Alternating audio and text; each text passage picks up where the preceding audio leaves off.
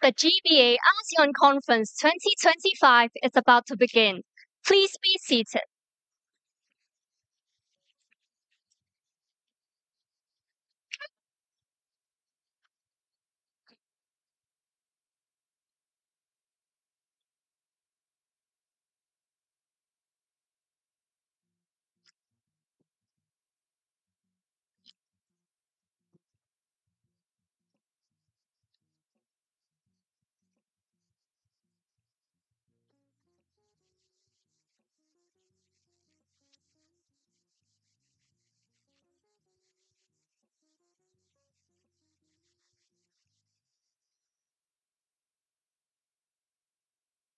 Distinguished guests, ladies and gentlemen, it is my great pleasure to welcome you to the 2025 GBA-ASEAN Conference.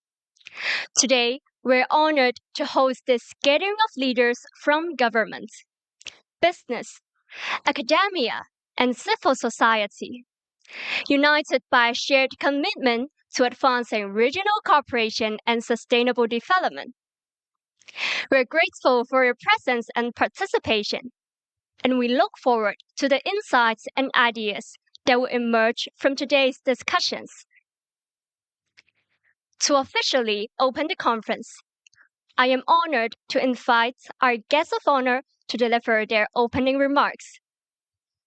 Now, may I invite Professor Xiang Zhang, President and Vice Chancellor, the University of Hong Kong.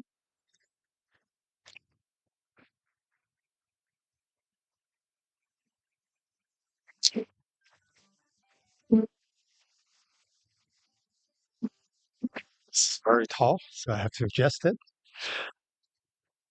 Mr. Chang, Mr. Cao, Professor Sachs, distinguished guests, ladies and gentlemen, good morning.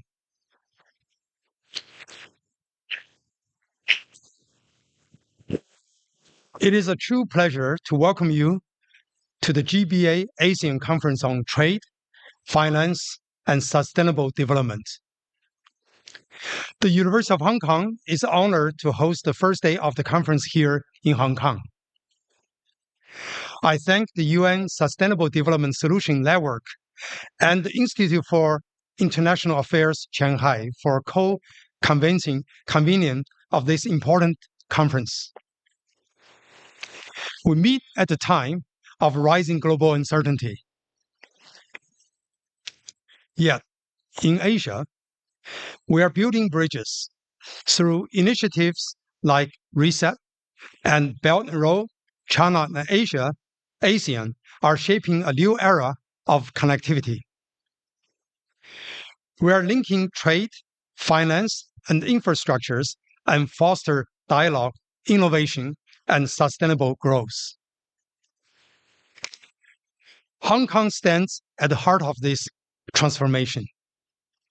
With its unique position as a global city rooted in China, we are a later bridge between the East and the West.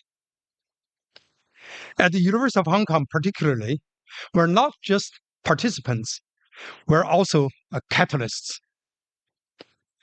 This year, we launched our new School of Governance and Policy to train leaders who can rebuild trust and shape evidence-based solutions. Through our research hubs and new master program, we are preparing thinkers and doers to tackle the world's most complex challenges. With this in mind, Hong Kong U also proud to be ranked number 11 in the QS World University Rankings, a testament to our community's continued support, pursuit of excellence, and positive impact.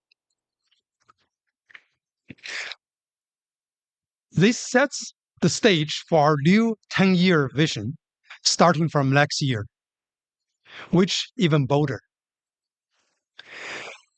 We aim to be a world-leading university, transforming humanity's future by nurturing talent, advancing sustainability, and connecting East and West.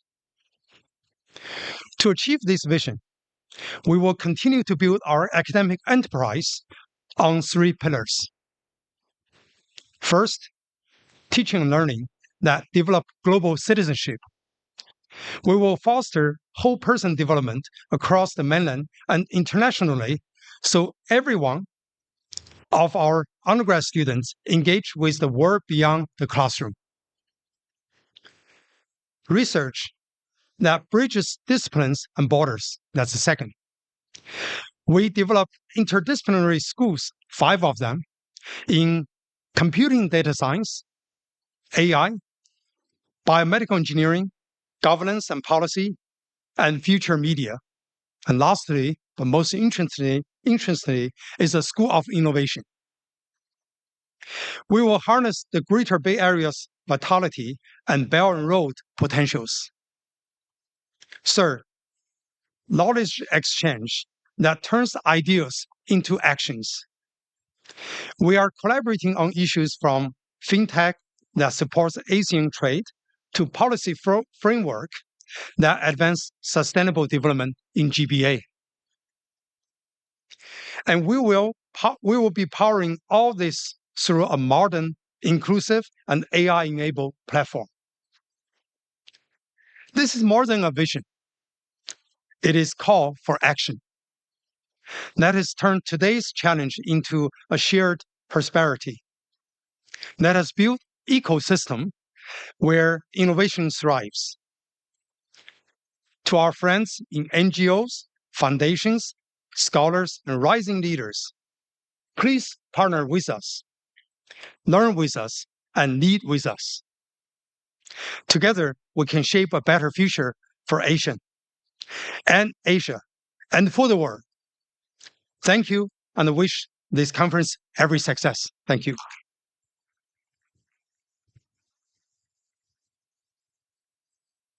Thank you, Professor Zhang, for inspiring remarks. Next, I would like to invite Mr. Joseph Chen, Under Secretary for Financial Services and the Treasury, the government of the Hong Kong Special Administrative Region. Please.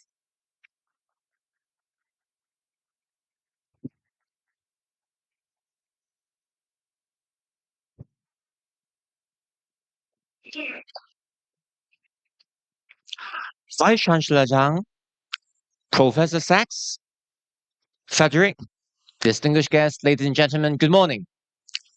It is my great pleasure to join you at the GBA-ASEAN Conference on Trade, Finance, and Sustainable Development, jointly organized by the Sustainable Development Solutions Network, the University of Hong Kong, and the Institute for International Affairs Zhuhai of the Chinese University of Hong Kong. Well, first of all, I would like to extend a heartfelt welcome to every participant who has joined us today in Hong Kong, and to those who will continue the dialogue tomorrow in Shenzhen. I offer sincere thanks to the organizers, partners, and participants who have contributed to the success of this conference. With sustained growth, a young demographic, and expanding markets, ASEAN is one of the most dynamic economic regions in the world. This represents immense opportunity for collaboration. As the international financial center of China and of the Greater Bay Area, Hong Kong welcomes ASEAN enterprises to leverage our capital formation and financing strengths to raise funds and expand their global footprint, as well as using Hong Kong to connect to the GBA markets. This partnership is underpinned by Hong Kong's unique position and robust institutional framework, which together create a fertile ground for mutual growth and investment. Under the one country, two systems, Hong Kong enjoys a distinctive blend of advantages. On one hand, our core strengths include free flow of capital and information, free convertibility of the local currency, a robust common law legal system, and a simple and low tax regime. On the other hand, Hong Kong enjoys preferential access to the mainland market, the world's second largest economy of the world, growing at about 5% per annum over the past 2 years. These dual advantages position Hong Kong as a superconnector between China and international markets, between the East and the West. Indeed, Hong Kong ranked number 3 in the world and number 1 in Asia under the Global Financial Centers Index, positioning Hong Kong as a natural partner for ASEAN enterprises seeking to access capital and explore new business opportunities from Greater Bay Area, Asia, and beyond. Indeed, Hong Kong's capital market is the most appealing value for ASEAN companies.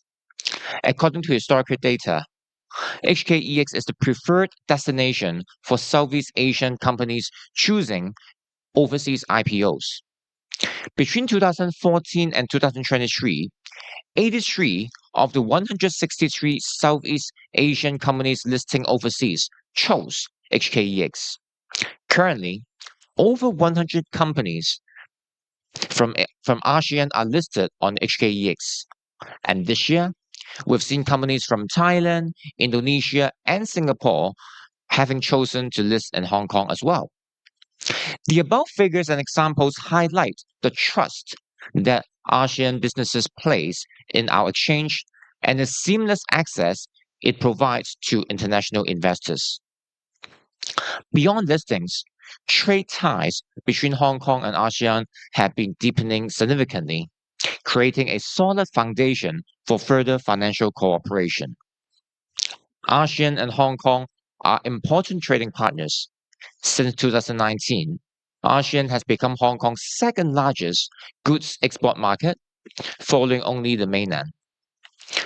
Total merchandise trades between Hong Kong and ASEAN amounted to 1.3 trillion Hong Kong dollars in 2024, representing 13.6% of Hong Kong's global merchandise trade. This substantial volume not only reflects robust commercial exchanges, but also the strategic alignment of our economies. The deepening cooperation between China and ASEAN countries reflects a broader shift in global economic gravity from west to east and highlights the growing importance of regional integration and collaboration. To further strengthen financial connectivity, we have been expanding listing pathways for ASEAN companies in Hong Kong, making it easier for them to tap into our capital pool. This year, HKEX announced that the Stock Exchange of Thailand has been added as a recognized stock exchange, which enables public limited companies with a primary listing on the main market to apply for secondary listing here in Hong Kong. This development offers our investors more opportunities to invest in quality companies in the ASEAN region.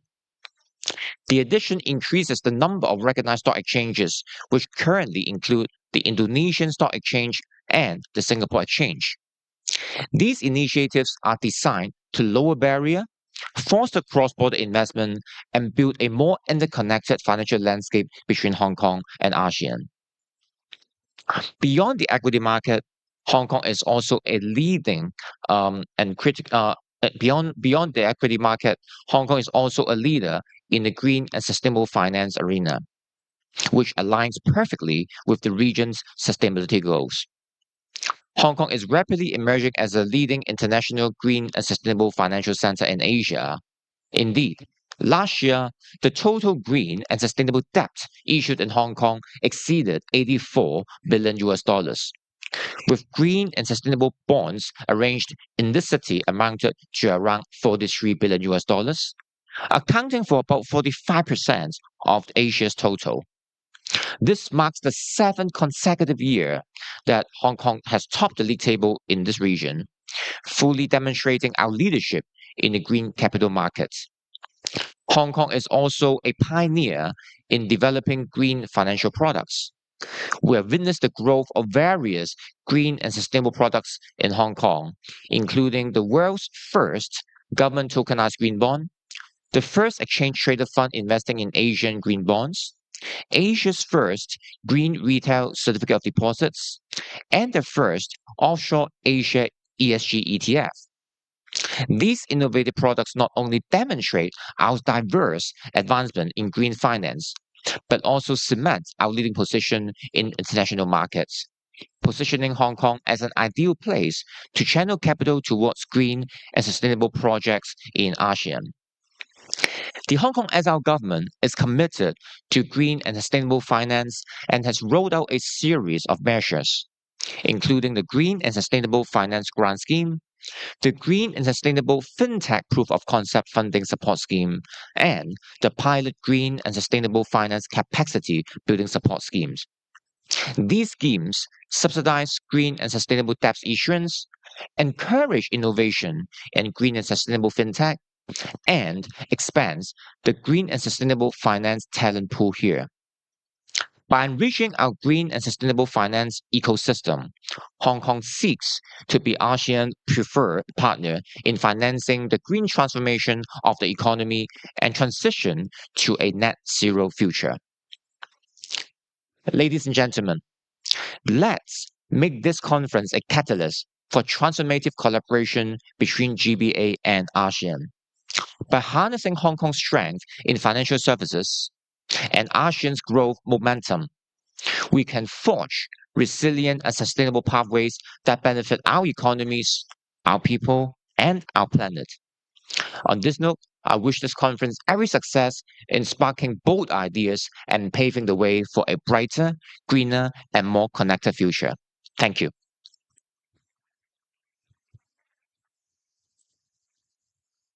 Thank you, Mr. Chen, for insightful words.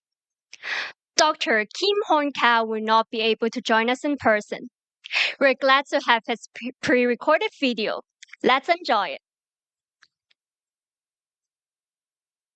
Excellency, ladies and gentlemen, to all distinguished guests gathered today, it is a great honor to join you at this GBA-ASEAN Conference on Trade, Finance, and Sustainable Development. I thank the organizers for the kind invitation to share ASEAN's perspective at this important forum. I extend my heartfelt congratulations to the steering committee and to the UN Sustainable Development Solutions Network on the formal launch of the GBA-ASEAN Initiative, or GAI. This is a powerful example of what can be achieved when we work together towards a shared vision, and it strengthens our collective pursuit of a more prosperous and sustainable future. The Greater Bay Area has emerged as a dynamic hub of innovation, finance, and connectivity, with its deepening ties to ASEAN, demonstrating how regional partnerships can drive sustainable growth and build resilience in our interconnected world. This year's ASEAN Chairmanship theme of inclusivity and sustainability resonates deeply with the fundamental values we uphold as one united community, while also highly relevant to the GBA's role in advancing innovation-driven, sustainable development. Excellency, ladies and gentlemen, building on this momentum, ASEAN is also looking firmly to the future. The ASEAN Community Vision 2045 will chart our course for the next 2 decades. This roadmap is a testament to our collective commitment to building a resilient, dynamic, and people-centered ASEAN. It reinforces our core principle while setting a more ambitious agenda for a region that is integrated, sustainable, and ready to meet the challenges of tomorrow. ASEAN takes great pride in the progress we have achieved across several key initiatives that lay the foundation for our future. In trade facilitation, the ASEAN single window has created a more seamless and efficient environment for commerce. In sustainable finance, successive versions of the ASEAN taxonomy for sustainable finance, including the forthcoming 4th edition, are guiding capital toward environmentally friendly projects that support our transition to a low carbon economy. These efforts are anchored in global goals.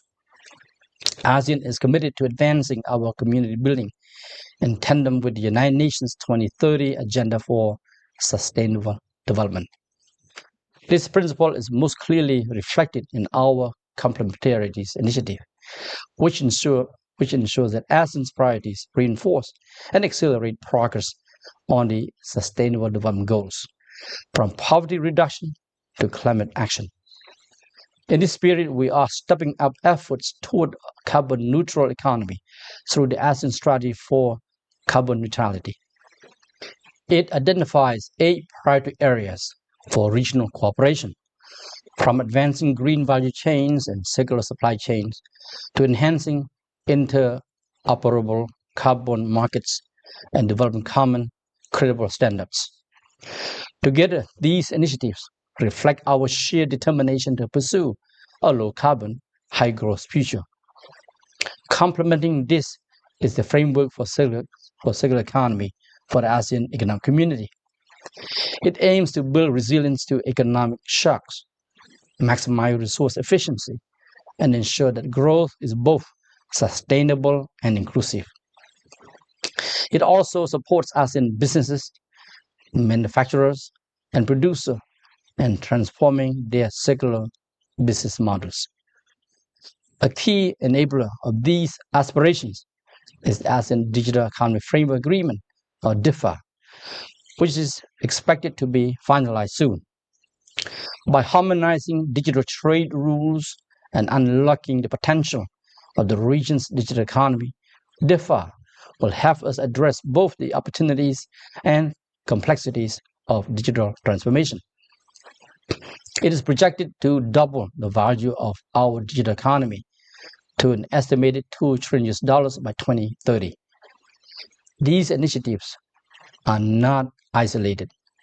They form interconnected pillars of a single vision, a prosperous, sustainable, and seamlessly connected ASEAN, ready to partner with others in shaping the future. Excellency, ladies and gentlemen, the growing connections between the GBA and ASEAN make this work all the more relevant. A report by the Hong Kong Trade Development Council and UOB Hong Kong in January 2025 found that enterprises in the Great Bay Area view ASEAN as their top overseas destination, with a strong majority planning to maintain or expand operations here. This reflects the positive momentum in China-ASEAN trade relations, strengthened by RCEP and the Belt and Road initiatives. The survey also pointed to rising interest in environmental, social, and governance investments, with Hong Kong continue to serve as a vital hub facilitating these business activities.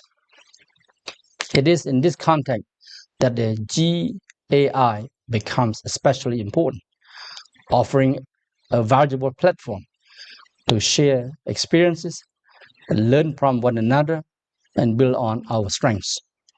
I sincerely hope the discussion over the next 2 days will be both insightful and productive, and that this conference will not be a single event, but the beginning of stronger and more enduring cooperation. Above all, let us ensure that today's exchanges lead to tomorrow's results, building new bridges of cooperation, fostering deeper understanding, and shaping a shared future of progress and prosperity for all our peoples. Thank you.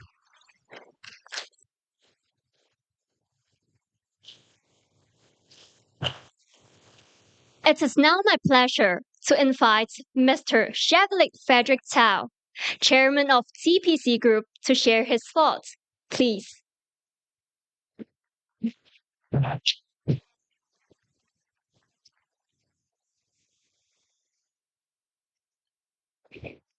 Dear families and friends of Hong Kong, good morning.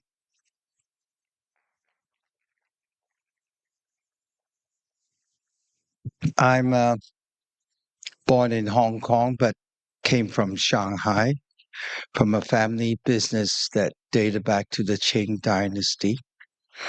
Deep roots into our DNA. Now Hong Kong has returned to China, bringing along our agility and the colonial capability in integrating back to our roots. We have a significant role to play in Hong Kong and China. Our parents can see us after we return. That Hong Kong is truly the in and out ports for China. And you can see it developing, not only in the One Belt, One Road policy, but the development of a financial center, trading center, and you see gold commodities coming back. And in fact, competing with Singapore in many ways, but on the other hand, collaborating in many ways, especially in this One Belt, One Road. Now, we all just want to be well and happy, right? That's all we want to do, that we're happy and well, our family is happy, our business, and we want to see a peaceful world. All of us, all humanity just want that.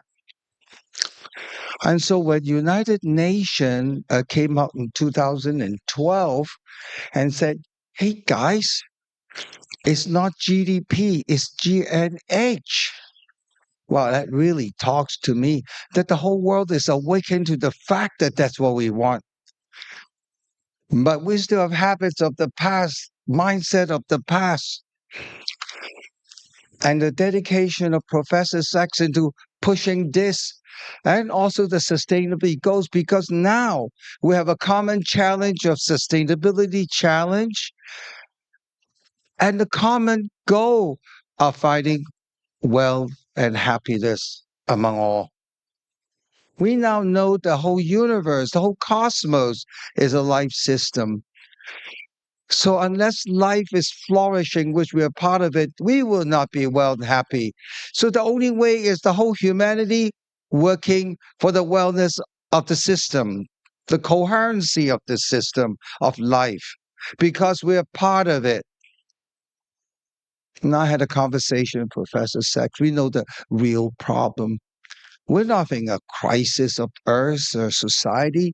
It's a crisis of ethics and morality. We have no boundaries. We have no direction. We need to bring that back. But how do we bring that back? Is a challenge. For that is the essence of our projecting into creating this crazy world. So no doubt we are stressed out and crazy inside because we are projecting a craziness outside. I think sometimes you share that in the middle of the night, we go crazy because we observe a crazy world and we become crazy and we're part of creating this crazy world. So we need to be calm and focused. Now, I've been involved with this sustainability thing for a while. We have all the solutions. Technology, enough. Of course, it will evolve more. We know what needs to be done and how to do it. The only thing is, how do we get everybody to do it together? That is the only challenge that we're facing in humanity. I'm sure deep in the heart, you know what I said is true because we resonate deeply that we are in love with life. If not, we want to be in love with life because that's our nature too. We yearn for it. And yet, our greed, conflict, and the stupidity, this ignorance that we observe keep repeating. But we can choose not to be part of the show. Well, I was talking to somebody this morning. I said, it's a pendulum. If this pendulum go further, the ball will fly away. If not, we'll see miracle when it swings back and create a beautiful world. So those who want to do it can choose to do it. This year in Hong Kong, I launched the Association of Wellbeing Economy, starting from Hong Kong and Greater Bay. We intend next year to move to Singapore and the year after to Indonesia, and make this movement starting from here. And why here? Well, this is the mouth of China, who has all the technology we need, who has the culture of co-creation, of harmony, of oneness. We have a lot to offer the world. And China, well, they can show how we follow the Tao and work for the Tao. We can continue to grow, which is unbelievable in the past, but it's possible.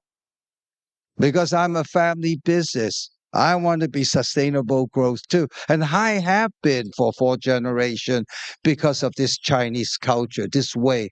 How we see changes, how we think, feel, and choose what to do. There are many Chinese here I can see. We are in the DNA. We can call on our DNA to awaken, to access that information, to use it. Hong Kong as a global city. It is the beginning of outreach program right in China soil. And I intend to tell the Steiner story and promote a solution which I believe is true and move out. Southeast Asia is a bridge between East Asia and South Asia. That is a very important part of integrating Asia together. And Singapore is exchange square also without the China. So use Singapore well in collaboration rather than thinking of competing with them. They are different. We're the mouth going out, they're the mouth going in. Just work with them. Don't compete. Reality is a co-creation. If you really think, that's reality. A co-creation process by people. And evolution has an integrating part. It's like weaving. A region is a weaving and global is weaving. When global is not weaving so well, we make a big effort that we continue the weaving process on the regional level. That's all we can do. And that Hong Kong has great offer. And being a honky, as a Singapore calls us, I'm really proud to be born in Hong Kong, love Hong Kong, and now I can contribute. The AWE, the Association of Wellbeing Economy, is a beginning where every country has a unique political, cultural, and economic structure. For example, Hong Kong has 90% small, medium size, but Singapore only 50, 60% because all the business are government, state-owned. All the biggest, best in every region. It's a very different structure, different leadership, different economic and culture. It is therefore important for us to address each. And of course, I'll be promote the AWE because that's where this global movement is going to start. Hong Kong, Greater Bay, integrating China, representing China, tells a China story, and do the outreach program. So join me, family and friends of Hong Kong, into the movement of well-being economy, because that's all we really want to do. Solve the sustainability challenge, which we have all the solutions, and create what we want. Thank you.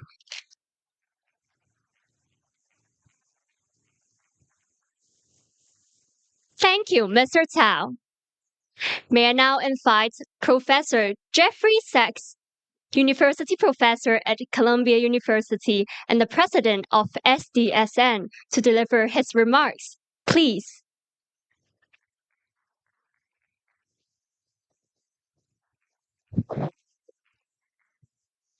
Good morning, friends. This is for me a dream come true to be together with all of you. And I want to thank all of the wonderful people and the leaders in this room.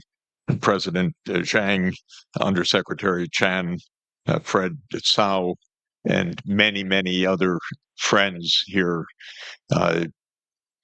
I think we're at a wonderful moment, an important juncture of history in what I think is the pivotal place on the planet. So it's a privilege to be together with you and a very propitious moment.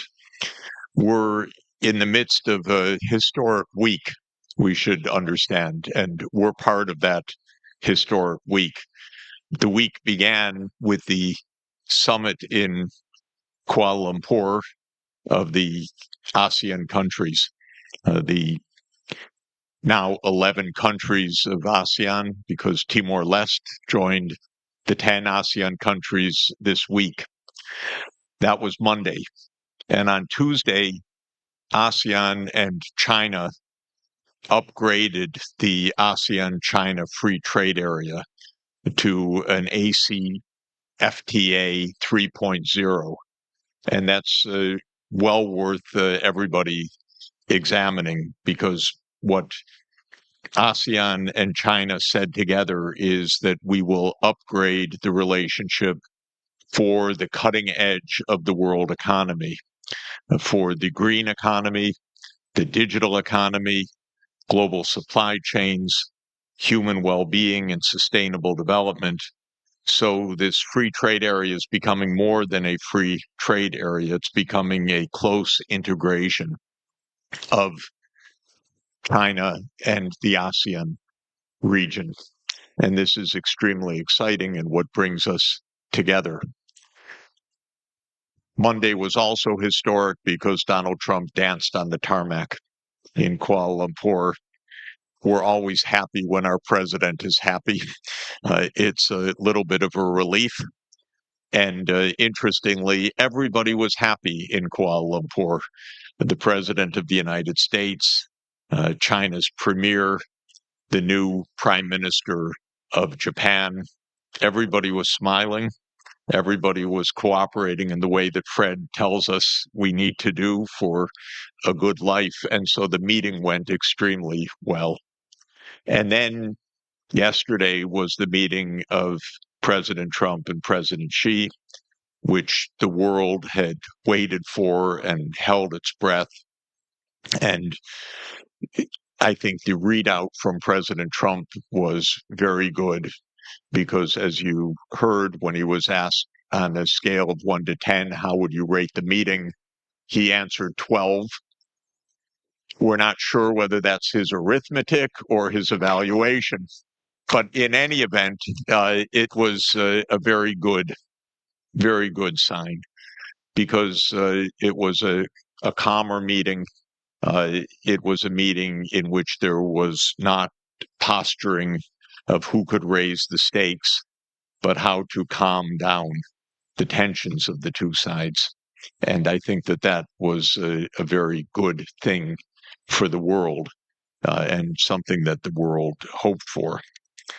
And now we're going to make history too, today and tomorrow, and in the launch of the Greater Bay Area ASEAN Initiative, or GAI, which is a wonderful partnership of Hong Kong University, the Hong Kong government, the Shenzhen government, the United Nations Sustainable Development Solutions Network, TPC, and other wonderful partners. And the goal is not only to strengthen the relations between these two great regions, which together constitute a quarter of humanity, the 1.4 billion people of China and the 700 million people of ASEAN, but also to forge an economic framework and model that shows the way for the whole world. I really believe, without hyperbole, that this region will shape the future of the world in the coming generations, and in a very positive way. And that's, I think, the bigger purpose of what brings us together. Let me start with a wonderful observation made this year by the United Nations World Intellectual Property Organization, WIPO. WIPO, as you know, looks around the world at the regional clusters to assess them in terms of their innovation and their forward direction for the world economy. And in the WIPO 2025 list of innovation clusters, who was number one in the world? Of course, it is Hong Kong, Shenzhen, and Guangzhou. The GBA cluster is rated number one in the whole world in terms of innovation, scientific innovation, the university leadership, the patenting, the advanced technology production. This is extraordinary. It's a remarkable accomplishment. It's also a remarkable responsibility for a world that needs these advances. And this is, I think, the most promising point.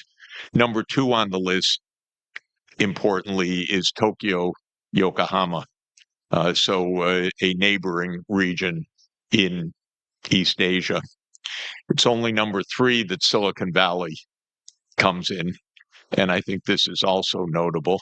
Silicon Valley is a very clever place, making a lot of advances. It actually doesn't produce all that much other than ideas, because the real production takes place here. A lot of the financing takes place here, but Silicon Valley still plays its role, but number three. Number four is Beijing as the fourth innovation hub of the world. Number five, Seoul. Number six, Shanghai. That's already quite impressive that in the top six innovation hubs in the world, five are in Asia. One is Silicon Valley. Then come New York, my hometown. I'm glad it made the top 10, and it is a wonderful place. Come visit. And it remains home to the United Nations as well. And this is also very important.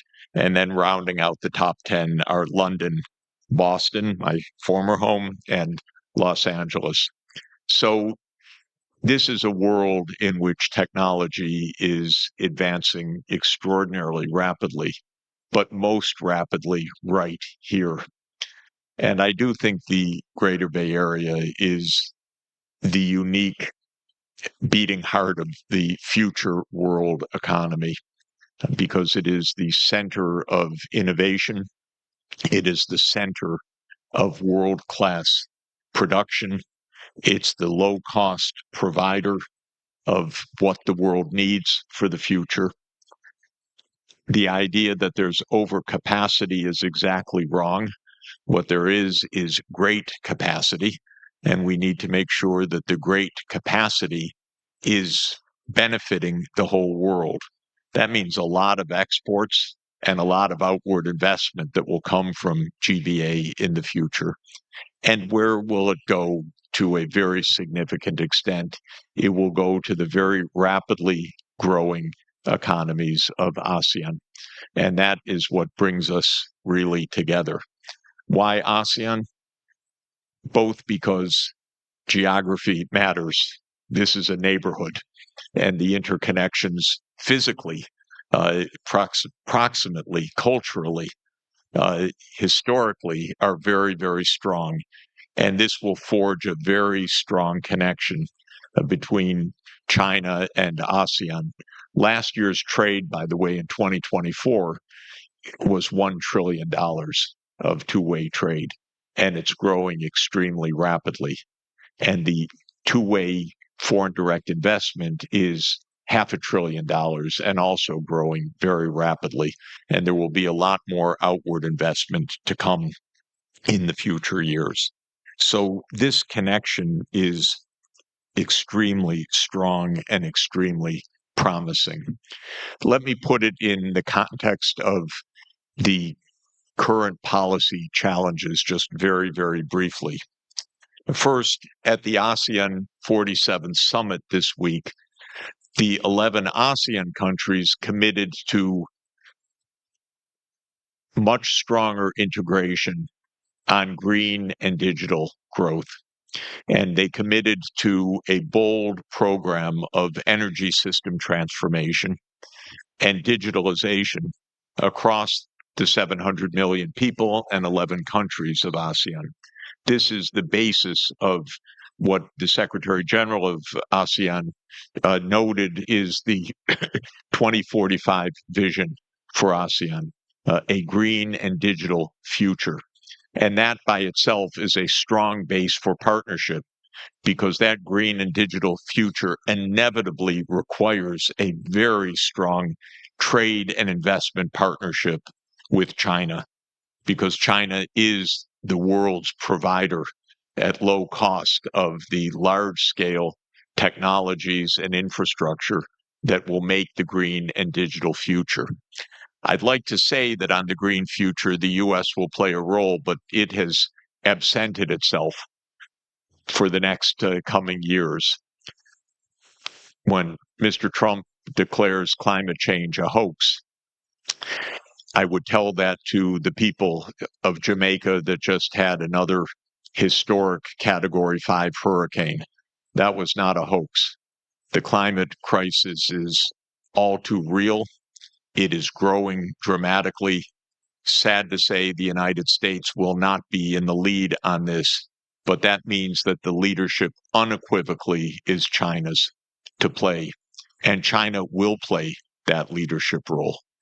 So ASEAN is committed to a green and digital future, and China in the 15th plan also unveiled this week for high quality development puts the green and the digital future at the very heart of China's own development, but that means at the heart of the world development as well. So the partnership is perfect. It is absolutely ideal. It's exactly what the world needs. Then add in the fact that we are meeting in the context of the ASEAN-China free trade area upgrade. In other words, the political leadership is very clear that what we're doing is on the right track. We're bringing together the business and academia and the analytical side for what the governments know needs to be central, which is strengthening the trade and the value chain and the quality of standards and the direction of change of ASEAN and China in the years ahead. So our role, our purpose of launching the GBA-ASEAN initiative is to support what we know is the world direction of change, to accelerate the kind of economy that we need for the future. First of all, fundamentally, as Fred said, an economy built on wellness, well-being, and happiness, because that is the point. There's no happiness of Category 5 hurricanes or historic scale typhoons or multi-meter rise of sea levels or all of the other calamities that would come if we don't make the energy transformation and the shift to a green and digital future. So this is the first point. Second is that regional connectivity is fundamental for success. The ASEAN countries rightly understand, and they put it into their summit result, that they cannot make the energy transformation one by one. ASEAN will make an ASEAN-wide grid, but as I emphasized at the ASEAN summit this week, that grid will also interconnect physically with China. It will interconnect most likely physically with Australia through an undersea cable that also links Australia with Indonesia and thereby with ASEAN and with China. We are moving towards an Asia-wide interconnectivity. And also what Fred mentioned, India, I believe, will soon join this partnership in a stronger way. We've already had this year a kind of rapprochement of India and China. Donald Trump is the great uniter of the rest of the world. He indicated to India how important it is for India to have a strong relationship with China. Thank you very much. And I think that this is extremely important. And I hope and look forward to India as well joining the Regional Comprehensive Economic Partnership and also playing a greater role in our discussion. One of the facts, just to mention, of the U.S. protectionism and its increasing isolation, sad to say, from the world economy and from the world challenges is that it inevitably brings the rest of the world together.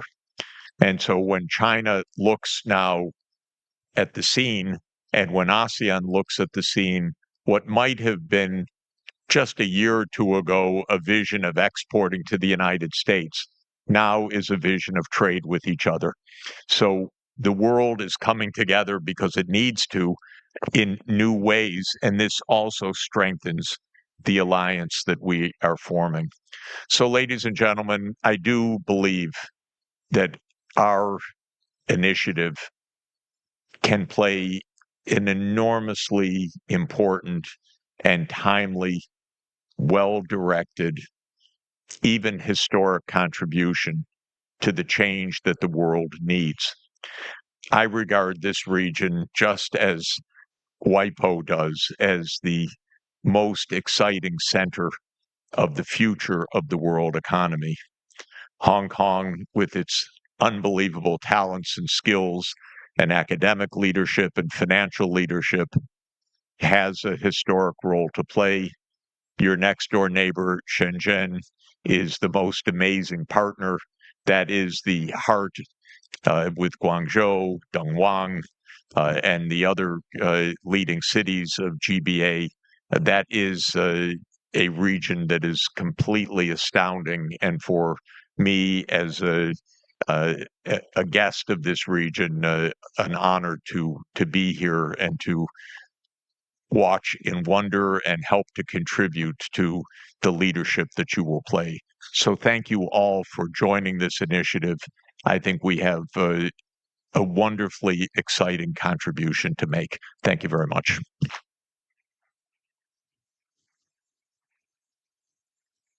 Thank you, Professor Sachs. And thank you to all our guests of honor for setting the tone for this conference. Today's GBA ASEAN conference marks the beginning of the GBA ASEAN initiative. The initiative aims to deepen GBA ASEAN ties for mutual benefit through connectivity, strategic engagement, evidence-based policy, and joint reforms to facilitate cross-border investment. Now, may I please invite Ms. Velo Wang, Senior Manager of the UN Sustainable Development Solutions Network, to the stage to introduce the initiatives in detail. Please. Your Excellencies, dear guests of honor, dear colleagues, dear friends, welcome to the GBA ASEAN Conference on Trade, Finance, and Sustainable Development. And good morning, everyone. I'm Philo Wang, Senior Manager from UN Sustainable Development Solutions Network. We have prepared a wonderful two-day program for you. And I was telling Jeff that he's going to give a very high-level introduction of the GAI, whereas I'm going to give a low-level introduction. And we think it will be important for us to share with you a bit more detail, the background, and the context of the GBA ASEAN initiative. So what is this conference all about? Why GBA and why ASEAN? And what's the goal of this conversation? So for me, it started last year in August in Rome during a breakfast conversation with Jeff and Sonia. So we're talking about the amazing dynamite of the Greater Bay Area. We talk about my hometown, Dongguan, the manufacturing powerhouse for the rest of the world, and Shenzhen as the center of innovation and high-tech industry, and Hong Kong as this unique international free trade port, and how it just so perfectly positioned between the ASEAN and the Greater Bay Area, and how ASEAN is full of resilience and potential for economic growth. So we're starting to talk about what we can do to link these pieces together and what are the things that we can contribute, what needs to be done. So in the following year, we've been coming back to the Greater Bay Area, we've been coming back to ASEAN so many times, and we try to talk to the partners here. We try to understand what are the things that are needed and what we can do together. And many of you who are sitting here today were part of that dialogues, and we took the time to understand what we can contribute. So after all of those conversations, we put together two major pieces that we think will be really important. The first thing is a network, a community for conversation and for collaboration. So my organization is called Sustainable Development Solutions Network.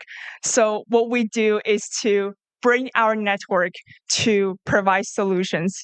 And our vice president of network program, Maria, who's sitting here with us today, she leads 2,000 organizations from all over the world and provides a platform for them to have regular conversations, to work together, and to have workshops to communicate their experience.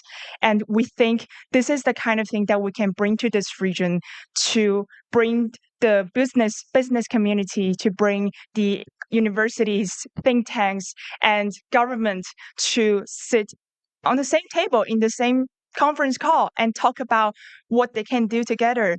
And this is the kind of spirit that we want to bring, a network, a platform for collaboration. And this conference is one of those platforms that we want to build for everyone from all over the world, sit here together and talk to each other. So this is the first thing. And on top of that network, we will also like to establish a leadership council. And we're quite happy that we'll actually have the first leadership council right after this conference for the leadership of universities, for the leadership of the business sector and government officials from the GBA-ASEAN, from the GBA, to sit together and talk about the work ahead, what we can do. So this is the first element. And the second element is policy and research. So when you look at, these organizers, policy and research is really the one things that we are and they are best at. And our vice president, Guillaume, who's standing right over there, he leads a wonderful team of researchers in our Paris office that produce a sustainable development report every year. And this is the kind of knowledge product that we want to bring to this region and contribute, and to also understand what is the progress of sustainable development goals in the GBA and in ASEAN, and provide a systematic scientific tracking of this kind of progress. And I also lead a team of 50 engineers from all over the world, from leading universities, that they volunteer their time to contribute to the UN system to provide counsel for the United Nations on the topics of energy transition. And on this regard, we would also like to bring this kind of knowledge product to the Greater Bay Area and ASEAN. And we would also like to build a small team of researchers to support the local government, to support and advise on their policy agenda and see what are the things that we can assist on. So we're here to support and to serve. And these are the two things. These are the two main takeaways from all of these conversations with the regional partners. And so for this conference, the goal is that we would like to listen to all of our amazing speakers. We would like to learn from your experience. We would like to understand what do you think are the missing pieces, what we can do, and what you would like to do with us to collaborate together. And the conference is really just 2 days, and there are 365 days in the year. So building on this 2-day conversation, we want to shape the work in a way that's, building on all of your feedbacks. And, right now, as I'm speaking to you, I'm facing the direction of ASEAN. Or if I have an extreme lack of geographical direction, that will be Shenzhen. But in any case, that will be the right direction for this message to be delivered to. And we would like to thank the organizers, the University of Hong Kong. We would like to thank the Institute of International Affairs, CUHK Shenzhen. They've been absolutely the best partners that we can hope for. And we would like to thank the TPC Group, the Number 17 Foundation, and thank you for Sino Group, Hong Kong ASEAN Foundation, and Fullerton Ocean Park Hotel for building this platform, for making this conversation possible. And we'll also like to thank Shangri-La Group for providing the platform for us tomorrow to continue this discussion in Shenzhen. And ladies and gentlemen, we have a wonderful 2-day program prepared for you, and we hope that you will have a great time. Thank you so much.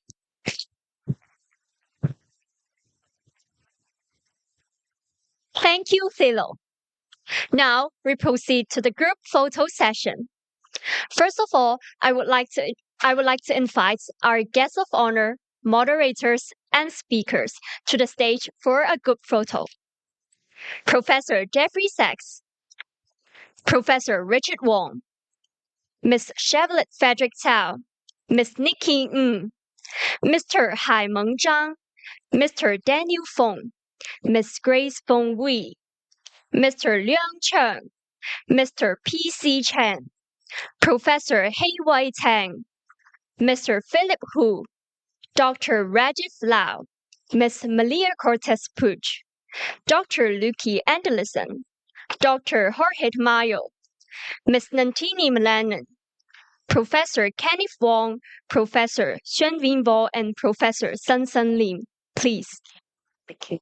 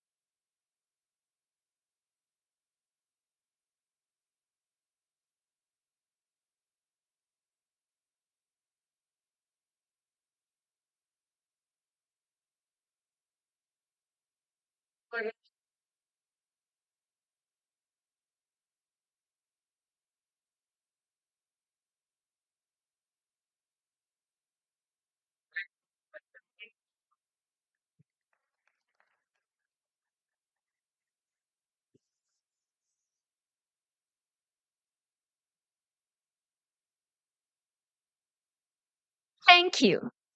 Ladies and gentlemen, we're ready to begin our first panel, the GBA-ASEAN Business Leadership Dialogue. This session explores how the Greater Bay Area and ASEAN can collaborate to drive Asia's next wave of sustainable growth.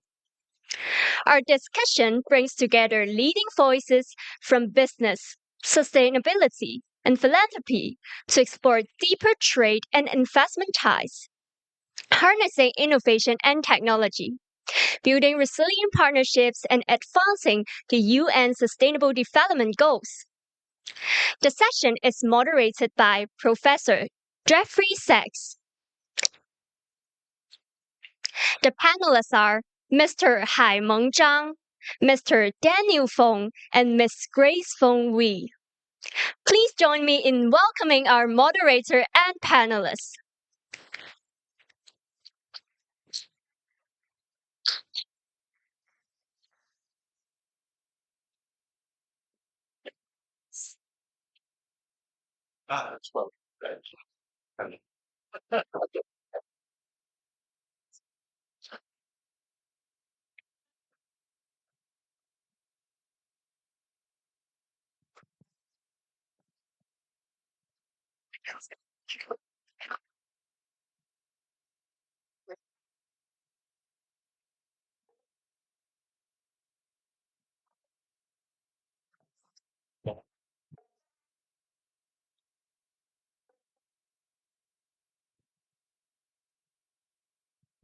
Great.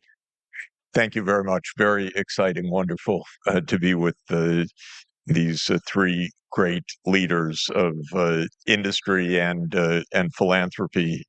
And so we'll start right away with Mr. Zhang Heimeng, Vice President of Longji. Longji Solar, as you know, is one of the world's amazing companies in the cutting edge of solar power.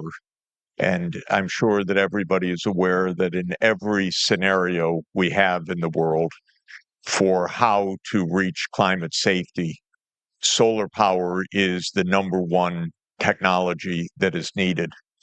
We need a massive scaled up investment in solar power all over the world in order to decarbonize the world energy system.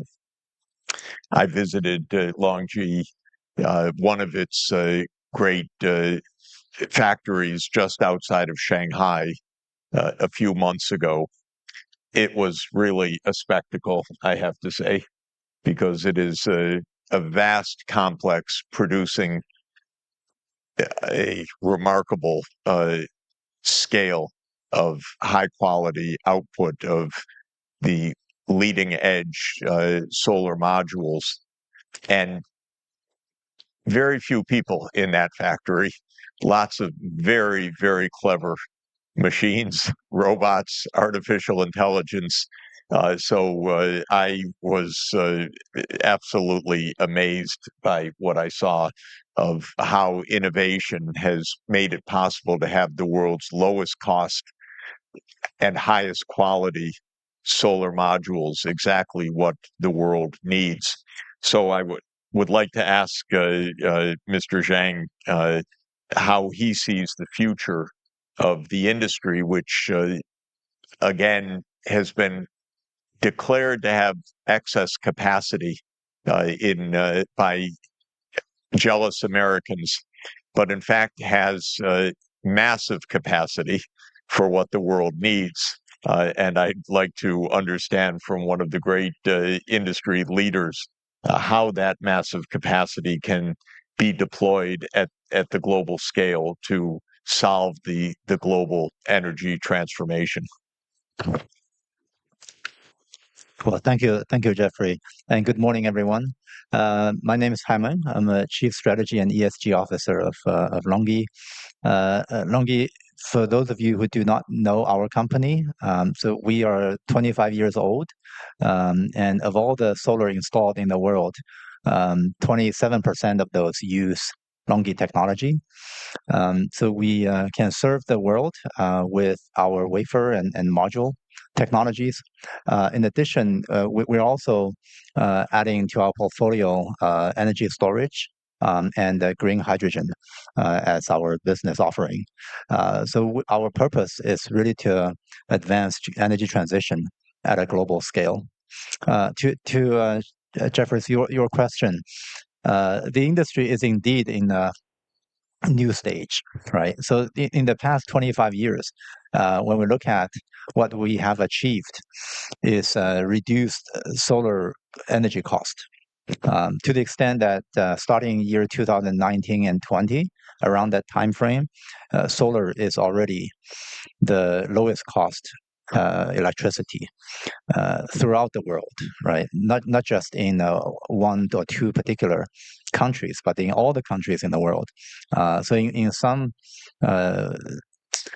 regions where you have abundant solar sunshine, so the cost of solar energy can be as low as $1 per kilowatt hour, or 1.5 in other cases, US dollar cents per kilowatt hour.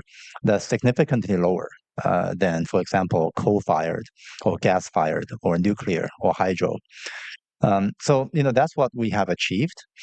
It has also come to an inflection point that starting last year, solar plus 4 hours of battery energy storage has become the lowest cost form of electricity, which provides electricity not just in the noontime, but also in most of the hours of the day, if you have 4 hours of battery storage. So that puts solar foot to foot with other energy forms in availability as well. So that's the inflection point we have reached. So Longi look at the situation and say, look, the problem we're going to tackle are very different now, because previously the problem we tackled was how do you further improve the efficiency of your solar modules and reduce the cost of electricity. But going forward, the problem we tackle is how do you actually make solar energy easier to use, combined with energy storage, combined with green molecules that you can produce from solar, right? If you have green hydrogen, and then you use that green hydrogen in the heavy industries, right? In steel, cement, etc., or in ammonia, or as a fuel of green methanol for shipping.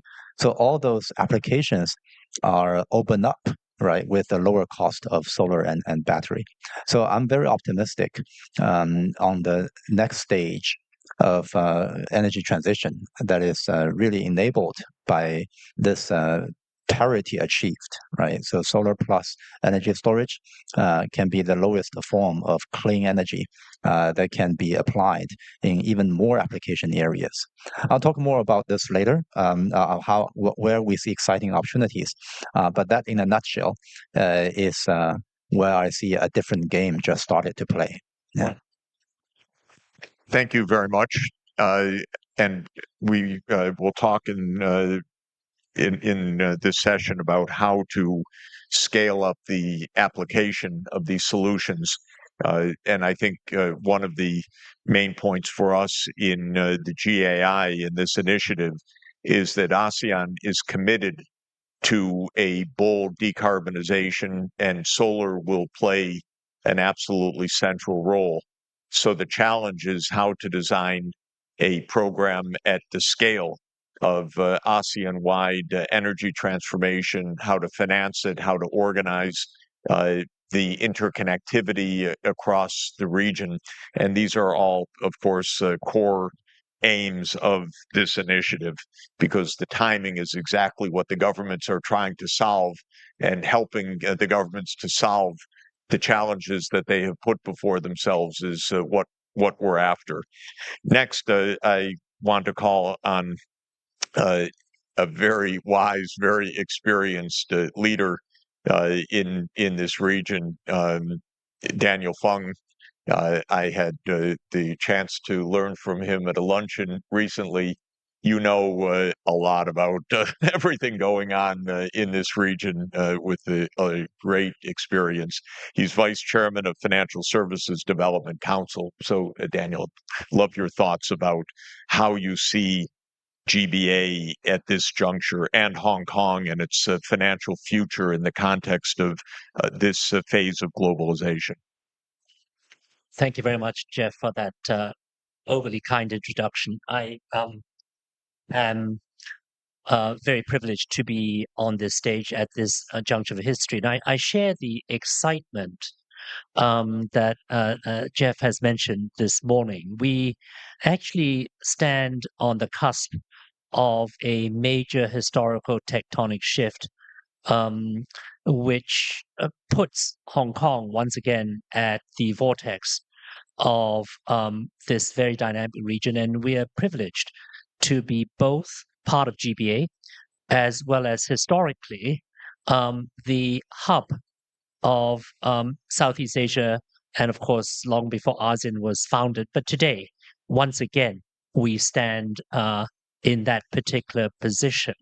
So, as someone whose father and grandfather actually hail from the ASEAN region, although I was born and raised here, and my mother, on my mother's side, they've been here 4 generations, but on my paternal side, they actually came from China originally, but forged their lives and careers in what is today known as Malaysia. Now, coming back last night from Beijing, where I spent 2 days speaking at the annual Financial Street Forum and addressing as invited by one of our most important hosts here, the Sino Group, and of course, the Hong Kong ASEAN Foundation, a group of visiting Germans, 50 of them, who every year come to China and have been doing so for 17 years to actually see the change. I actually sense the electricity in the air for 2 reasons. The first are the policy initiatives of the President of the United States, who has turned out, ironically, to be the greatest benefactor of this region. And little surprise that President Trump is actually China and Hong Kong's favorite US president, bar none, surpassing Richard Nixon, 1972, when he visited China, surpassing Jimmy Carter, who forged diplomatic relations. Now, why do I say that? 5 reasons. Number one, when President Trump declared that companies listed on NYSE and NASDAQ are stealing money from the American public, they're not welcome, what do? They privatize, they relist. Where do they relist? No surprise for guessing, is Hong Kong. Now, do they lose? The owners of those enterprises do not lose. The only losers are the American investing public, because on privatization and relisting in Hong Kong, they get a higher valuation. Why do they get a higher valuation?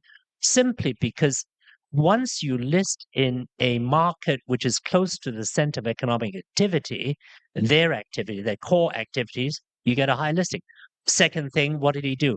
He made life so difficult for academics, chair professors who in top institutions in the United States, particularly those in the East Coast, but of course including also Caltech, where they have been working, building the careers for the last 30, 40 years. When life becomes hostile, what do? They come home. Where do they go? They go to UST, they go to Hong Kong U, they go to Tsinghua, maybe the Shenzhen campus north of the border, maybe even further north to Beijing. Third, what did he do? He made the threshold so difficult for students of Chinese extraction, particularly those from mainland China, those from Hong Kong, who want to study STEM subjects in top institutions in the United States, that even if they get accepted into those institutions, visas are not granted. What do? They come to Hong Kong, roll out the red carpet. They registered Hong Kong UST, Hong Kong U, or they go north of the border to Shenzhen, to Tsinghua, and so on. So what's not to like? I mean, he really is our favorite president, and we want to give credit where credit is due. I mean, let's face it. Now, fourthly, what happened? Given the hostility of the United States or the Trump administration to Chinese companies listing on NASDAQ or NYSE because they're supposedly stealing money from Americans. What does the CSRC do? This is the China Securities Regulatory Commission, which is the gatekeeper allowing Chinese enterprises to list overseas. Now, in the past, they could list in Hong Kong. They had a choice to go to London, go to New York, NASDAQ, or even to Singapore. Today, there's only one destination that CSRC approves. That's Hong Kong. And that's a direct result of that shifting of the tectonic plates. And then as far as very talented Chinese students pursuing education or doctoral degrees or postdoctoral research, long gone are the days when they look to the United States as the beacon. They now come here. So I do think we are witnessing a fundamental shift in both the geopolitics and the geoeconomics. Now, I want to talk about the other trend, which makes me really optimistic about the future, and not even in a cautious way. And the other shift is something we've seen globally, and that is the greatest transfer of wealth humanity has ever witnessed, which is a transfer of wealth from the baby boomers to Gen X, Gen Y, Gen Z, and next gen more generally. Now, why do I say that shift portends an extraordinary future, not just in terms of money transferring, but also in terms of the focus on green tech and green finance? That's because next gen do not regard climate change as the greatest hoax on humanity. They do not regard climate change as a scam practiced on the Western world. They see it as real. And they see it better than people of my generation do, I must confess. They put their money where their mouths are, and they are prepared to invest in green tech, green finance. And little wonder that Hong Kong, actually, I have to beat my hometown's drum a little bit. We became the center of green finance globally because the Hong Kong government issued the world's first tokenized green bond. This is the world's first. And this portends a historical shift in terms of focus. And when China, mainland China, talks about carbon peak and moving to a post-carbon economy, it's real. And because China, we all know, is a sort of semi-vertical or top-down economy as compared to Hong Kong being much more horizontal, we know when a 5-year plan announces a particular policy goal, it tends to get achieved because a lot of energy is put behind that, both in terms of regional governments as well as in terms of SOE initiatives, as well as the SMEs. And let's not forget that SMEs drive growth in mainland China. We see that in Hong Kong. So I do see a huge opportunity for a strategic partnership and real partnerships as between Hong Kong, which is part of GBA, and ASEAN.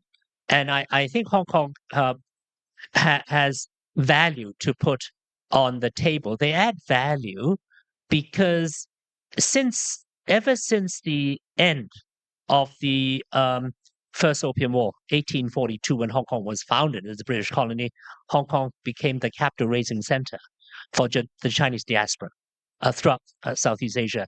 And not just capital raising, and not just a place for IPOs. They send their children to Hong Kong for education. When I was growing up in the 60s in my school here, and I have to beat a drum for DBS, my classmates came from all over Southeast Asia: Thailand, Vietnam, Malaysia, Indonesia, etc. And we had, long before international schools established, Americans. The son of the Asia president Pan Am was in my old school. James Crowden. He set all the swimming records for Hong Kong, which stood for about 40 years, 100 meters butterfly onwards. No, this Hong Kong was very much a cosmopolitan hub, and I do think we are seeing a renaissance in that development. Thank you.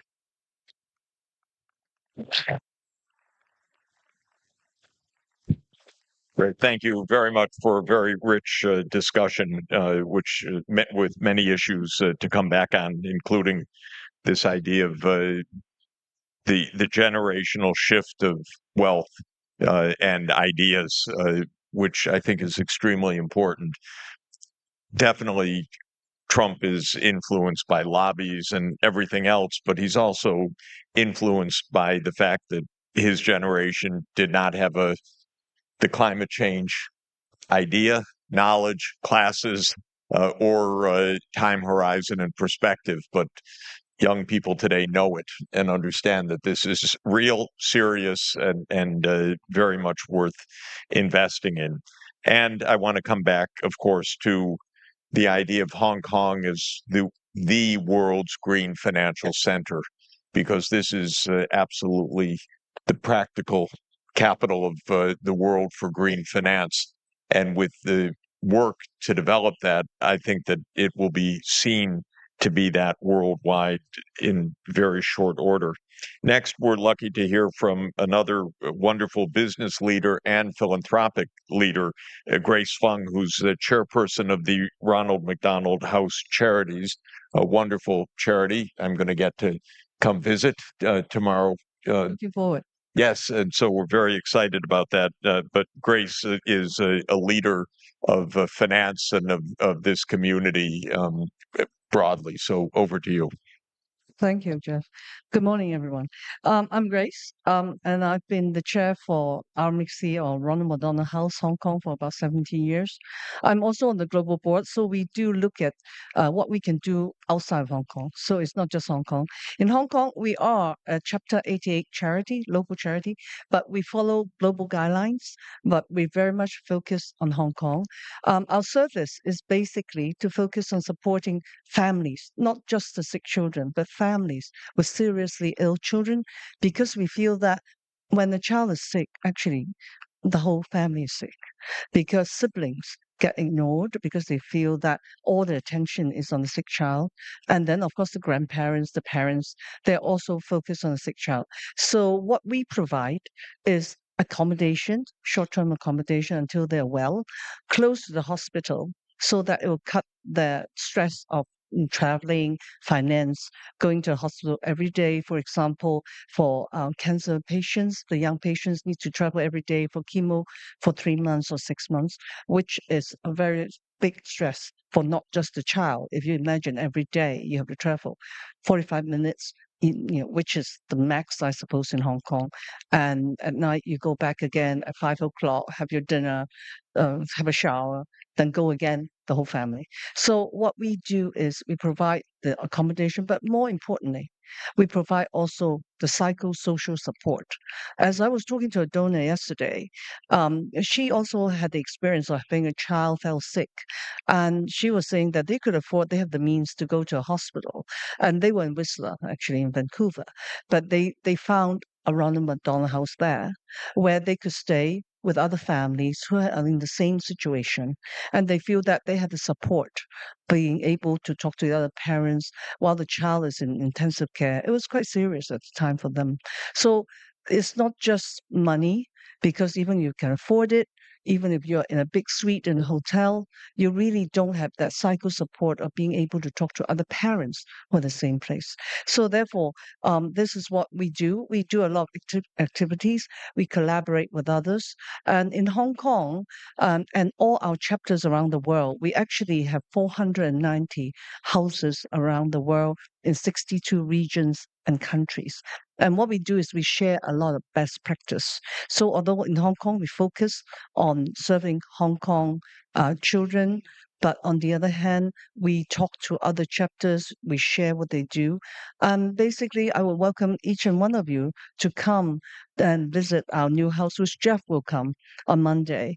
And you will see what we do there. We provide certain facilities and we collaborate with other people, NGOs like nutritionists who would come and talk to the parents about, health issue, how they should eat. We have counselor who would come and do sessions with parents. For example, recently we have a session with parents where there's 6 of them. Usually it's the mothers who would come because women talk and they open up easily.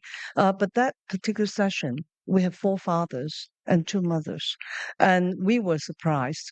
But one of the dads started talking to us, and his child is about 12, very bright kid.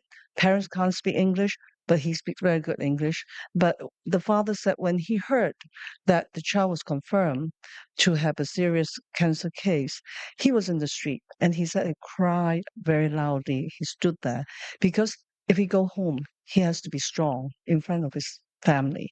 And he felt when he's in the street, he can cry because no one knows him. Then the other father also piped up and said that father received the news when he was on a minibus from Tin Shui Wai to the hospital. And he said he cried loudly because he just felt he need to express himself. But so we do a lot of that kind of thing at our house to not just help the children. The children has the doctors, have the nurses to take care of them. We actually don't have medical staff in our house, but we provide a place, we provide the activities, and we provide the support, and that's what we do. Now, Hong Kong is the first Ronald McDonald House opened in Asia, and in fact, the first house, 23 room only, was the largest at that time for the last 29 years. We just opened a 66 room house in Kwun Tong, and that one is 66 room. And actually, I look at what we are doing and what we've been doing in ASEAN. We actually are in 6 countries already in ASEAN. In Malaysia, we have 4 houses, and we will open 1 more. And then next year, Indonesia, which is a huge country within the ASEAN, they have about 3, 4 houses, even one in Bali that I visited. But they will be looking to open a 67 room house, 1 room bigger than Hong Kong, in about the year's time. So I'm very excited about what we are doing already as a global board member from Chicago. We do look at how we can do more in ASEAN, as well as in Hong Kong. But I think in Hong Kong, we're just a city. We got 2 houses already. And I think that we are doing very well per capita. But in ASEAN, we are average only 15 rooms, which is a huge difference from Hong Kong. And I think there's so much more we can do because in Asia, we believe providing this unique service of looking at the family, not only on the children, I think we are only covering 3% of the need. For example, China, we will be opening the 4th house in China in Shenzhen. So that's the GBA. And then, of course, the first one that got opened was, surprisingly, not Beijing, but the first one was Hunan, because Hunan has a children's hospital with 4,000 beds. I mean, the mind boggles for me, coming from Hong Kong, a small city. The scale of things in China is amazing. So our first house in China was in Hunan about 7 years ago. And then, of course, now we have Beijing and we also have Shanghai. But, that's what we do. That's what we're doing in GBA. We want to do more in ASEAN. Thank you.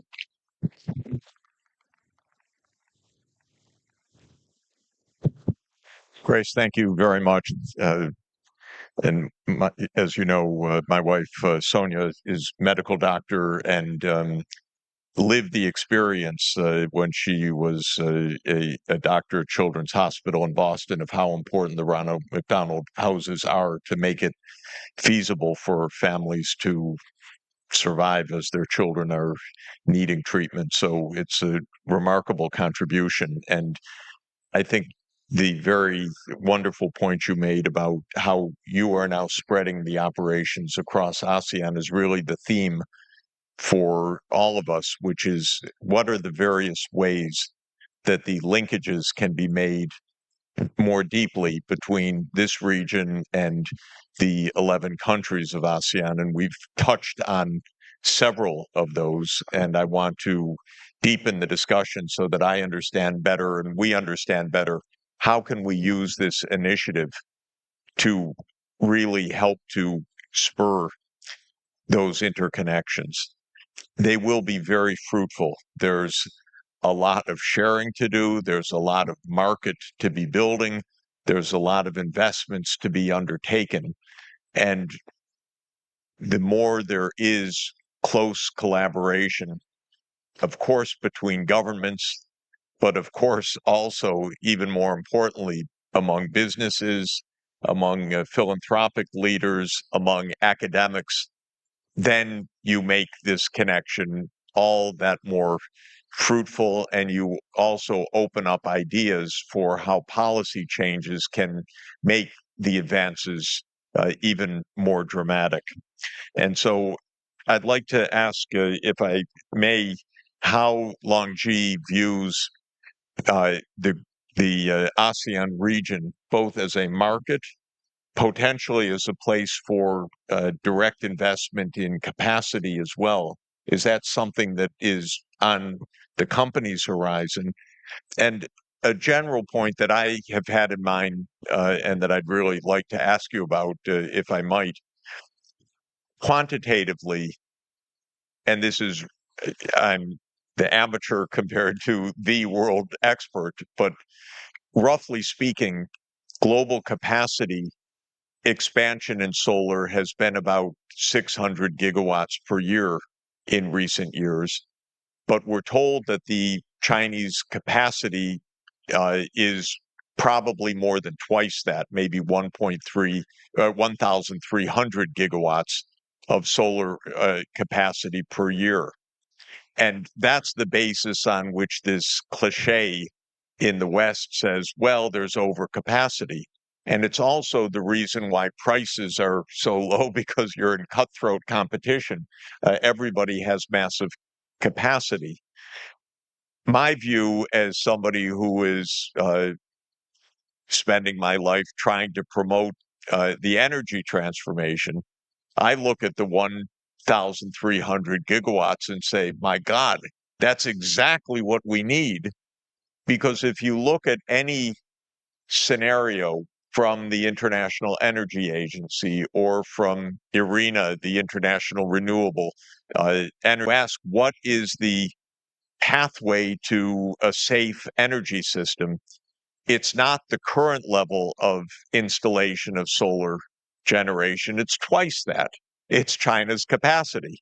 And so I ask the question, how can that be deployed? Well, one way it should be deployed is that other countries say, we need a massive accelerated transformation of our energy system, and we're going to use solar because it's the low cost energy source. And so it should happen in part on a market basis. But of course, it also is a political basis, because governments need to take these decisions that this is the direction of the energy system. And that's what ASEAN is doing right now, but it's in the middle of it. It's only now asking the question at a high political level and at a deep analytical level, how do we accelerate so that we really decarbonize? And the ASEAN Center for Energy, which is the research group for the ASEAN countries on energy transformation, has been tasked with looking at a trajectory for ambitious decarbonization. I'm pretty certain what they're going to find is massive solar expansion as the number one area. So that will be coming in the next months. But that's not a project. That's not a bankable investment. That's an analytical insight. And so the question that I would like to start is, how is the best way to accelerate bankable, financeable projects in your industry, given that that's not just commercially useful for companies, that is the global transformation that we need in order to achieve sustainable development, in order to achieve the Paris Climate Agreement, in order to achieve SDG 13 of the Sustainable Development Goals. So I'm speaking to the governments of the ASEAN region. We advised and helped to support Prime Minister Anwar Ibrahim in this year's ASEAN summit. He was magnificent in the leadership, and the coming year's leadership is the Philippines. So the coming year's leadership is the Philippine government, which has also said we will take the lead of this energy transformation. So I'd like to ask you, from your perspective, what should happen? How can this massive capacity that your industry has and the massive need that this region has be put together, and how can Hong Kong help to finance it? Jeff, thank you for your excellent and very inspiring question. The two things to begin with, right? One is LONGi as a company has already invested heavily in the ASEAN countries. So we have the only vertically integrated production chain in Malaysia. Outside of China, that's the only one. So we start with ingot and wafer, and then solar cell and solar modules. So it's all complete, right? And that supply the regional market. It also supply North America, supply Europe. So it's a thriving center of gravity for our global supply chain already. We also have production facilities in Vietnam. We're building a new one in conjunction with a local partner in Indonesia, right? So we're quite optimistic and excited about ASEAN, not just as a market for solar technology, but also as a global hub for solar technology supply chain. And there are also other countries that are very important in the global supply chain in ASEAN. For example, Laos, Thailand. So they all have solar production from our peer companies. The second thing I want to say is the ASEAN market, I think, is just beginning to take off, right? So take big countries in ASEAN, for example, Indonesia, right? It's a huge country, but the solar demand for solar modules is about 1 gigawatt per year, 1.5 after some growth. But you compare with India, so we're talking about 30, 40 gigawatts, right? And very quickly growing into 60 as expected in the coming few years. And you compare with Pakistan. Pakistan is like a 15 gigawatt market, right? So I'm asking why is Indonesia not order of magnitude bigger in demand? So the answer is actually in the strength in fossil fuel, right? So Indonesia actually is an exporter of coal, right? So they have very cheap coal and very cheap coal-fired electricity. And if you look at Malaysia, Malaysia is an exporter of oil and gas, right? So the gas price I checked in Malaysia is the lowest almost in the world, right? So it's even subsidized. And you go on and you say, well, because there's a fossil fuel industry is so important to the economics of those countries, and there's no immediate appetite to embrace wind and solar and whatnot. But the things are changing very fast, particularly in the last year and this year. So I came back from Jakarta last month. So you have this international sustainability forum in Jakarta, and I pick up this new number of 100 gigawatt, right? So I'm like, what is the 100 gigawatt? So they already have a pretty ambitious, Indonesia as a country has a pretty ambitious target of installing 17 gigawatts of new solar capacity in the coming 5 years. So that's already a significant step up. But then on top of that, in recent weeks, so they announced a 100 gigawatt distributed solar energy in the villages and islands in Indonesia.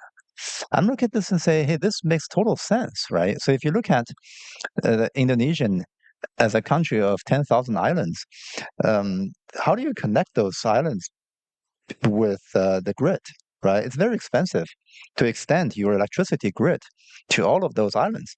And in reality, they use diesel, right? So they generate electricity from diesel power generation units. And the cost of diesel energy, depending on the cost of oil and the logistic cost, etc., oftentimes are more expensive than 30 cents per kilowatt hour if you generate power from diesel. And in some remote areas, that goes up to like $0.50 per kilowatt hour. Think about it, electricity price at $0.50 per kilowatt hour. But they use it, right? Villagers in the islands who are not the highest income population, right? They pay that kind of electricity bill.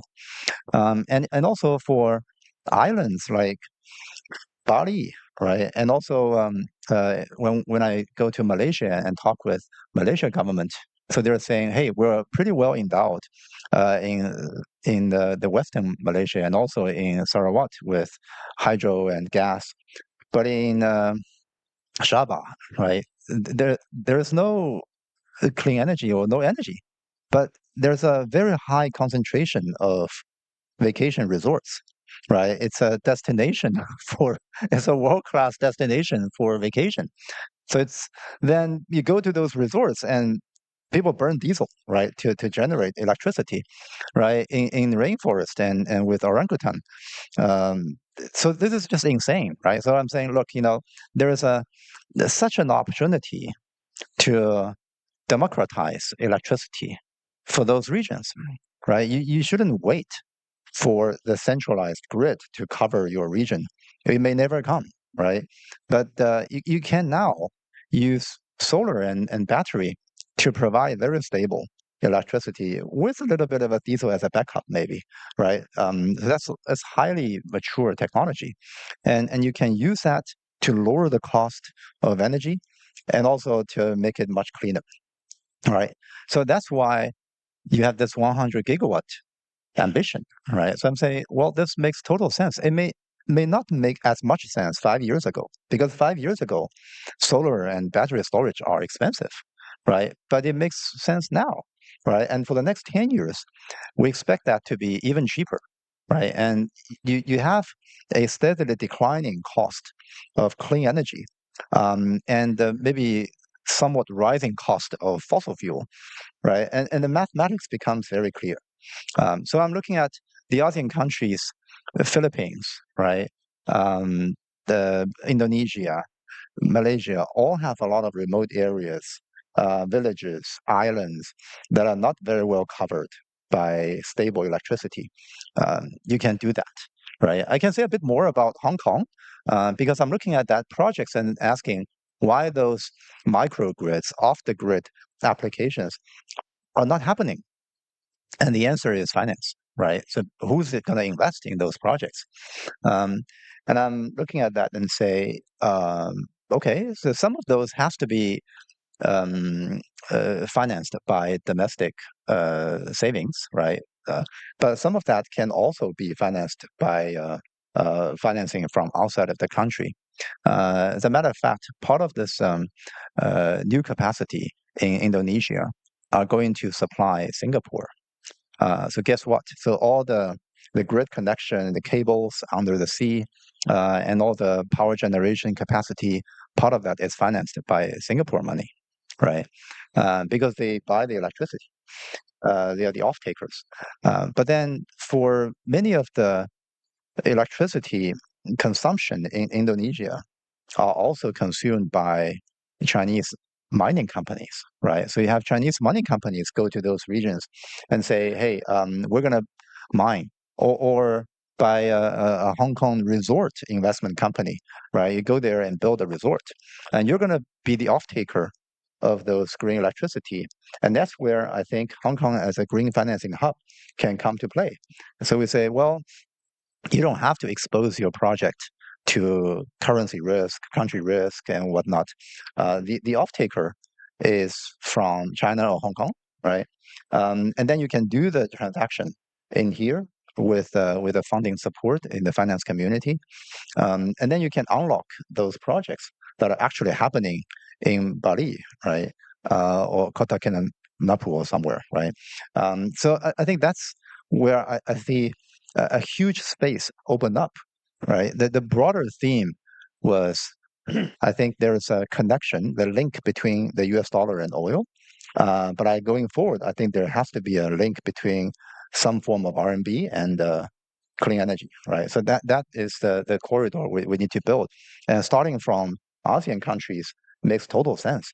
And there is an immediate demand for that, right? So I think it's our job to connect the dots and make that happen. Thank you. Those are very important ideas.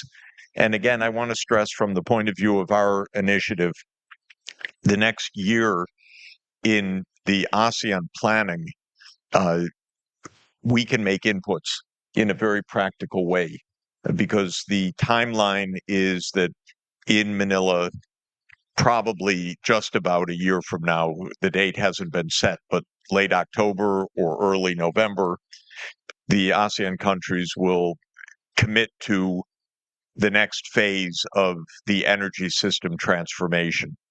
And that will be based on analytical work carried out between now and next June. And that's centered at the ASEAN Secretariat and this ASEAN Center for Energy, which our project will also be helping to advise. So putting in specific ideas is quite feasible right now, and helping to understand many of the points you made about decentralization in the archipelago countries, in the Philippines and in Indonesia, and how that should be factored into the scenarios, or factoring in the integration of the renewables storage and grid transmission in other contexts, I think can all be put into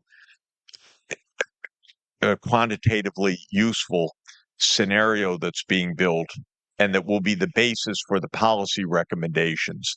And the way that the ASEAN timeline will work is that the analytical work will take place through June, and then there will be an energy ministerial of the ASEAN countries probably in September.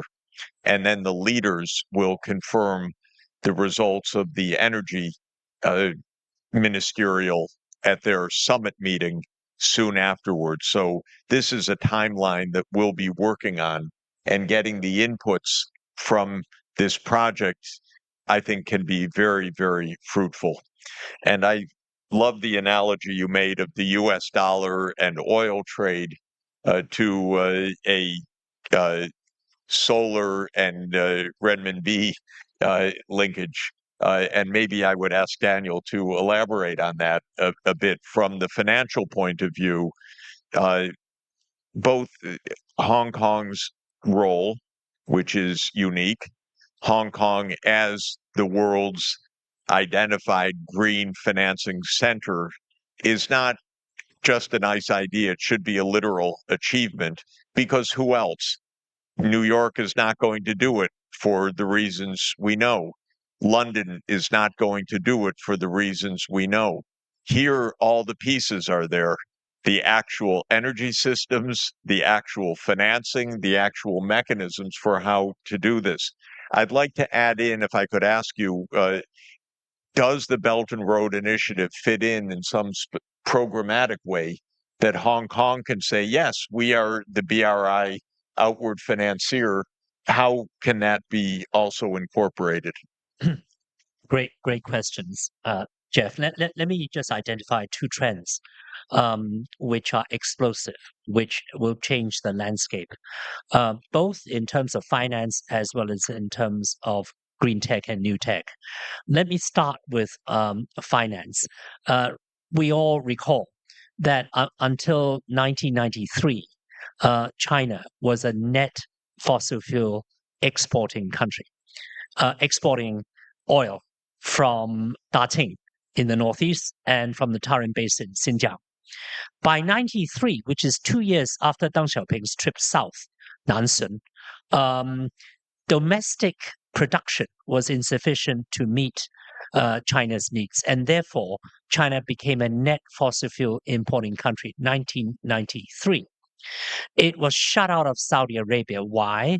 Because the US had a stranglehold on Saudi oil. US was the biggest customer of Saudi oil since 1945, right up until maybe 5 years ago. And China was shut out. So China had to buy oil from Angola and was criticized for that. And they said, well, why did you deal with these funny countries, as if Saudi was a saint?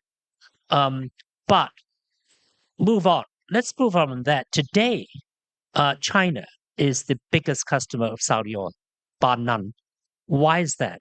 Because the US is the biggest competitor to Saudi production. Why is that? Because of shale production, Bakken, in Texas and up in North Dakota. And of course, the US buys shale from Alberta. So, big competitor. China becomes the biggest customer of Saudi oil. Then we have the invasion of Ukraine, 24th of February 2022. What happened after that? Immediately, Singapore was first mover in sanctioning Russian enterprises, individuals connected with Putin. That sent a huge signal globally.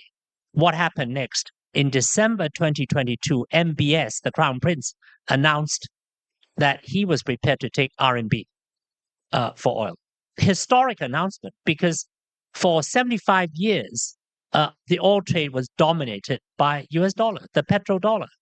And yet, because of what happened in the war in Ukraine and the sanctions that resulted, that sent a huge signal, and many people thought, well, I'll be next. So Saudi said, I'm going to diversify. I'm going to take RMB for oil. What happened after that? Brazil followed suit and said, I will take RMB for soybeans. It was a snowball. It was a snowball throughout not just the BRICS countries, but globally. Now, what happens then? You have all this RMB sloshing around. It's all offshore RMB. It's not onshore. None of this RMB will be invested in mainland China. They're offshore. Now, there was a debate, maybe 7-8 years ago, who will be the leading RMB offshore center in the world? Will it be Hong Kong? Will it be Singapore? Will it be London? Today, that debate is finished. There's only one answer, 100% Hong Kong. Now, we stand actually at the cusp of the equivalent of the euro-dollar moment. Why do I say that? Because in the 60s, with the accumulation of petrodollars, they weren't repatriated to the US. They were kept in London, mostly, a bit in Frankfurt. Now, in 71, President Nixon decoupled US dollar from gold. I mean, theoretically, before that, you could take 35 US dollar notes and go and demand 1 ounce of gold, theoretically. Never happened, of course. Now, after that, a guy called Walter Wriston, chairman of Citibank, had said, look, I'm not going to repatriate my US dollars back to US. I'm going to stick them in London.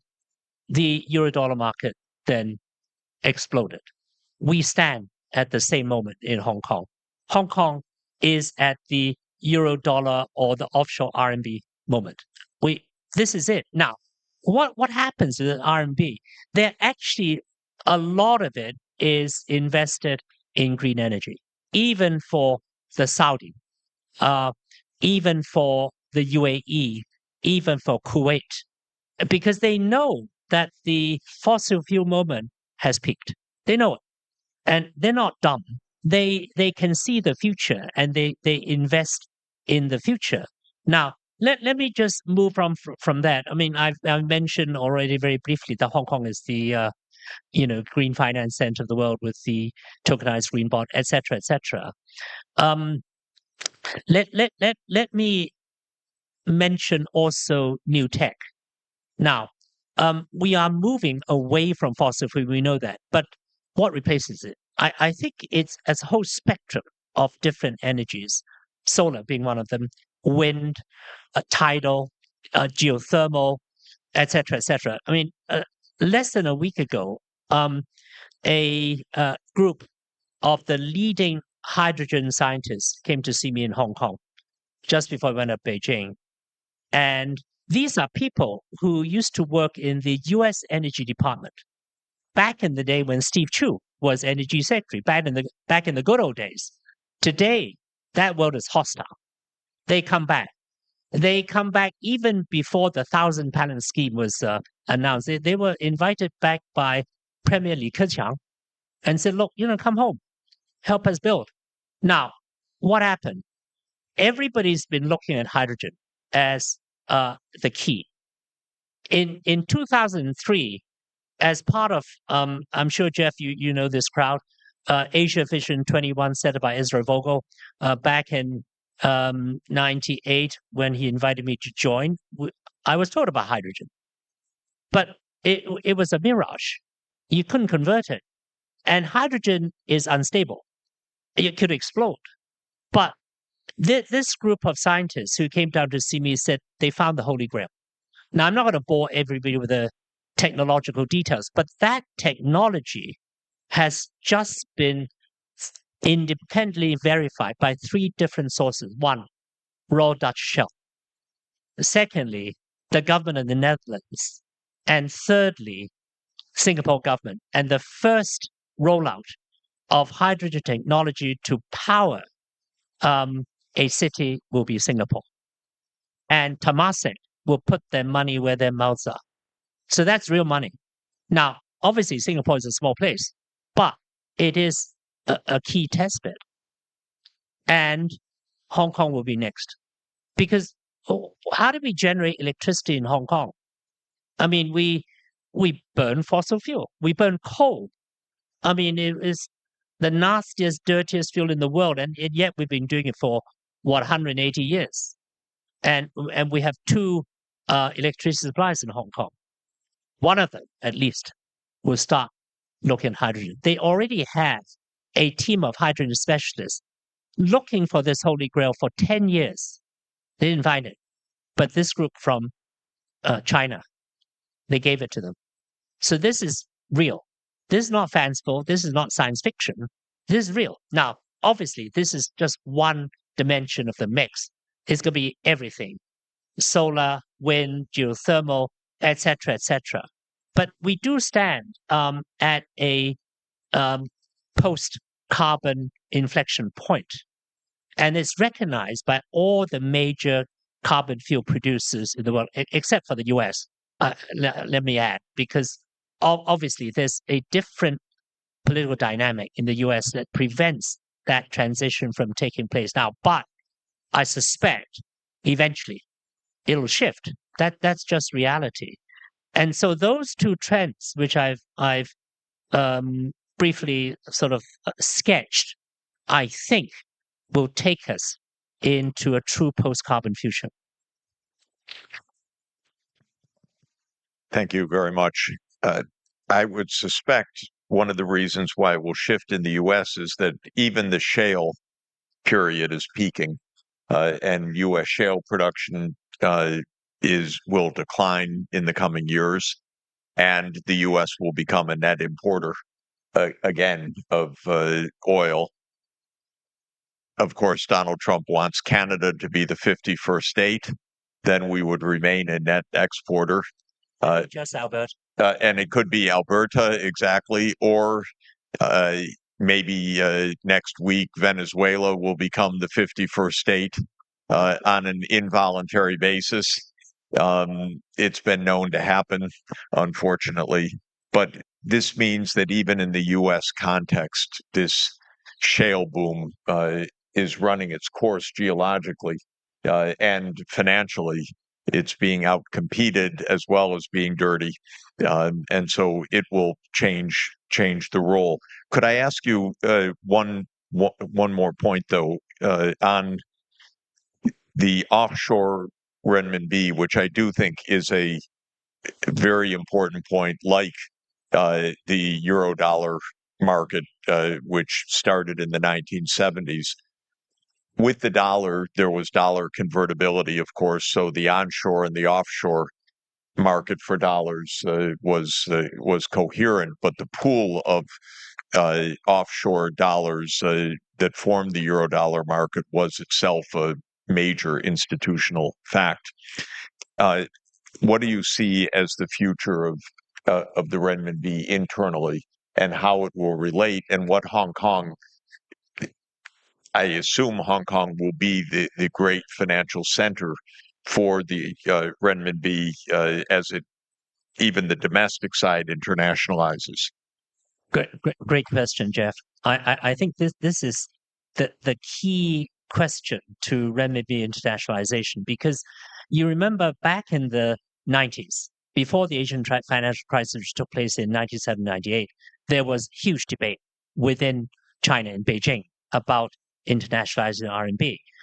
That ground to a dead halt when the hedge funds started betting against the Thai baht, against the Korean won, against Malaysian currency, and so you witnessed tragedies happening in that period. So, Korean housewives took their gold bangles to donate to the Korean Central Bank.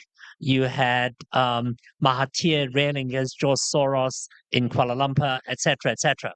So that put a real damper on the debate in terms of people pushing for renminbi internationalization. And obviously, we have to recognize that China is heterogeneous. China is not homogeneous. I mean, there are many different factors at work. However, what we see as the solution, which Beijing sees as a solution, is actually the beauty of one country, two systems. It can have its cake and eat it too. It can stabilize domestic RMB onshore, but on offshore RMB, let Hong Kong experiment.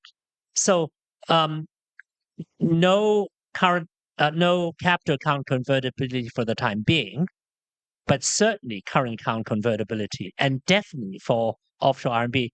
But even beyond that, I think 2 days ago, there's a big debate in Beijing when I was there as to how progressively, even for onshore RMB, capital account convertibility should be explored stage by stage. Now that's a big deal. That's a big deal, and I think it will happen. Now, how will it happen? That's a really interesting question. I think the answer comes from blockchain, because what we see in China, remember before 2019, China was the leading crypto mining country in the entire world, bar none. And then there was a clampdown. So where did the crypto miners go? They went to two places. They went to Kazakhstan and they went to Idaho and northern Nevada, because that's where you get cheap energy, because you need a lot of energy for crypto mining. But today, with the explosion in cryptocurrencies in the United States and the also the explosion in stablecoin, which pegs the RWA to the US dollar and to treasury bills, then the prediction, at least from Washington, D.C., New York, that US dollar will be king forever, which I don't believe in. In fact, we're seeing a shift, because in China, although stablecoin is not allowed, you have central bank digital currency, CBDCs, which is pegged, of course, to RMB. But the most successful country in promoting stablecoin and CBDCs is actually Brazil. Why is that? Because the US president is so hostile to Brazil and to Lula, and so pro Bolsonaro that in Brazil everybody uses digital currency, even to buy their groceries. The take up of digital currency in Brazil is even faster than in mainland China. But because of one country, two systems, as we all know, we are pushing for a stable coin policy. The Hong Kong government, actually, Hong Kong has made a world's first. We passed our statute, the stable coin ordinance, one day before the Genius Act was passed. Now, that's not a well-known fact, and who cares about who was first? But actually, we moved pretty fast. We moved pretty fast, and I'm going to do commercial plug here. I'm going to give a public lecture on regulating stablecoin Monday, 3rd of November, and everybody's welcome because we actually want feedback. And I mean, let's be frank. There's no expert on stablecoins. Anyone who is so new. Anybody who tells you he's the expert or she's the expert is not telling the truth. I mean, we're all exploring. I mean, as Deng Xiaoping said, you cross the river by feeling the stones across the riverbed. That's the stage we're at. So let's be honest with ourselves. But we do want feedback, and I think the learning curve is steep, and it's based on the old Chinese pedagogy of throwing a brick to attract a piece of jade. 抛砖引玉. I mean, essentially, the process is interesting in terms of what people tell you rather than what you tell people, because they're really experts. And I do believe in wisdom of crowds. When you are talking about a Hong Kong stablecoin, is that also to a Hong Kong offshore renminbi or what? Well, you see, the Hong Kong regime is interesting because these are privately issued stablecoin. Yeah. And you can peg it to whatever real-world asset you deem stable. So it's either US dollar or Hong Kong dollar, which also means US dollar, or it could be RMB, or it could be euro, it could be Swiss franc, it could be a basket of currencies, or it could be gold, or it could be carbon credits. But of course, there are pitfalls here because you don't want to peg it to something that's too volatile. I mean, that's how Tether got into trouble, and that's how Circle got in trouble because Tether didn't use full independent auditing, and therefore it was fined. And as far as Circle is concerned, they actually pegged part of their coin to Silicon Valley Bank, and we all know how that ended up. So there are pitfalls. So that's why I emphasize we are on a steep learning curve. There's no expert here, but I think digital currency is here to stay. And don't forget, stablecoin and digital currency actually helps the poorest of the poor. Why do I say that? Look, there are so many unbanked people in the world, unbanked, unbankable, domestic maids, unskilled workers from South Asia working in the Gulf. They have to send money home. How do they do it? They either do it through an underground system or they go to Western Union. And depending on how much you remit, you can be ripped off as much as 25% when you remit. Now, these are people who can't afford to lose, and yet they are the victims. So there is a solution here, but we need to tread carefully. Very interesting. Grace, can I ask you to come in? Of course. On stablecoin, yes, actually, let me put a plug on Ronald McDonald House.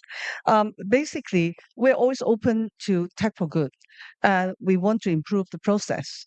What happened was actually last year, a fintech company came to us, and they said, "Would I be interested?" To try out using a blockchain technology, which is to distribute donation to some of the families, at the house. And that idea came actually first from Singapore, but they didn't exercise and did that test in Singapore because of regulation in Singapore, although, as you know, they have a stablecoin, started earlier than Hong Kong, but because their regulation. So what happened was there was a donor in Singapore who wanted to help, as you mentioned, the there's a lot of Indian migrant workers, right? During COVID, we all heard the story. They were staying in, the guest house, and they all got infected. So this donor is saying, well, he want to give money to help them to get a good meal to eat at a restaurant, but he doesn't want the money to go to gambling or drugs or do anything else.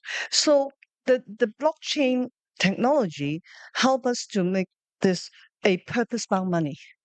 So what it is that the donor donates, and then basically we use it in Hong Kong at our Ronald McDonald House. We we asked our families, would you like to have a meal on Sunday when they have the time to go out with as a family? And there is a restaurant in Hong Kong. All of you can go. It's called Dignity Kitchen. And basically, they are social enterprise. They hire disabled people, right? But they cook really good Singaporean food because I ate there. They have laksa, they have Hainanese chicken. I love it. So basically, they said, okay, this is a designated restaurant. Our family are the beneficiary. Each family get 500 Hong Kong dollars. It's a donation from a donor, and there are families that signed up. All we need is their phone number and ID, and they get a QR code. They go to the restaurant and they just go, "Doot," and they can pay for it. And so we actually tested that, and it was a pilot. And in fact, I think we are the first NGO who's used that kind of technology. And as RMXC, we are always open. We're always looking for how we can make it more efficient, because actually this purpose-bound stablecoin, they will rule out fraud. For example, if you give out food voucher, paper voucher, right? They can be duplicated. Whereas if you do it this way, it avoids that. That's transparency, efficiency, and actually, I think it will be a very good technology to use when we have the stablecoin done. I suppose January, or whatever, for the NGO sector in Hong Kong and also around the region. So we actually tested that, and we are the first one who actually use it as an application on stablecoin. So I think for us, even the NGO, we are lucky. You were talking about Hong Kong, the financial center and all that.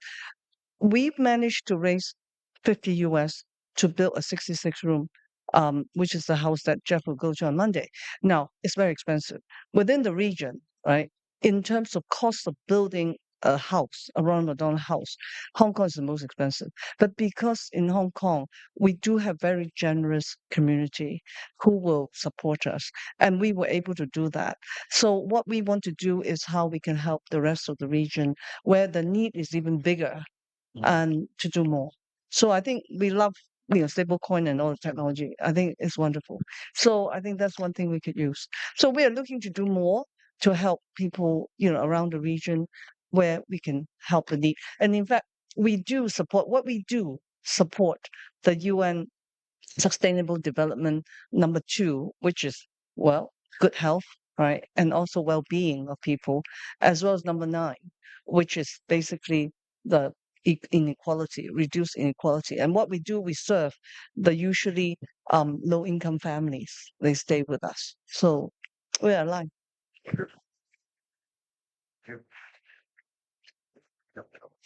I think this very rich discussion shows the interconnection of many changes that are taking place, the geopolitical changes, the green energy changes, the digital changes, because that also affects the payment system and financing fundamentally.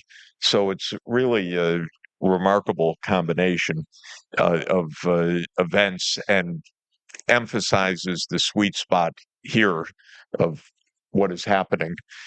You remind me of the better days of the United States when we actually had a Secretary of Energy who was not only a scientist but a Nobel laureate. Um, we're in a different phase of America right now. I did a quick look at the U.S. cabinet and at the Chinese government cabinet to look at the educational background of our respective cabinets. It's really quite interesting. In the United States, we do not have a single PhD in the cabinet. There are 35 cabinet level ranks. Our educational attainment in the STEM fields is one master's degree. It happens to be of the Secretary of Energy, who has a master's in electrical engineering from MIT. But that's a long way from a Nobel Prize in energy. And I think the change is really noted. In China, there are also, I think, 37, if I recall, designated cabinet level members of the government. And there are 11 PhDs in the Chinese cabinet as opposed to 0 in the United States. This really makes a difference because you also have a direction of travel from a policy sense that is informed, technically sophisticated, promoting the cutting edge knowledge. Whereas in a place where you don't have that kind of background of government, you have politics morning till night. And politics means particular interests at particular moments, not really solving the longer term problems. So I haven't recalled in that context Stephen Chu playing the role that he played. He was a wonderful Secretary of Energy at just the time when we needed to make the energy transformation, but events overtook the reality that he was trying to create in the United States. The leadership is now here. What you said about hydrogen is, of course, intriguing. We will wait to hear. And Tomasek's role is also intriguing in Singapore as a hydrogen city. Is also intriguing, but it shows also the interconnection of ASEAN and GBA that could be extremely fruitful in all of this. So remember that our initiative is an initiative to bring together the business leadership, the government leadership, and the academic research as well. And I want to thank the panel for giving us a incredible grounding of where we should be investigating as rapidly as possible, because this is applied research, of course. We're not going to do the fundamental scientific research, but we're going to try to understand how the more fundamental elements need to translate into public policy. One point about governments, all governments everywhere, no matter how competent, are overwhelmed by events day to day. So there's often no time to think in government. At best, there is time to manage and hopefully to implement. And that's why thinking inevitably needs to come from the business sector and it needs to come from the academic sector, because the ideas can then get put into fruition by government. But my life experience as advising governments for more than 40 years is be accurate, but also be brief. No one's got time. Help to package something in a way that really is sensible, honest, with integrity, but also short, so that it can be incorporated in a meaningful way. Well, let me, on behalf of all of us, call on us to thank the panel for a wonderful discussion. And we have a coffee break now, so enjoy meeting each other.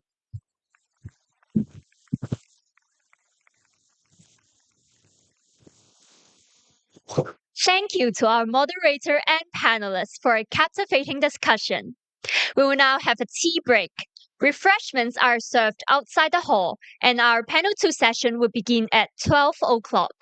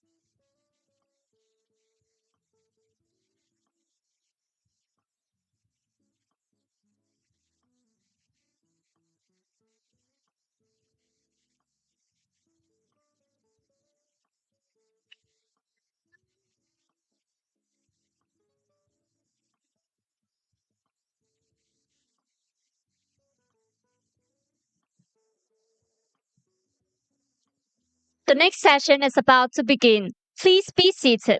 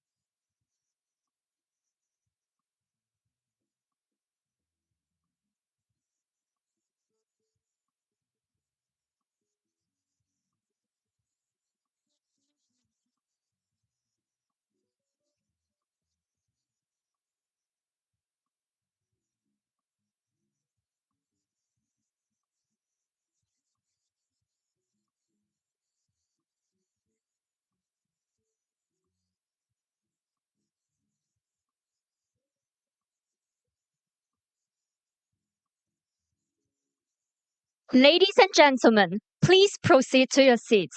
We now proceed to the next session.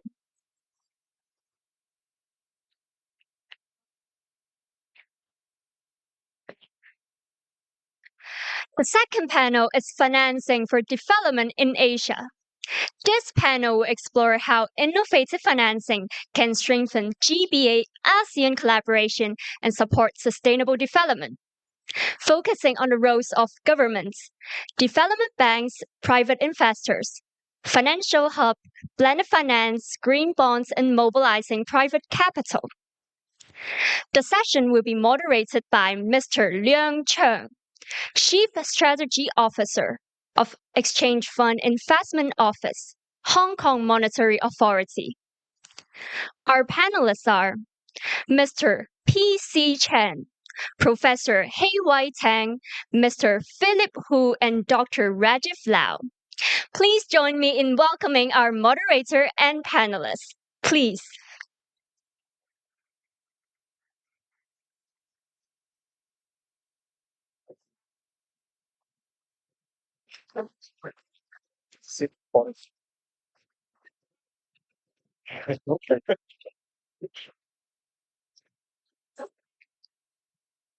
Okay, good afternoon, everyone. I'm Leon Cheung. I'm the Chief Strategy Officer of the Exchange Fund Investment Office at the Hong Kong Monetary Authority. Very much an honor to be here as moderator of this very distinguished panel. So last year, HKMA, we launched the Sustainable Finance Action Agenda, setting out our vision to further consolidate Hong Kong's position as the leading sustainable finance hub in the region and support the sustainable development of Asia and beyond. And today is such a pleasure to speak with a panel of very experienced and very diverse experts as we explore how innovative financing can strengthen GBA ASEAN collaboration and support long-term sustainable development in the region. So please join me in welcoming our four panelists. So I'm not going to go through the titles and names once again. They're all on the wall already. But perhaps what I'll do is I ask every one of you to give a very brief introduction of yourself and also what you do in your current role, so that our audience have a high level sense of who we are listening to. So PC, please. Thank you very much, Mr. Zhang. So my name is PC Chen from Hong Kong Quality Assurance Agency. I am the CEO of the HKQA. Our organization, since around 8 years ago, we have been heavily involved in developing the green finance related assessment and certification protocols that is commonly applied in Hong Kong and also the GBA area. So we are very happy here to share our experience and insights, and look forward to have a very exciting and fruitful panel discussion section. Thank you. That's great. Yeah, Professor Tang. Hello, everyone. I'm Hei Tang. It's just a bit low. I am an economist, professor in economics at the Business School of Hong Kong University. Now I'm also a joint professor at the new school at Hong Kong University called School of Governance and Policy. So if you look at a little booklet, there are 6 compulsory courses. The first one should be taught by me, which is called geoeconomics in a multipolar world. So that's the area that I've been doing research and teaching on. In addition to that, I'm Associate Vice President for Hong Kong University, as well as the Director of the Asia Global Institute. Thank you. Right. So Professor Tang can later maybe address the question Professor Sess raised this morning, the president and the arithmetic capability and etc.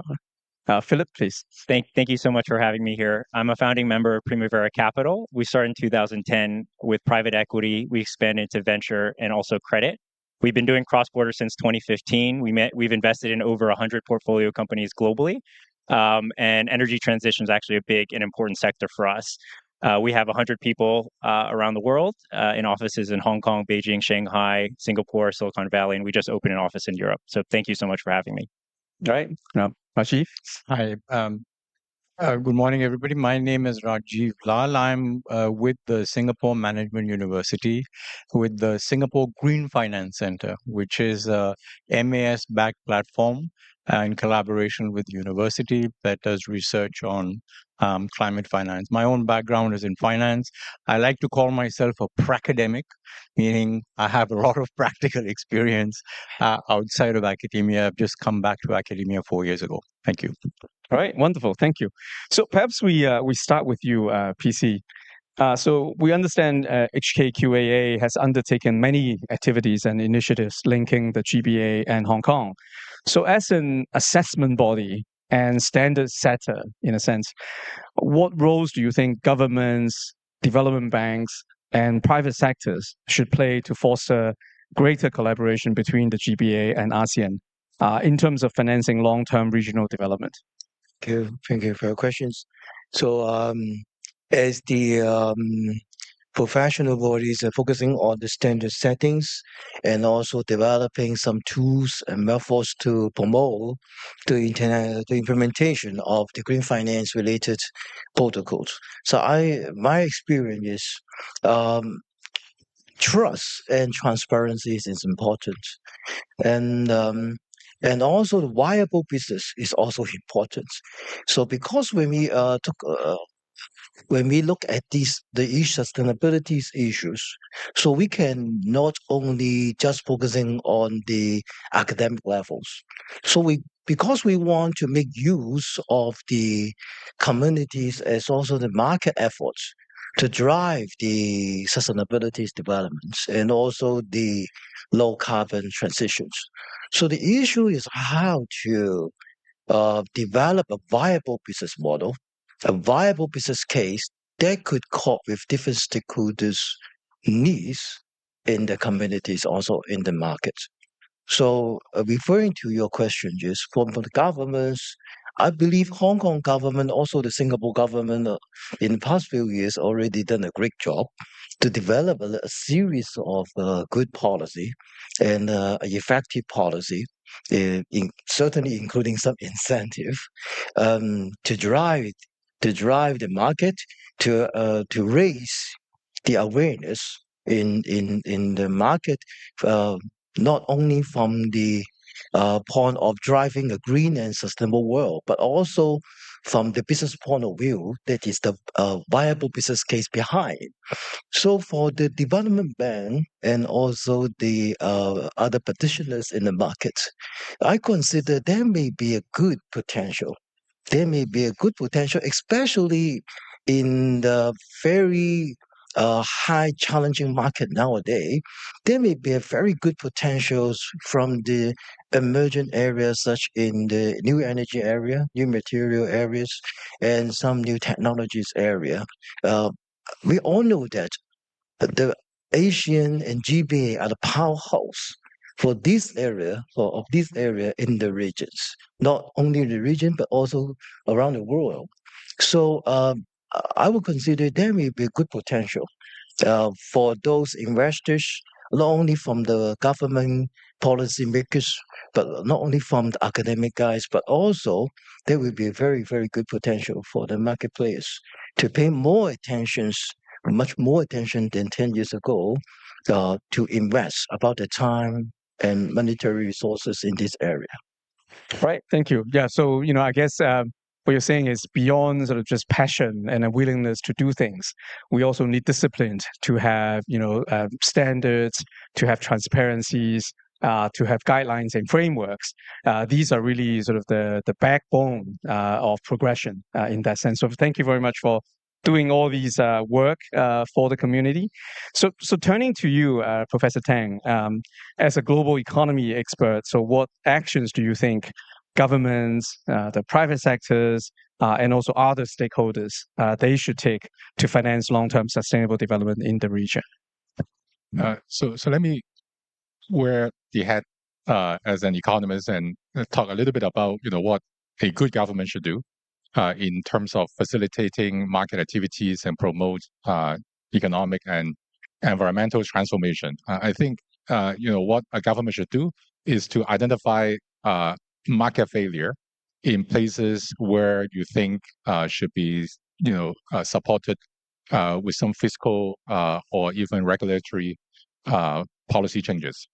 For example, there are lots of investment demand in green energy, alternative energy, and different sectors that should be contributing to carbon neutrality. But the problem is, the fixed cost in investment is very high, and sometimes the risk due to the long-term return are also very high. So the government can jump in to share the risks with private sector investments. Development banks can also do the same. Moreover, I think there should be specific guidelines coming from the government to standardize sort of definitions of green.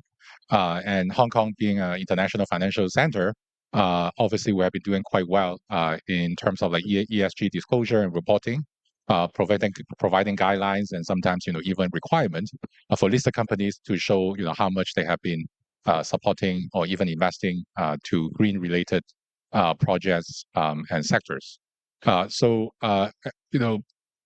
as a whole, I think it is important to have a deadline. Let's say 2035, being carbon neutrality year, or 2030 being the peak year for carbon emission, and then how to achieve those specific targets. It has to be reviews about the whole process. At the same time, identify market failures and try to facilitate transformation in the private sector, especially for SMEs that may not have the resources to even disclose the green contribution. Not to mention, big companies may not have the resources to invest in risky projects that may take a long time to deliver capital returns.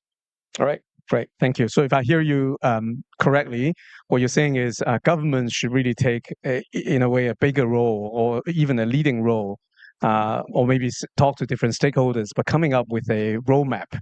Once we have the roadmap, then private sector, other stakeholders can then fall in place and find sort of their place in that bigger map, right?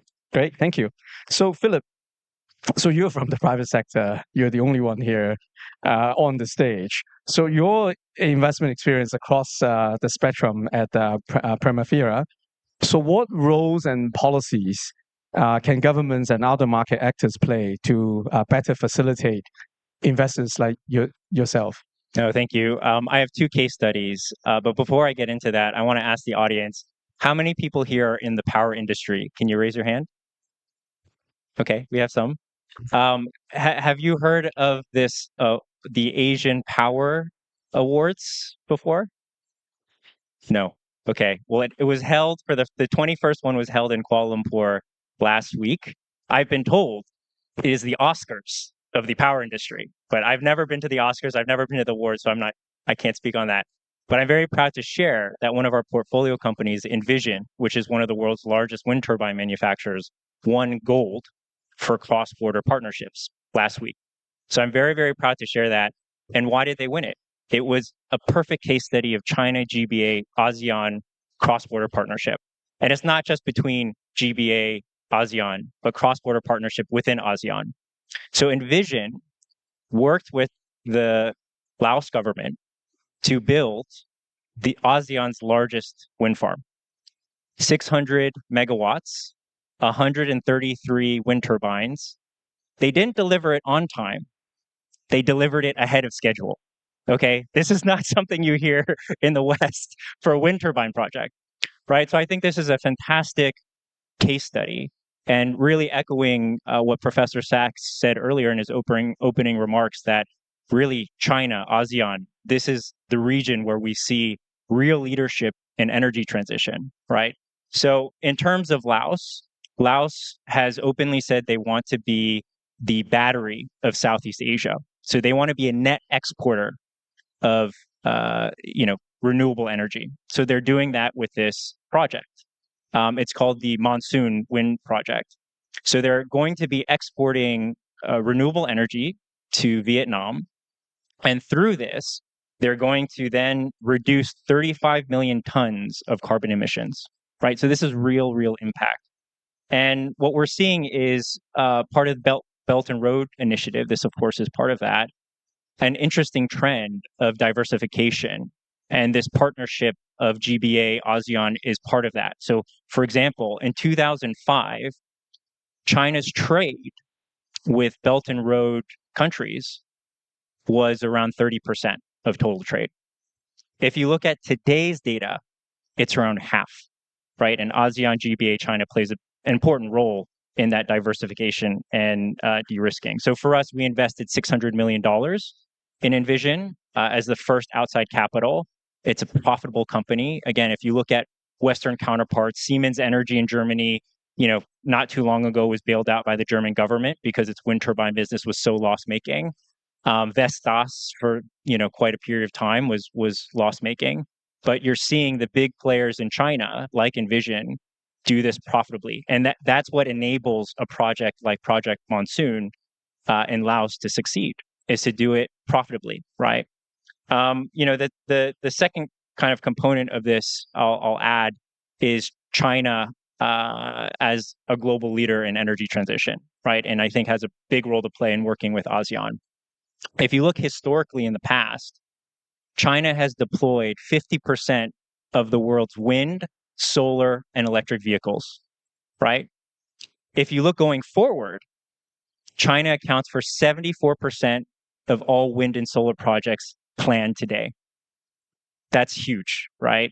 So I think, you look at US, it's around 6%, India 5%, rest of the world 15%. So again, what Professor Sachs had mentioned in terms of China being a global leader, it's in the numbers, right? The second example I'd like to share for GBA ASEAN is not energy transition, but I think related in terms of technology. So another portfolio company of ours called GoTo, which is the merger of Gojek and Tokopedia in Indonesia. It's the largest digital platform in Indonesia. They've recently, not recently, actually, in the last year, signed a partnership with both Alibaba, another portfolio company of ours, and Tencent to build AI cloud infrastructure in Indonesia. In addition to that, they've agreed to then also teach and skill up 400,000 Indonesians with a goal by 2033 to skill up double that amount, right? So I think this partnership between GBA, ASEAN is very clear, and I think very bright. And I think there's so much to do, and I'm very excited to see the future. Yeah, thank you. Well, thank you. So, Philip, very impressive case studies. I think it also echoes, I think, what PC has said and Professor Tang has said, setting up viable business models. And then when, pure commercial is not enough, then government step in and sort of help, do some of the work together. So I think your example is really very impressive, very interesting to share sort of how these things can be done.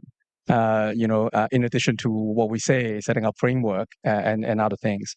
So Rajiv, you have obviously a very extensive experience in India and other emerging economies. So based on your hands-on experience, then what roles should government and other stakeholders play to establish an effective ecosystem for financing long-term sustainable development in Asia and other emerging economies? So maybe the best I can do is to complement the perspectives that have been shared.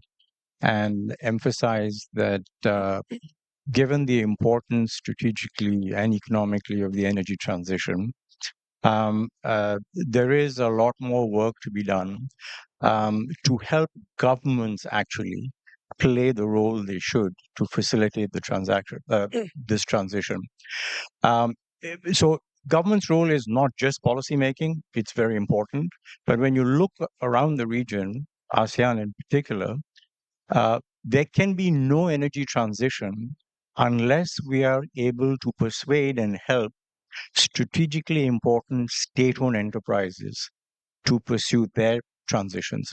So actually, one of the research projects that we've been doing at SGFC is to design frameworks to engage such state-owned enterprises and make accessible to them a portfolio of blended finance that helps companies like PLN in Indonesia, EVN in Vietnam, navigate the tricky part of the transition. So when you talk to a lot of the management of these companies, there are two things that emerge. One is these companies are managed primarily by engineers. So there's a bias to caution. And they point out the preparatory work that needs to be done before you can transition to an RE-based energy system, a renewable energy-based energy. They worry about the stability of the grid, and that means that they need to invest very heavily and quickly in grid infrastructure as well as in storage infrastructure.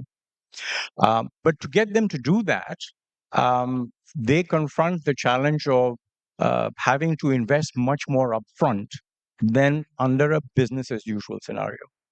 So, and when you do projections of their balance sheets and P&Ls, what you find is that there is a temporary deterioration in cash flows. And that makes it very hard for governments to embrace this change. This is where blended finance comes in. And I think the GBA-ASEAN partnership has a very important potential role to play because the Chinese bring this very unique ability to blend operationally state intervention with commercial logic, right? And I believe certainly, I mean, I'm very optimistic about it because I'm one of the authors of this research, that it is possible to create incentive frameworks to help with blended finance to encourage these very large companies to actually move in the right direction and make the necessary public investments now so that we can crowd in private capital shortly thereafter. Yeah. Well, very, very interesting. And I think, the view share here, if I may summarize a little bit, is that, obviously government has a big role to play. And particularly sometimes, in some of their own assets in state-owned enterprises, but also particularly in situations where, you go through a J-curve, you need someone to help navigate the initial stage of investment. But this is not a charity money per se. This is still the J-curve needs to come up at the end. So it's still very much viable businesses so that, private sector can at some stage come in a bigger scale. And that's probably the only way we can really mainstream and scale up certain initiatives. So let me change the topic a little bit based on what we discussed. Seemingly the role of financing or how financing happened in that sense, because whether it's government or private sectors, investment firms, seemingly a finance hub like Hong Kong can have a role to play, in terms of facilitating best practice sharing, setting up standards, etc. So Hong Kong is currently a leading green hub in terms of green bonds in Asia. So PC, again, with this very successful experience of green and sustainable finance certification scheme and for ESG and green fund. So what roles can financial hubs like Hong Kong play, again, in terms of facilitating cross-border investments between the GBA and ASEAN? Thank you. So I believe Hong Kong government, such a very important government as an international financial center, so has been already launched a lot of very effective policies. And very important, one of the important commitment demonstrated by the government is uh, to fully adopt the IFRS, the latest sustainable and climate related financial disclosures standard, and promote the Hong Kong listed company and a major organization to fully comply and they connect with this latest international standard. The reason behind is quite obvious. It's try to back to the basic trust and transparency. So make use of the high transparency, highly structures, and very commonly adopted international standards. Try to build trust between different stakeholders, different partners in all the in ecosystems. So apart from that, for the government, I consider apart from the incentive and apart from the what we have discussed in these sections, I consider the government like Hong Kong and other major players in globally uh, could pay more attention about the how to facilitate the healthy growth of the sustainable finance market because in past few years the market grew very fast, so many new players, many newcomers, and different using different tactics, different methods to gain the market growth. So I would say this is quite normal because they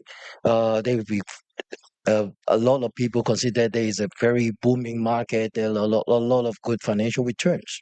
So, in order to maintain the healthy growth of the sustainable finance markets, apart from the trust and the transparency, I consider there is a need to consider the concern about the washing.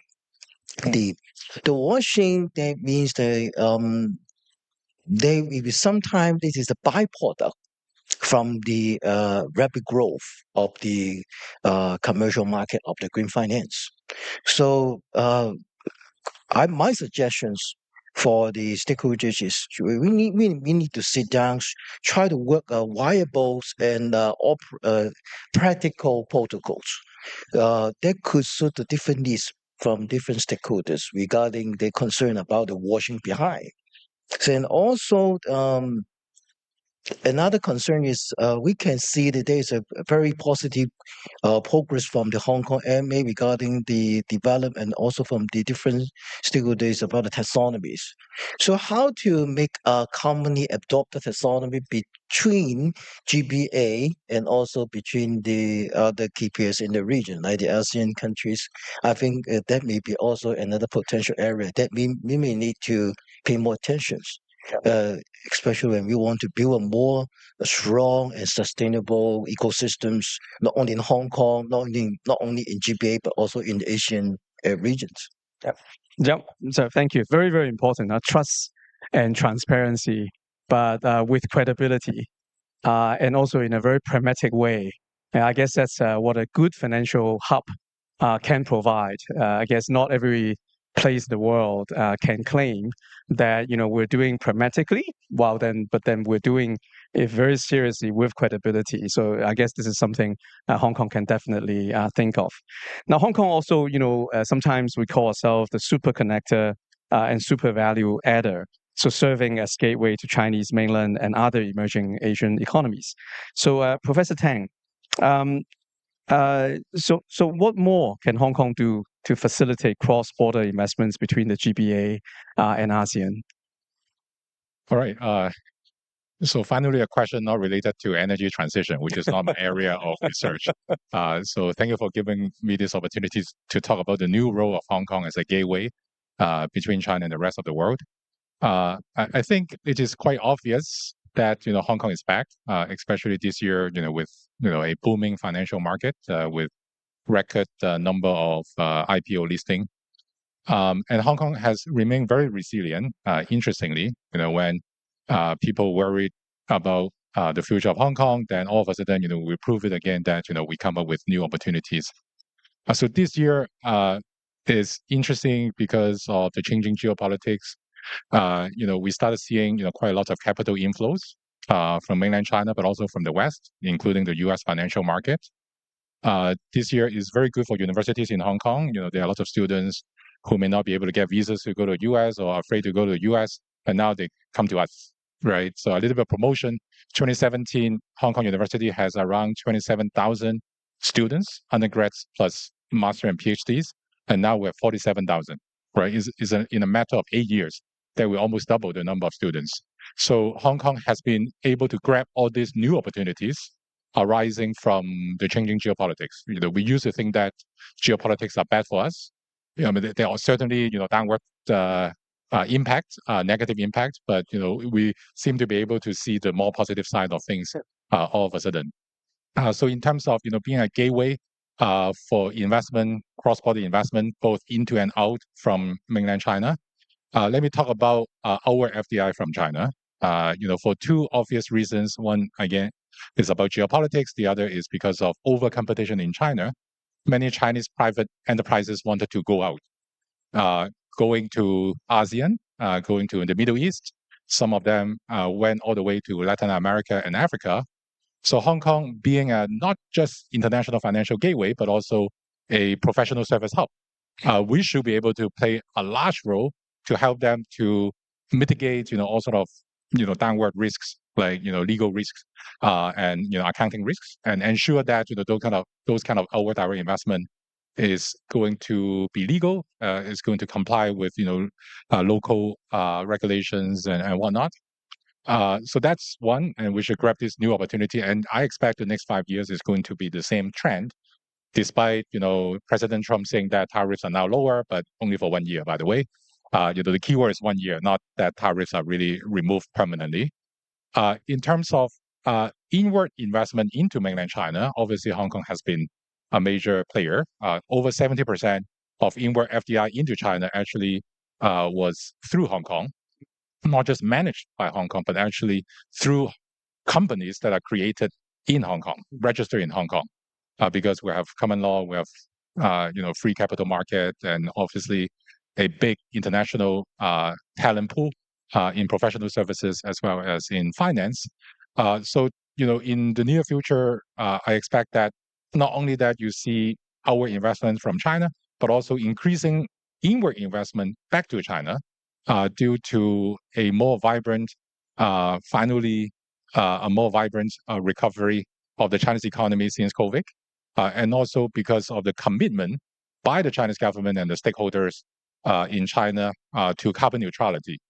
So money from the Middle East, for example, and I'm pretty sure in Southeast Asia, including Singapore, are looking at all these new projects in China that have been using technologies and all sort of innovation to reduce carbon emission and at the same time try to increase efficiency of alternative energy generation.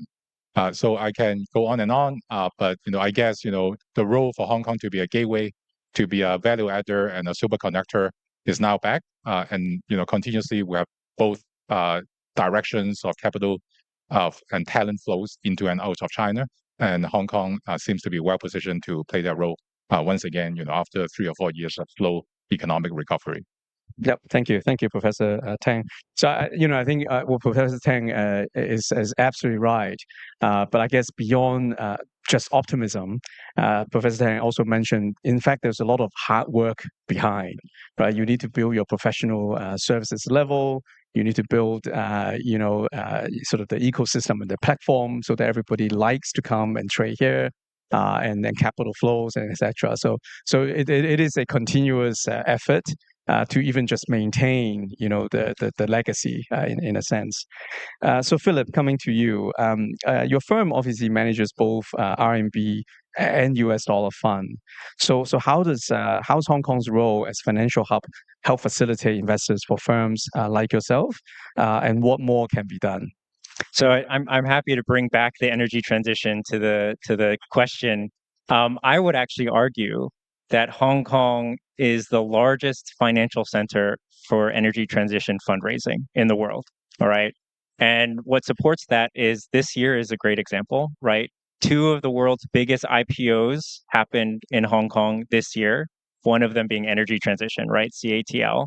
If you look at the Hong Kong Stock Exchange as a whole, energy transition accounts for 13% of the total market cap, which is $800 billion, right? So this is by far a global leader, Hong Kong, for energy transition fundraising. So I'll use one of our portfolio companies, Xpeng, as an example. Xpeng is a leader in electric vehicle manufacturing, amazing cars. They did a dual listing dual primary listing for New York Stock Exchange and Hong Kong Stock Exchange in 2021. That's harder than a secondary listing, right? Because you have the scrutiny of two jurisdictions for that listing. So they raised 1.8 billion US dollars for the Hong Kong component, and they use that capital for their outbound expansion. Because if you look at their China headquarters, it's in Guangzhou, right, which is part of the GBA, but their global outbound headquarters, it's Hong Kong, right? It's Hong Kong. So we have two GBA cities that's very important to this portfolio company, Xpeng. And if you look at their operations, they've expanded into ASEAN in a very big way. They've expanded into Thailand, into Indonesia, into Singapore, into Malaysia, into Cambodia, right? So, Hong Kong definitely plays a critical and important, and I would argue, world-leading role in energy transition fundraising, and we've seen it with our companies as well. Wow. Okay. Thank you. Thank you for sharing that. I don't know if anybody knows about that fact. I mean, it's a, I think for a lot of people, it's the first time we learn about, in fact, we are so important in that sense, in a global sense, right, as a financial hub. So Rajiv, historically, India, ASEAN, and the GBA have been linked in ancient maritime Silk Road. And in today's global landscape, so what role should a financial hub like Hong Kong play in terms of facilitating cross-border investments between GBA, China, ASEAN, and more broadly Asia? So, when we talk about capital raising, often the focus is on capital markets and particularly on equity capital markets. So a lot of the success stories in terms of funneling capital cross-border have been on account of equity flows. So a lot of work that Philip does, or all the work they do, is mostly equity investments around the region. Staying with the theme of the energy transition, debt, long-term debt, is a big challenge that we need to address collectively. The challenge is that most ASEAN markets have very shallow domestic bond markets. And so access to large volumes of long-term debt denominated in local currency is quite limited. And the economics of doing cross-border debt is challenging because of the foreign exchange risk. So my 2 cents on this is that we should use the opportunity of the relationship building between GBA and ASEAN to think about how to solve this problem. Hong Kong can be very much a part of the solution.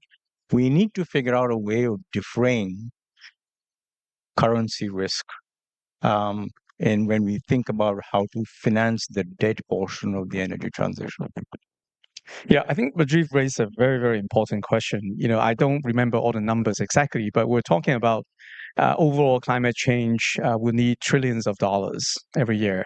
And equity market perhaps cover, a small portion of it. In fact, the debt market, the bond or the banks, in that sense, they combined together need to come up much larger than the equity market side, so that we will have enough funding to get us through all the solutions required. So it is definitely a huge topic, which also leads us very nicely into my next question, sort of about innovative financial instruments to accelerate Asia transition. So again, sustainable bond market has been developing very, very rapidly in the years. Returning to UPC, again, with your experience in green and sustainable bond issuance certification, do you see sort of new innovative instruments emerging And are they gaining market interest? Can we use those instruments to accelerate the financing required? Yeah, thank you. So we see the trend is from the first few years, around 8 years ago, for market focusing on the green projects. So purely green projects. In past few years, the market focusing on some sustainability or social linked bond or loan. This is quite common. And we see there's a great potential in the transition finance. But it seems the market tractions on this area is still waiting for uh, the overall ecosystem to drive to give a new power on this area.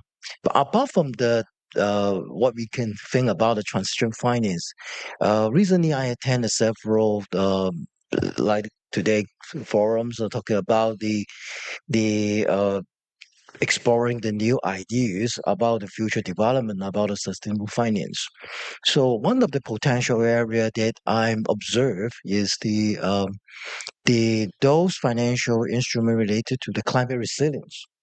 So, as observed and the indicators, some data from the international research about the insurance, the compensations, and regarding the climate damage.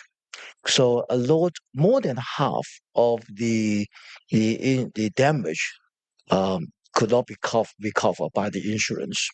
That means currently the insurance coverage only cover less than half about the damage from the climate. So one of the potential area is to for especially for Hong Kong is talking about the reinsurance, the green insurance, and the sustainable insurance, including the insurance and reinsurance. And we all know that London, as the one of the international centers specialized in the reinsurance business sectors. So for there may be a potential area for the different players to look at. Especially in past few years, I believe most of the citizens in Hong Kong now you should have a very first-hand experience about the climate damage. Especially we have a special meeting. We have a event in this hotel. So So for those of you coming out from Hong Kong, we had like 12 or 15 typhoons yes, this year. So normally it should be 2 or 3, but this year we had more than enough of the share of typhoon. so one of the damage is from again. So the front door of this hotel, when you came in, you see that it's blocked. Yes. It was hit by some water wave, so completely crashed. The front door is making the news. So this is my personal experience. It's not for maybe 5 to 10 years ago. It's hard for us to preach about the importance about building up the resilience against the climate damage. But nowadays, in past few years, I believe most of Hong Kong people, citizens here, have a first-hand experience. So there will be very good potentials for the asset owners to share the risk um, through the insurance and reinsurance ecosystems. So that may be one of the potential area in terms of the financial instrument that for the GBA. No, actually, the climate issue not only apply in Hong Kong, but also around the world, especially in the GBA, also apply in GBA and the Asian countries. So that may be one of the potential area. And yeah. Yep, very interesting. Yep. So insurance, one big area is to think through. So turning to you, Professor Tang, I'm not sure if this is a question you really like, but it's kind of before. So it talks about the global carbon market. So what are the benefits you see to have an international carbon trading market in Hong Kong to accelerate Asia's low carbon transition?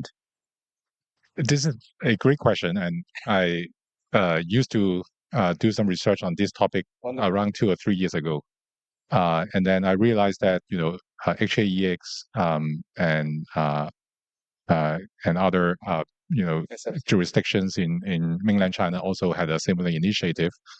But I think Hong Kong has a very unique role in being, if not international, but at least regional carbon trading center. So carbon prices are lower in China than the rest of the world. So therefore, there is an obvious arbitrage condition, which Hong Kong financial market should be very good at handling.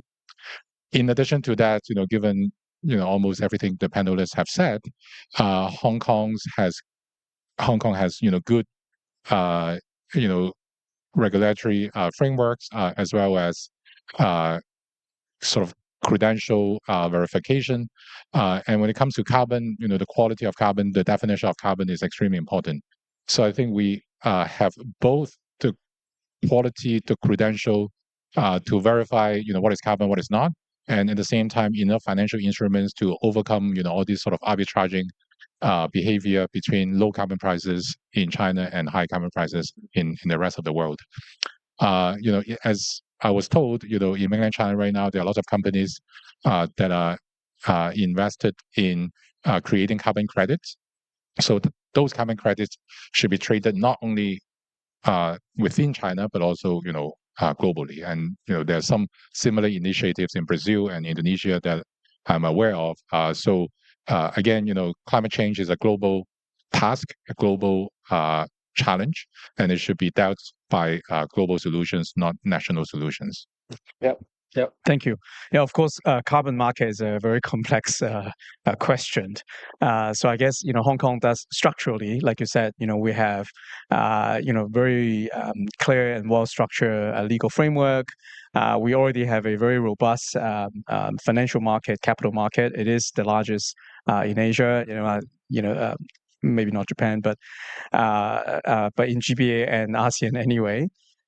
So we have a lot of these structural advantages, but I guess still there are a lot of also practical and technical challenges that we have to overcome to make it really liquid and be useful for then investors to really, I guess, layer their risk in a sense, not as a speculative tool, but then for real investors and real operators. To then be able to sort of diversify or manage the risk. Yeah. So Philip, again, you also invest in VC and early PE. So can you share some interesting and innovative investment you have seen that could really accelerate climate transition? Definitely. I'll go back to the Envision portfolio company example. So we didn't participate on the debt side of these two examples, but I thought interesting to share as it relates to one, green syndicated loans, but also sustainable trade finance. So on the green syndicated loans, Envision in 2022, they have a facility that's Asia's first dual compliance structure. So that's green loan principles and sustainability linked loan principles. And the loan includes sustainability performance targets verified by Sustainalytics, so an external party. And it's linking financial terms to the company's ESG performance. HSBC, Citibank both led that with HSBC as a sole sustainability coordinator and included, I think, over 10 banks in total. So Commerce Bank, Natixis, Bank of Communications, among others. So that's one interesting example that's quite innovative. The second one is sustainable trade finance. So more recently in August 2025, Standard Chartered worked with Envision, and they did a syndicated bank guarantee aligned with ICC principles for sustainable trade finance. And they provided over $300 million to support renewable energy equipment exports. And this is another interesting bridge because that trade finance with the sustainability criteria enabled Envision to expand their wind power, not just to ASEAN, but across Asia, Middle East, Europe, and even Latin America. So we are seeing a lot of innovative structures out there, and it's quite exciting. Yeah, great. Thank you.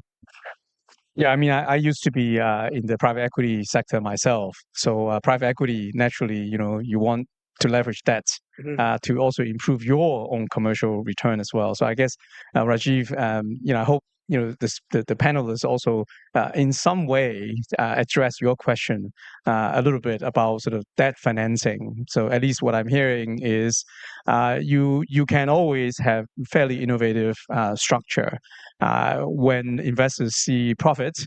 then they try everything they can to come up with these structures. But of course, we all know this is not enough to finance or to narrow the very big gap in climate financing. So again, with your experience, and my phone just went dead on me. So, so with your experience in sort of blended finance and sort of more, I guess, non-traditional kind of ways, can you share with us your insight and your thoughts on those dimensions? Yeah, sure. I mean, I'll talk to two things. One is potential innovations in blended finance, but then there are also other innovations in debt markets that we can contemplate. So on blended finance, I think the tendency of market participants is to make these deals very structuring heavy and very fragmented. And because blended finance brings together different players, a whole array of players with different risk appetites and different perspectives, putting them together in one facility is often challenging. So, if I might say somewhat cynically, blended finance has been a good proposition for consultants and lawyers and intermediaries, and in terms of actual substance of what's come out of it is very little. So one thought about making blended finance work is actually to develop what you might call country platforms. So they're not deal specific, but it's a facility that permits much more scalable financing options. But designing a country platform requires active engagement of government, as well as philanthropy, as well as commercial providers of finance. Singapore have played a very interesting role, or are playing a very interesting role in thinking around this. So the MAS have created a facility that they call FAST-P. Don't ask me to explain what the acronym stands for, but essentially it is a concessional financing window from the Monetary Authority of Singapore, intended to create these structures like country platforms to scale or to crowd in private capital. And so they have recently done something called transition credits in the Philippines, which is blended finance. It's using carbon credits as a way of improving the economics of the transaction to combine coal phase out with financing for a project level transition. So interesting, but still very small. And I think the direction needs to be to think bigger at the level of country platform. The second example I wanted to give you is again in Singapore. It's actually it involves institutional innovation. So there are two companies. One is called Bayfront Capital, and it's related to another called Clifford Capital. Both have shareholdings from the likes of Temasek and the AIIB from Beijing. But what these platforms do is they're aggregators. So they act as a bridge between fragmented loans and capital markets. So they aggregate a whole bunch of long-term loans in around the region, in Laos, Cambodia, wherever.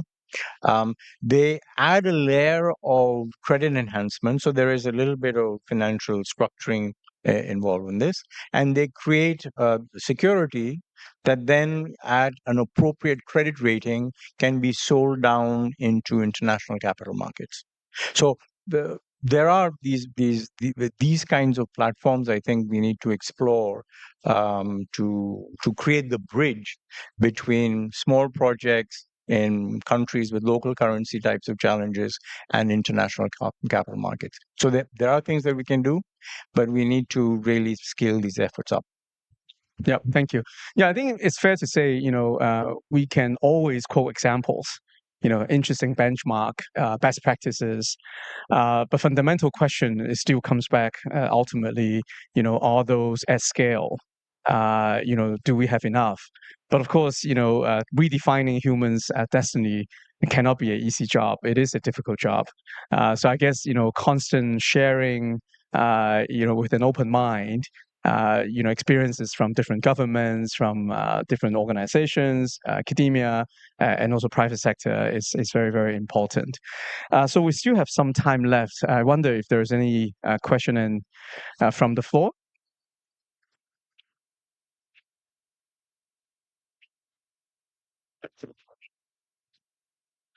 No questions from the floor?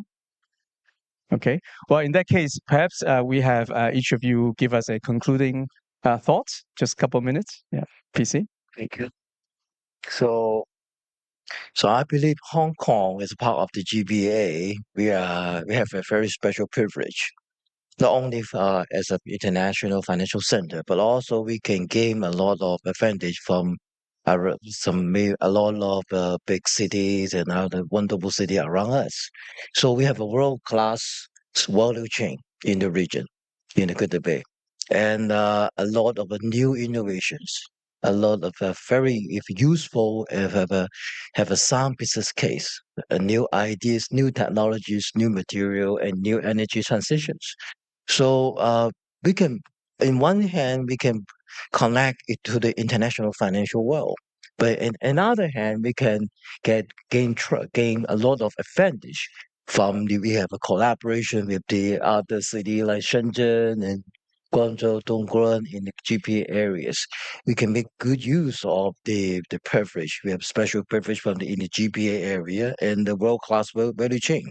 So I consider they should have very good potentials, and I look forward to see there's a positive growth not only from the traditional green and sustainable finance, but also have some new ideas as we have shared in these panels, focusing on the new area, new materials, and drive the not only the sustainability growth, but also the real world economy growth. So thank you very much. So let me say something a bit more general. This is a conference on GBA and ASEAN. Hong Kong obviously is located, between mainland China and ASEAN, very well positioned geographically and also strategically. Rajiv and I were in India. The Indians these days like to talk a lot about whether to look more towards the east, and they are trying to think about whether they have been focusing a bit too much on the west. And for Hong Kong, I think it's time for us to think about whether we have been focusing a bit too much to the north, including China and the US in the past. And now there are lots of things that are happening in the global south. So, let me give you an example without naming name. One of the leading family business owner once told me, if you come to Hong Kong before the 90s, you will be able to easily get a table of experts over lunch or dinner to talk about, at least 6 of the ASEAN countries, what's going on over there politically and economically. Today is pretty challenging. And partly because the second and third generation of those rich families in the last 20 years, no particular accusation, right? I mean, it's very natural for them to look north when the Chinese economy was doing so well in the last 25 years. So now is the moment for us to diversify our talent pool and also our knowledge and expertise about the rest of the world rather than just focusing on, what happened to the north of us. So, I'm not saying that, we should not be an expert on China. This is like something that should be natural, but we should be an expert on China plus ASEAN, China plus Middle East, China plus Africa, etc. So Jensen Huang, on one of his last visits to Hong Kong, I think he famously said he's extremely impressed with Hong Kong and GBA. And he said, nowhere else on the planet does mechatronics and AI coexist in one place in the whole world. It's GBA, right? So I think, GBA is one, but on his last trips through ASEAN, he's often said he sees many ASEAN countries as a second home for NVIDIA, right? So I think this conference is a really great example of the power of not just energy transition that GBA and ASEAN have, but also technology, right? So I'm very optimistic about GBA ASEAN partnership. I think there are a lot of exciting things to look forward to. So I'm going to 100% agree with what Professor Tang said, but I want to be even more general and perhaps, I don't know, provocative or not. But as Professor Sachs has been reminding us again and again, that the Washington consensus is long dead. Right now, we are forging a new consensus, and when we think about the future of especially energy and or non-fossil fuel based future, China is head and shoulders above the rest of the region. But what I think what GBA ASEAN framework allows us to do is to think more imaginatively about what China has to offer the region and the world. And I think that quite apart from the technologies, enterprise, entrepreneurial energy, I think one of the very important things that philosophically China can contribute to the world is to think about the collaboration between state and private. And so I believe that the Belt and Road Initiative can be recast into something more imaginative and more financial that actually helps create platforms that enable cross-border financing to happen with a little bit of state assistance. I think that will be a hugely valuable service that this partnership could serve. All right, great, thank you. So thanks for all of the panelists sharing your very unique insight and knowledge. So let's give them big hands. All right. So thank you very much. Thank you for the insightful and inspiring discussion. A buffet lunch is being served at the foyer. Please enjoy your meal and take this opportunity to connect with your colleagues and new acquaintances. We will reconvene at 2:15 for our next session. 2:15.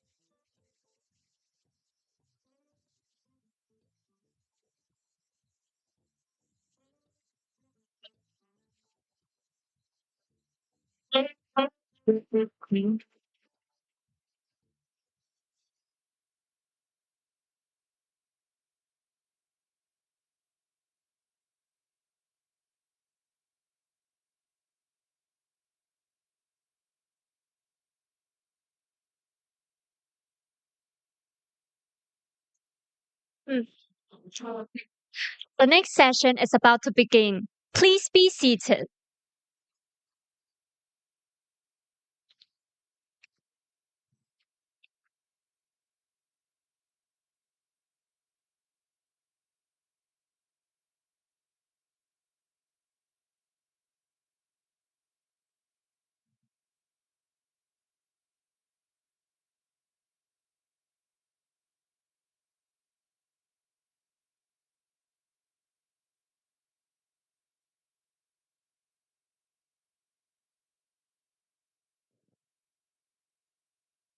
Ladies and gentlemen, welcome back.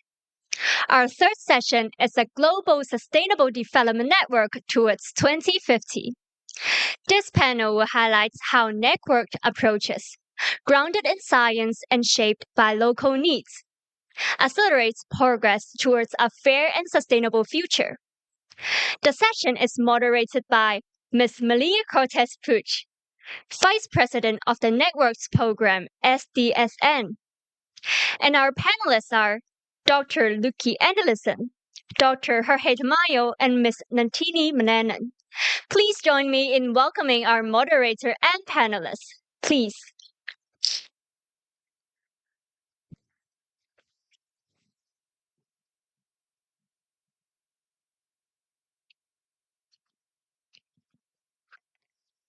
Thank you very much. I want to start by thanking our co-organizers, the University of Hong Kong and the Institute for International Affairs of Shanghai, for the phenomenal work and all the support that you've given us over the last few months and weeks to get us all here. And of course, thanks also to our other partners and sponsors. So this session is going to be about the SDSN Global Network for Sustainable Development, where I'm going to do a brief presentation just to explain our coverage, how we operate, and what are our future priorities. And then we're going to open the floor to our panelists who lead some of our networks on the ground so that you can really understand what kind of work we're doing and what kind of priorities they're pursuing. So let me see if perfect. So in 2015, the Sustainable Development Goals were adopted, and as a shared blueprint for economic prosperity, for environmental sustainability, global peace, and international cooperation. But even before the goals were even defined, there was a recognition by Professor Sachs and the leadership of the United Nations that sustainable development was not just the biggest challenge of our time, but also the most complex one, and that we would need to mobilize the brightest minds and the best institutions from around the world to really help diagnose the challenge, define it, and then also operationalize and achieve the goals. So the objective and the mandate that we received in 2012 was really to mobilize academic expertise and technical expertise from around the world in support of sustainable development. Now, some of the things that make sustainable development such a big challenge are things that universities are actually used to working with. So, for example, sustainable development demands a really long-term commitment. In fact, our panel today talks about 2050, so several decades in the future, way beyond election or traditional business cycles. Sustainable development touches upon topics that span multiple disciplines: engineering and geopolitics and social justice and economics. And sustainable development compels us to work to deeply collaborate at a global level, and to do so and to protect our global commons, to think about future generations. Now, these are things that universities typically do already. Universities embrace long-term research agendas. Universities bring together different disciplines.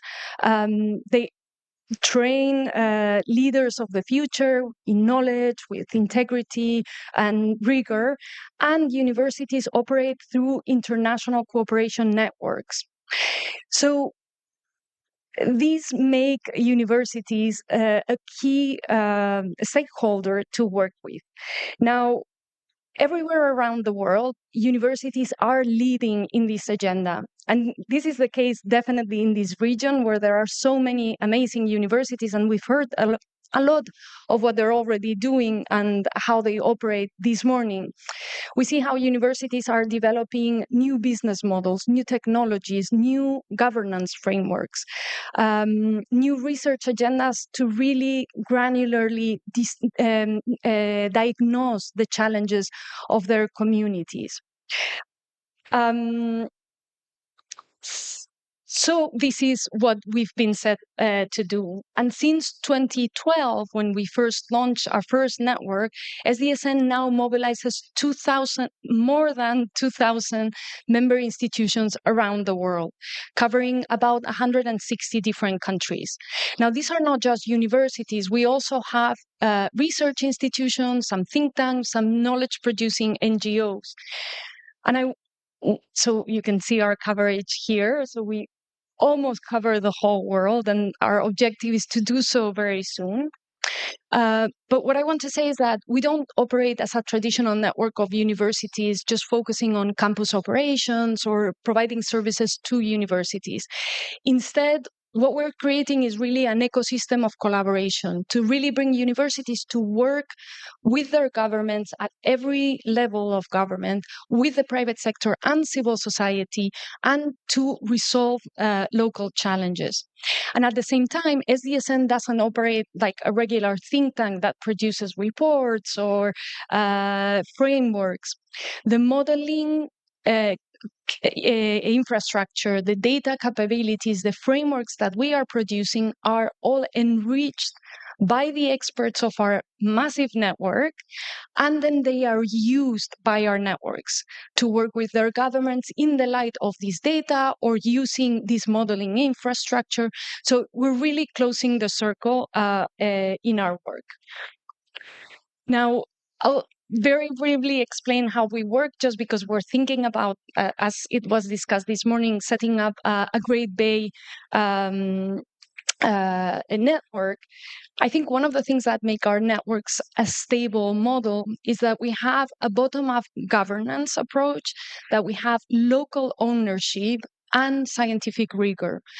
Our networks are typically presided by a chair who is an eminent figure on sustainable development, the president of a university, a former minister or mayor, a very well-known academic in the region, with a team of people who work with him or her, and guided by a leadership council that brings together individuals from academia, from civil society, from the private sector, and local organizations. And this provides the stability to become a long-term partner, regardless of government or economic changes that the country may experience. Now, we typically say that our networks focus on these three pillars: the localized sustainable development and the SDGs. And this ranges from really thinking about what data do we need to understand our local challenges, all the way to helping government design a strategy for sustainable development. Our networks also define both educational and research agendas connected to sustainable development. And finally, they vet and launch solution initiatives, including long-term pathways for sustainable development. I'm not going to read all of these, but I just wanted to show a snapshot of some of the work that our networks do. So if we think about the localization, for example, I could talk about Malaysia, who developed this state-level SDG dashboard that helped the Ministry of Planning to orient national policy making. Or when we're talking about the research and education agendas, SDSN Germany was asked by the government to launch this science platform sustainability precisely to promote SDG-related research. Or, oh, shame. I hope this can be solved. Yes, good. When we talk about solutions, SDSN Benin, and we have our colleague from Benin around here today, has partnered with the Transformation Lab that Guillaume Lafortune, our vice president, leads, as well as the Ministry of Economic and Finance, to support their pioneering 500 million euro SDG-related bond by developing reports that really track progress towards the achievement of the goals. Now, the priorities in the coming year are: we want to continue to expand the network to cover 193 UN member states. We want to strengthen networks in priority regions, and here we're talking about regions where universities operate under more constrained conditions. So we want to invest in creating the capacity and the local ownership of these networks.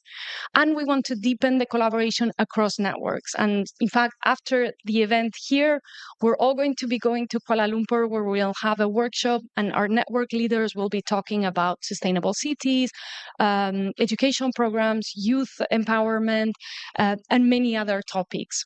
And I would like to ask our colleagues from the network to raise their hands, so just so that you see how many, besides our colleague up here, how many of of them are around. So we had people coming from the Andes, from Canada, from Northern Europe, Mexico, from many places in Europe, in Asia too. And then, of course, our colleagues here sitting down with me. I don't know if I have many more. That's it.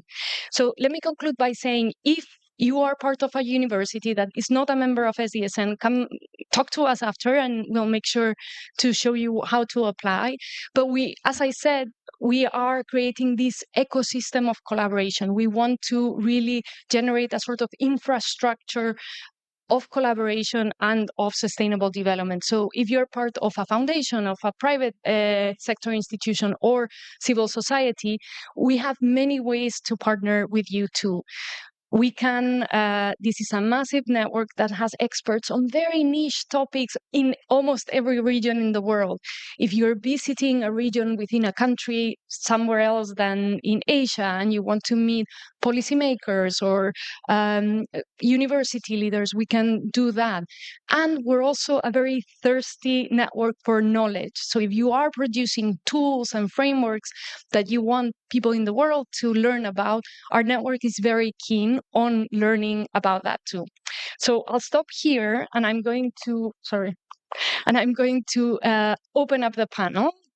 And I'm going to start by asking each of our panelists to introduce themselves and their network and just tell us a little bit about what their network key priorities are. So Luki, can I start with you? Of course. Thank you, Maria. I'm Luki Anderson. I'm the head of the Bolivia SDSN office. And obviously, I don't look very Bolivian. I grew up in Denmark. And Denmark, if you have read some of Jeffrey Sachs's flagship publications, is one of the highest or countries closest to reaching the development goals. It's also one of the happiest countries in the world. But I'm a development economist, and for development economists, it's a boring country. So 27 years ago, I moved to Bolivia, which has plenty of challenges. And 7 years ago, I started the SDSN office in Bolivia. And one of the first things we did was a diagnostic about how each of the municipalities in Bolivia was doing in each of the many dimensions of sustainable development. And we found that there was as much variation within Bolivia as between all the countries in the world. And it's obviously very important to take into account that heterogeneity when you want to do policy and solutions. So that was our starting point. Wonderful. Jorge, I'll let you introduce yourself and your network. Press here. Yeah, I think it's working. Good afternoon, everyone. Let me just start with a quick introduction, some words about myself. I have a background in law and political science with a specialization in business law and environmental law. Before working at SDSN Switzerland, I used to work at the government, private sector, and in philanthropy, mainly on topics like contractual law, environment, food systems, procurement. And I live in Zurich with my family, and I'm the proud father of two boys, Jonas and Jacob. We at SDSN Switzerland, we are a team of 8, including myself and my co-director, Carol, and we work together in our pillars, our focus topics with our more than 50 members and partners. Our offices are in Bern, the capital city. I'm with SDSN Switzerland almost 9 years since the beginning of our operations, and I still remember our kick-off meeting when we discussed the strategic priorities of our work. And then we decide to start working on sustainable finance, sustainable consumption and production, and raising awareness for the SDGs. While Switzerland at that point was quite active on these topics. We saw a lot of room for improvement, and that's why we start this way. That's how our journey began. 5 years ago, we decided to launch a new strategy, and we decided to analyze the interlinkages of the SDGs. And we launched a publication in this regard. One conclusion was undeniable. Food systems are related to most of the SDGs, most of the topics: health, biodiversity, soil, climate, inequalities, and more.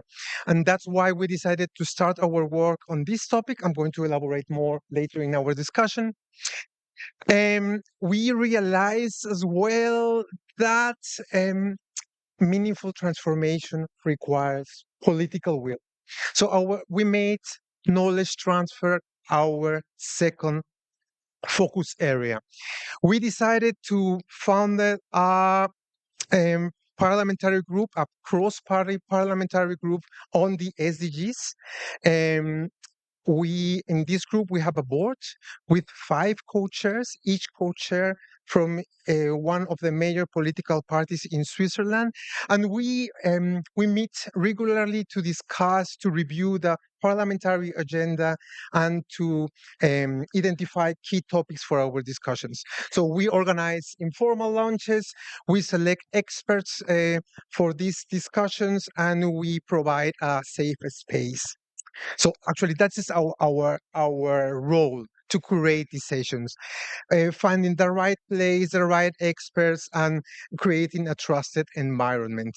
This helps bridge the gap between policy and science, leading to more informed decisions.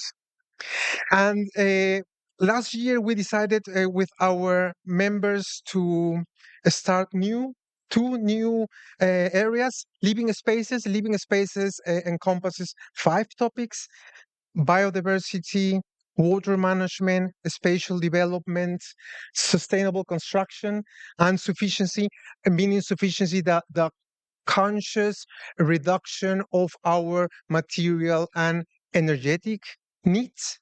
And the second topic that we started is regenerative economy. There we are developing tools to help companies transition to more sustainable business models, and in this way accelerate the shift toward a regenerative future. Well, that was a quick overview of our work and our journey so far. Thank you so much. And we'll have time to go in more into depth. You talked about this link between policy and science, which is so crucial for our networks. Nantini, please go ahead. Hello, my name is Nantini Malanon. I'm a network manager of SDSN Thailand, and I'm also serving as a deputy director of the Center for SDG Research and Support at Thammasat University, based in Bangkok, Thailand. Our SDSN Thailand was established in 2020, so we are quite new compared to my colleagues' network. We have now 23 university member and institution. We have priorities. We call the thematic priorities that we are working now. Number one is a sustainable food and agriculture, which is very important, like you said. It's connected to several SDGs. The second one is education for sustainable development, ESD. The third one is a just energy transition. And the last one is biodiversity loss and ecosystem. These are the thematic priorities for the SDSN Thailand. My role, I'm leading initiatives that strengthen the partnership, research, and civic engagement to advance the SDGs nationally and regionally. And my works also include designing and directing SDG programs, trainings, and dialogues that connect policymakers, university, and communities to co-create the sustainable solutions. Thank you very much. So, Luki, let's pick up what you were mentioning about the municipality ad index. So we are trying to reach sustainable development in a world that is increasingly urban.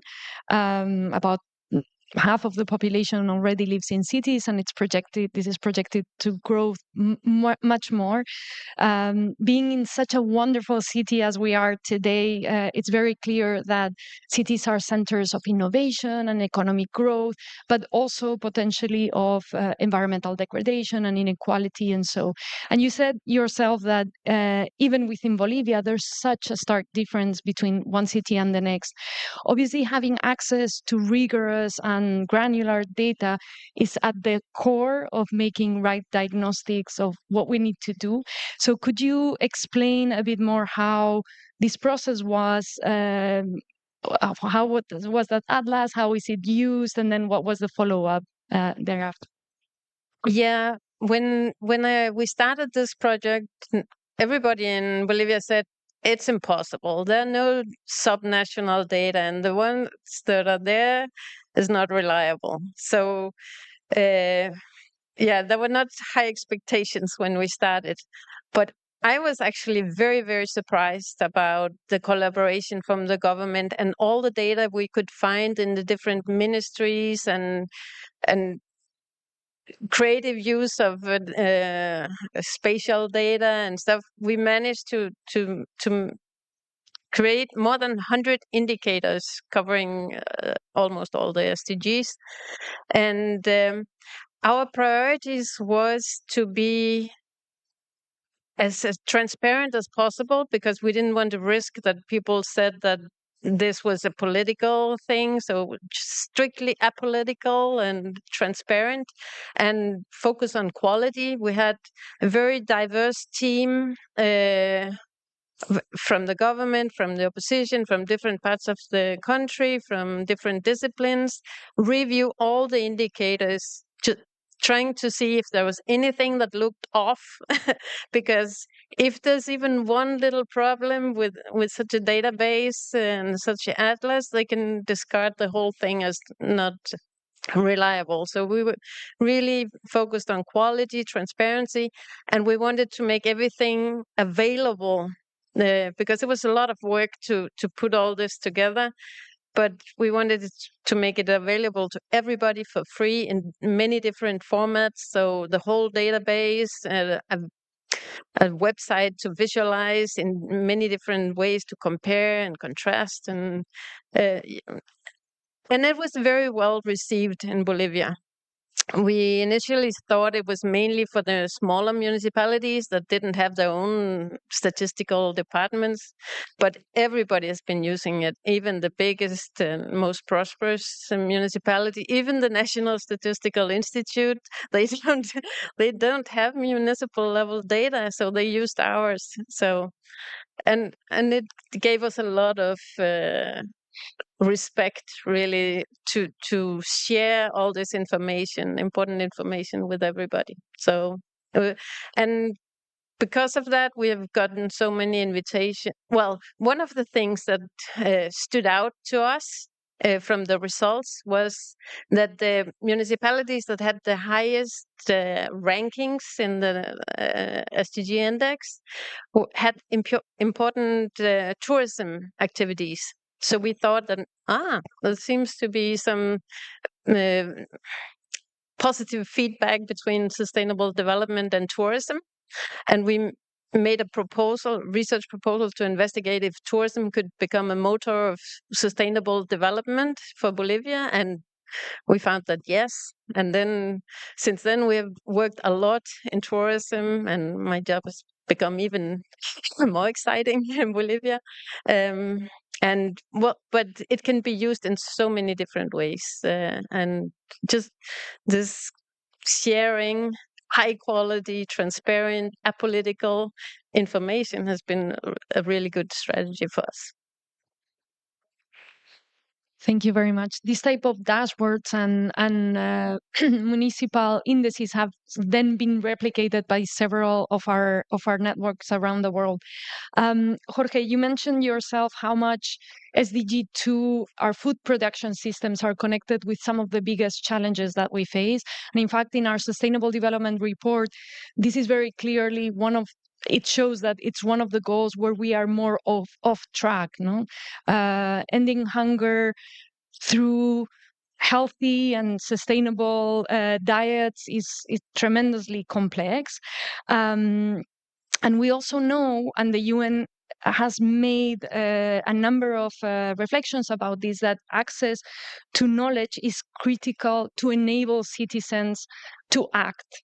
And so several of our networks have launched what we call the citizen assemblies to bring academic knowledge in a facilitated and humble way to citizens. But the SDSN Switzerland has gone a step forward, creating a whole platform, not just with citizens, but also policymakers and other actors. So please, could you tell us a bit more about this? Yeah, of course. It was interesting because for us was when we identified food systems as a focus priority, for us was important to create a whole process, not only with the citizens assembly. We thought it's important to give the scientific approach as well a voice, and we founded this expert panel, and the expert panel and the citizens assembly were part of a three processes project. So the Citizens Assembly, the expert panel, and the first National Summit on Food Systems. Let me start with the Citizens Assembly. When we were having the conversations with the experts of our network, something became clear for us. Switzerland lacks a national vision and an action plan for the future of food. And this is quite alarming because almost half of our environmental footprint comes from our food systems.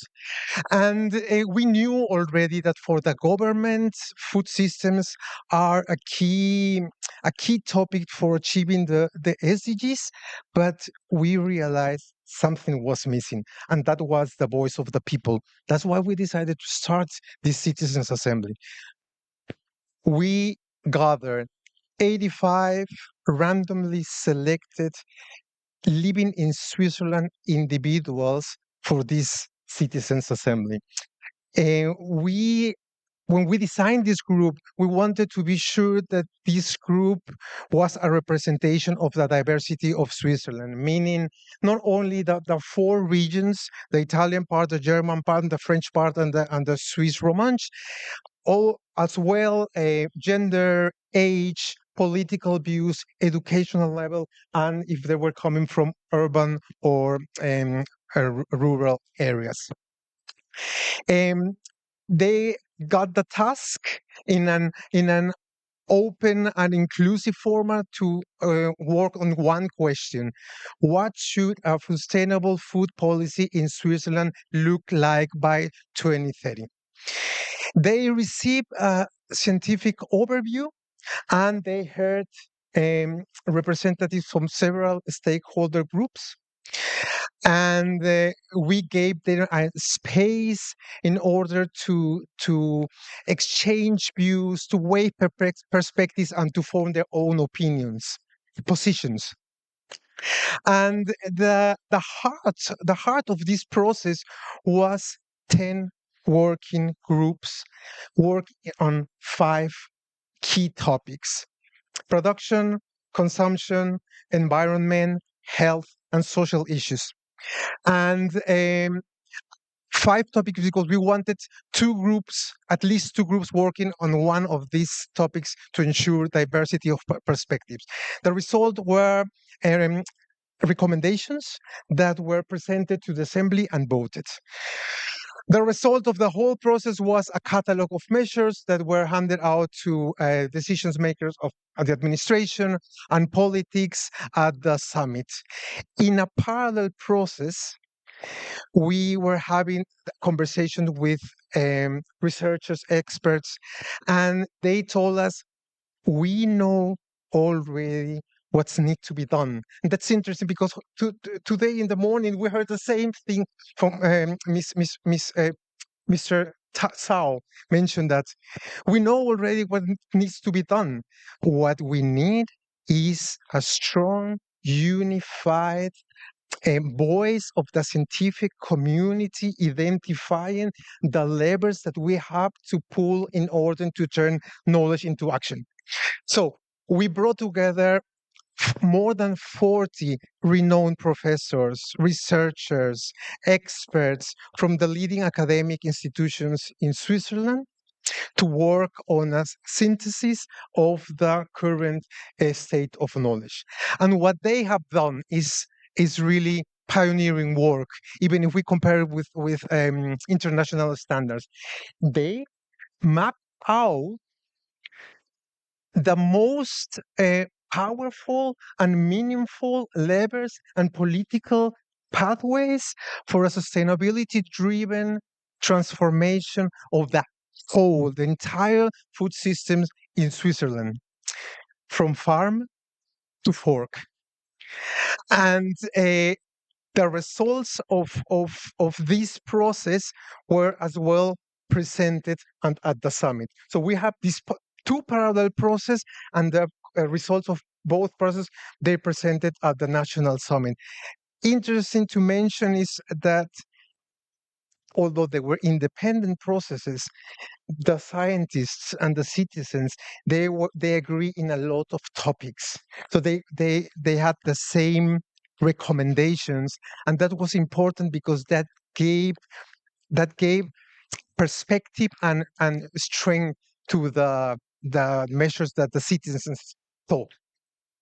Yeah, that's in a nutshell. We have this summit, and then we present the results of both processes. The federal councillor come, and he delivered a keynote and received the results of these both processes. And now what we are doing is working on the recommendations of this scientific panel. We are concentrating now in 3 of these topics: food waste, the education of cooks and farmers, and institutional catering. Fantastic, and so interesting indeed that there's so much that we already know that we need to do, but really this sort of ecosystem approach where you bring together different sectors and blocks some of the barriers that impede us to do those things. Nandini, I have mentioned, and this morning it was mentioned also, how universities have a fundamental role to play in the transition towards sustainable development. But we also know that not all universities are at the level of being able to support this transition. In fact, some of the institutional bureaucracy, the siloed approach, or some of the incentive schemes go against a rapid and a transformational approach by universities. SDSN Thailand has launched a very innovative body of work around these reimagining universities, I believe is the name, with a number of approaches that we would love to hear from. Thank you, Maria. When I got a chance to be invited to share this kind of topic here, so it's a good opportunity for me to work with myself and try to systemize how I explain this kind of system that we work to support university in Thailand. I think the simple way is that we believe that universities are uniquely positioned to drive sustainable development, not only about teaching or researching, but also by convening, empowering, and informing society. So higher education institutions are home to diverse and knowledgeable and skilled human resources, and they are hubs of knowledge and research and innovation. So they have the capacity to mobilize expertise and ideas that can meaningfully serve society and address the national development challenges. And for Thailand, this potential is significant, very significant. University can move beyond traditional academic roles and become key partners in advancing sustainable development, working hand in hand with the government and the private sector, civil society, and the local community as well. So to support this kind of vision, we are building an ecosystem that integrate learning and capacity development and data-driven insights, enabling institutions to involve as leaders innovators, and catalysts for societal transformation. At the core of our work are three um, mutually reinforcing pillars that help university shift from campus focused functions toward becoming more the drivers of sustainable development, innovation, and the systematic impact. So let me walk you through these three pillars. The first pillar is the community of practice. This pillar focuses on breaking silos and enabling university to learn from one another and share successful practices and co-create the solution. We establish a peer learning platform where universities can exchange experiences and innovations in sustainability, discuss challenges openly, and learn collectively, and engage with institutions recognized for SDG leadership, connect with national and global SDG network through the SDSN. So to institutionalize this kind of learning culture, we launched the SDSN Thailand Public Forum. Now it's a flagship annual event for the convening.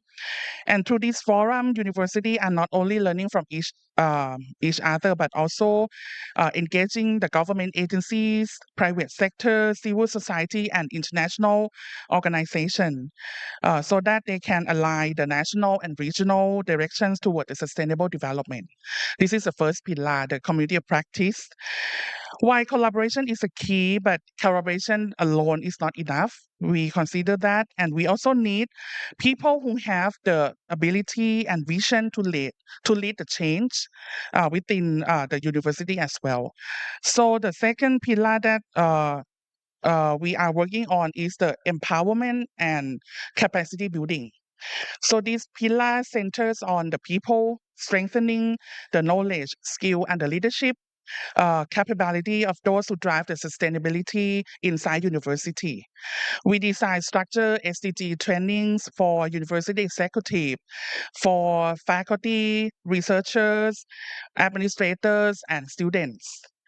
So this program covers something like SDG aligned pedagogy and the education for sustainable development, transdisciplinary research, and to tackle the real world challenges, and the practical tools for institutional life and community engagement. And a highlight initiative under this pillar is our University Sustainability Study Tour, which is now we can carry on for the third consecutive year. And through partnership with the SDSN network, including leading university in Malaysia, Hong Kong, and Japan, we offer senior university leaderships to be immersive, the hands-on learning experiences, and direct exposure to global sustainability practices, and dialogue with the expert, campus leaders, and innovators in other universities. So this study tour has inspired Thai university leaders, such as president or the vice president, to envision and implement their own sustainability strategies, making it a catalyst for the long-term institutional transformation. This is the second pillar for the empowerment and the capacity building. However, transformation also requires system. We recognize that, and system to generate the knowledge and measure results and inform decision makings. So for that reason, here comes the third pillar is the knowledge infrastructure. And this third pillar focuses on building a data-driven and evidence-based university ecosystem. We support university with SDG knowledge products such as case study and successful sustainability initiatives, policy briefs, and research insights, knowledge reports for leadership and policy makers. We also support them with tools and systems for SDG planning, such as strategic planning frameworks, community engagement toolkits, or models for embedding sustainability across the university system. Lastly, we also try to translate the global knowledge into our own local context. For example, localizing global best practices into Thai version. and developing guides and manuals, reference toolkits, creating channels to continuous knowledge exchange. So through these three pillars and this infrastructure, university can measure progress, demonstrate impact, and guide strategic decision internally and externally. The last part that I want to mention is that now how do these three pillars connect to Thailand's broader development landscape? By strengthening internal capacity, building communities of practice, and establishing the strong evidence system, university develop the competency that need to support transformation beyond their campuses. And this evolution aligns perfectly with current Thailand Science Research and Innovation or SRI ecosystem, which position knowledge and innovation as engines for the national development through collaboration among the government, private sector, academia, civil society, and the local community. So over the past 4 years, SDSN Thailand and the SCG Move, my host institution, have played an active role in Thailand's SRI system as a key partner to the Thailand Science Research and Innovation Office. We apply the SCG framework to help produce Thailand area-based challenges report and provided policy recommendation to enhance the contributions of science, knowledge, and innovation to sustainable development. And more recently, we advanced this collaboration by proposing local level SRI model, one that places university at the center as the connectors, conveners, and the knowledge hubs. So we mobilize SDSN Thailand members to join this effort as well, demonstrating how academic institution can bridge community needs, research capability, innovation system, and local policy. So through this approach, university transitioned from being implementer of SDG on campus to becoming the architects of the regional sustainable development. Thank you very much, Nantini. And I didn't mention in my presentation that we think that this work with the leadership of universities is fundamental because they are able to change the institution itself. And in fact, SDSN hosts every 2-year meetings of presidents of universities. And the last year we did this by region, and we had over 200 presidents of universities in Africa, in Europe, in Asia, and the Americas to stay with us for 3 hours and really discuss what are some of the challenges of their region, how universities can play a role in addressing them, and how universities themselves as institutions need to also transition to be fit for the purpose of sustainable development. I think we have about 10-15 minutes more. Very sadly, our colleague from SDSN Great Lakes from Rwanda has not been able to come because she fell ill just the day before her flight. We have a video from her, but perhaps we can leave this to the very end and maybe just for the next 5 to 7 minutes, I would like to ask you, the three of you, your opinion on this networked approach. So why is it important to work in this sort of ecosystem mode? What makes that difference, and how is it important specifically for sustainable development challenges? Luki, do you want to start? Yeah. Well, obviously the challenges of sustainable development are huge. And you really need to bring together a lot of different skills and approaches, and having a network that of thousands of institutions, but all working in the same directions, is really useful. Obviously, we don't work with everybody all the time, but you always, through events like these and others that create this opportunity to get together, good ideas match up and produce solutions. This is very important, and in SDSN Bolivia, we've been lucky to get these amazing inputs from some of the other networks that were really key to uh, putting things forward. So yeah, alone it's just not impossible, but with like-minded institutions that all work in the same directions with the same like constructive approach and a mindset of collaboration and abundance, it's amazing what can be done. I totally agree with you. When I think about SDSN, I think about collective intelligence. I think about um, cooperative action. I think about learning from each other. I think about the possibility to scale, to share successful practices and projects. And I think that something sui generis, something special in this network is that this framework, the SDGs, they give us certain neutrality, and this neutrality gave us as well legitimacy to approach various stakeholders, to have this multi-stakeholder approach, to work with politics, to work with the private sector, to work with the civil society, and this is very valuable in order to achieve the SDGs. Yeah. Yeah, I just want to add one thing that I think that the network multiplies impact. That's very clear, and it helps us from isolated initiative into the more impactful, like in the system level change.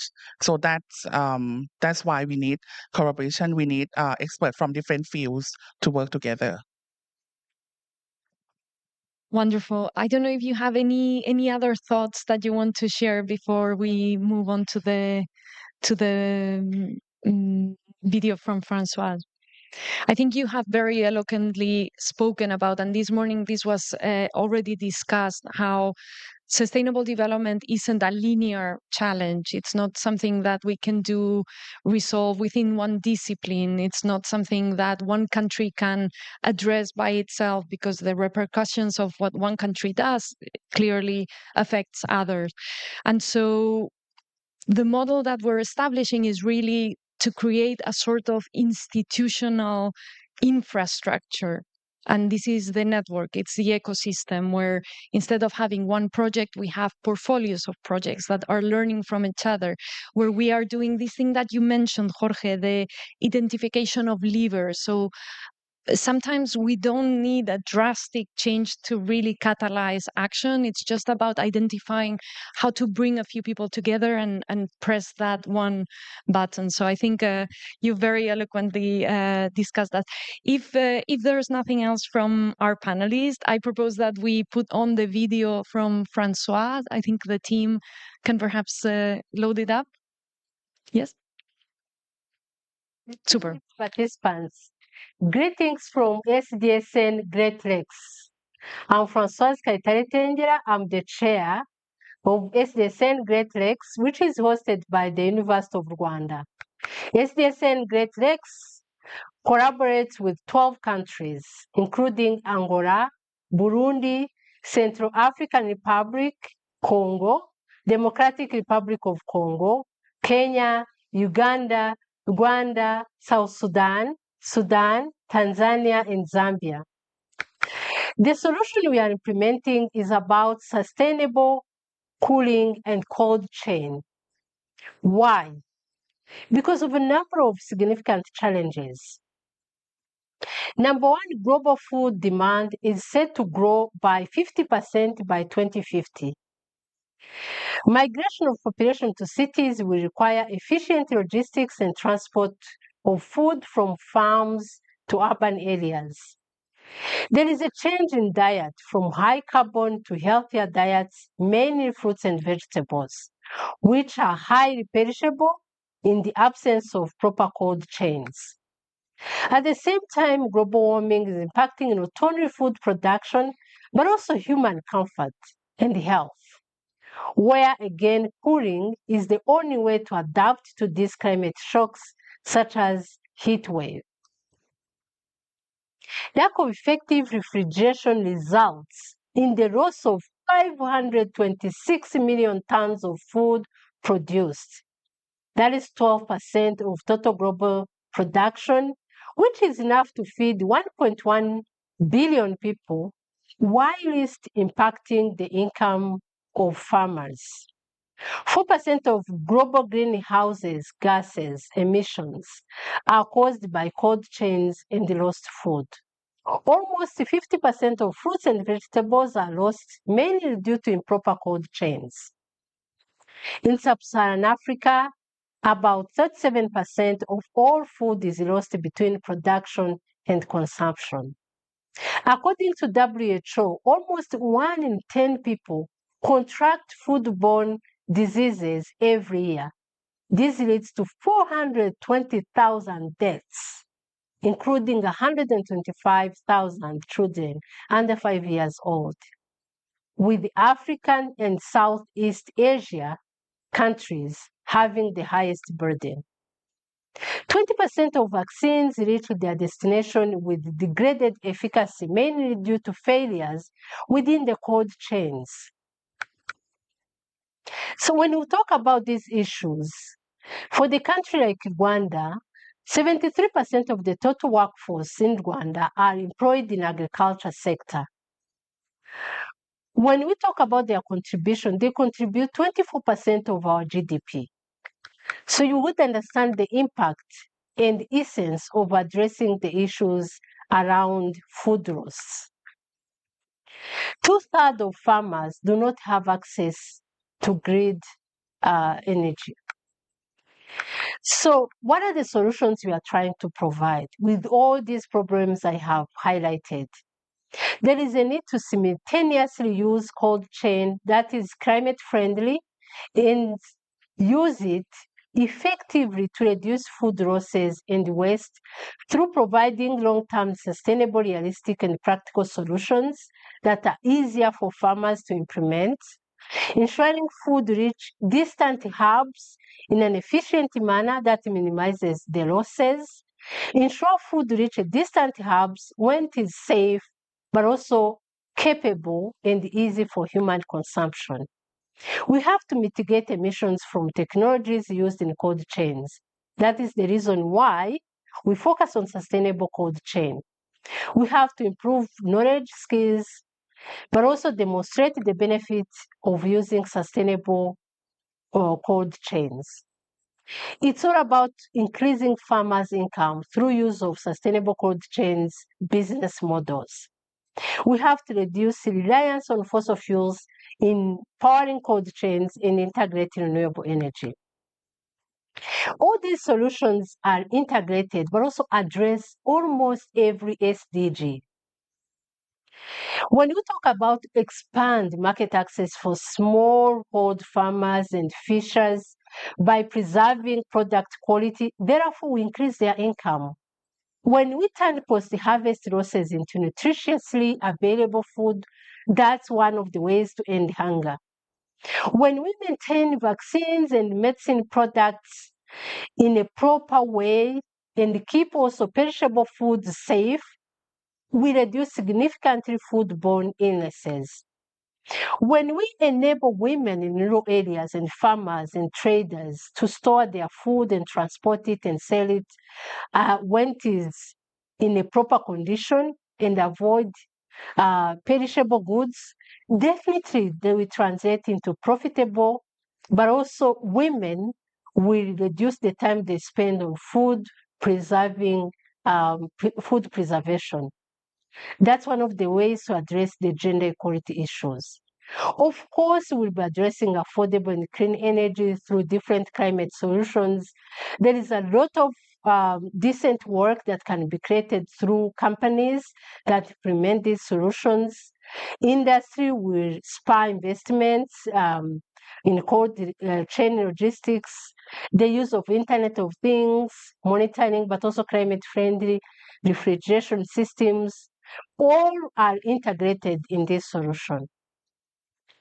When we talk about reducing inequalities, providing remote and low-income communities with equal access to food and medicine That is one of the best ways to reduce inequalities. So lastly, when we implement this solution, everyone is on board. Government is on board. We work closely with the Ministry of Environment. Communities are on board, cooperatives, private sector, development partners. So there is quite a lot of partnership around this. So let's collaborate, let's address all these challenges. More importantly, collaborate and work together so that we can make this a reality, scale up the solutions across Africa, but also in different Asian countries where needed. Thank you so much.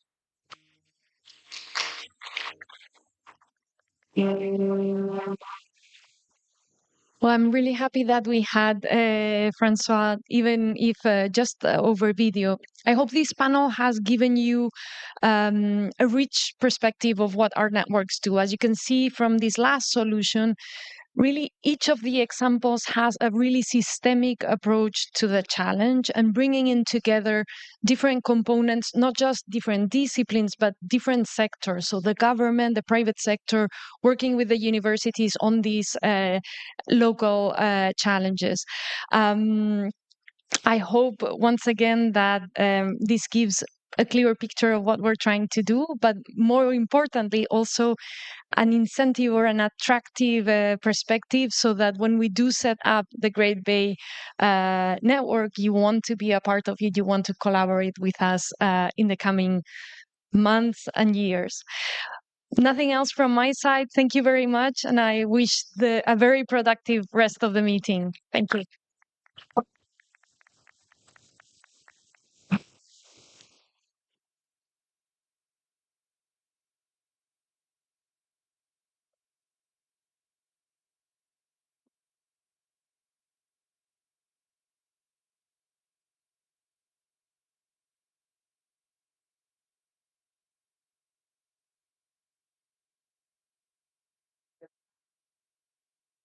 Thank you for your valuable contributions and for sharing your expertise. We will now take a tea break. Refreshments are served outside the hall, and our panel for session will begin at 3:45. Thank you.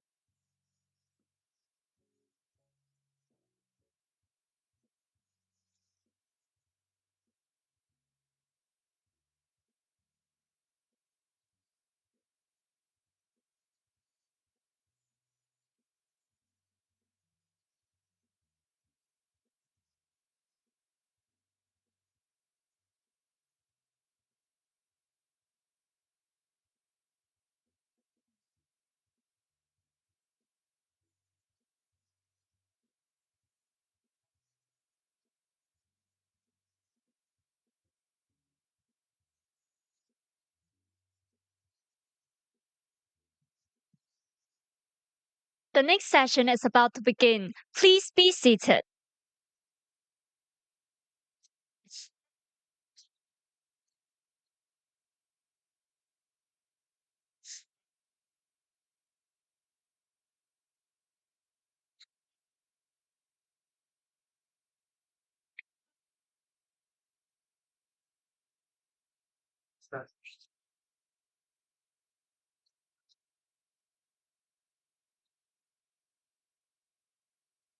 Ladies and gentlemen, welcome back. Our final panel today is entitled Human Capital as the Engine for Economic Growth, Sustainability, Peace, and Cross-National Collaboration. This session features top academic leaders sharing perspectives on the role of higher education in driving economic collaboration and cultural exchange between ASEAN and the Greater Bay Area. We will explore human capital investment, innovation, scientific discovery, workforce development, and academic programming. The session is moderated by Professor Kenneth Wong, Director of the School of Governance and Policy, the University of Hong Kong. Our distinguished panelists are Professor James Tang, Professor Richard Wong, Professor Yihe Guo, Professor Xuanbin Vo, and Professor Sun Lim. Please.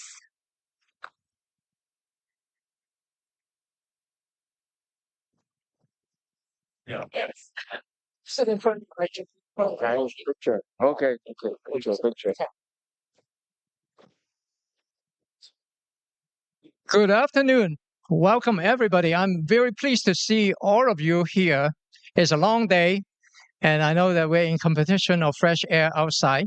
And I'm very delighted that you are still here with us because this is a very, very important topic and critically important as far as our partnership, GBA, ASEAN Sustainability and Growth Partnership is concerned. I think we are really talking about a critical engine of activities and actions. And if we want to realize SDGs, 16 goals in the GBA and ASEAN area, I think higher education sector has to play a critical and constructive and sustaining role.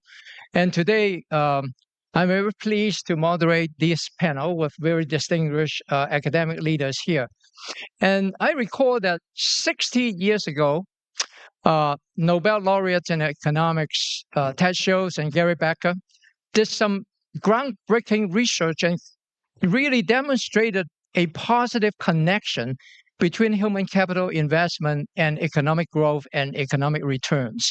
And subsequently, there are a lot of studies conducted by economists, sociologists, policy analysts, and other disciplinary scholars that demonstrated that human capital investment and healthcare investment have contributed to quality of life, poverty reduction, human creativity, and technological innovation and economic growth, and social justice.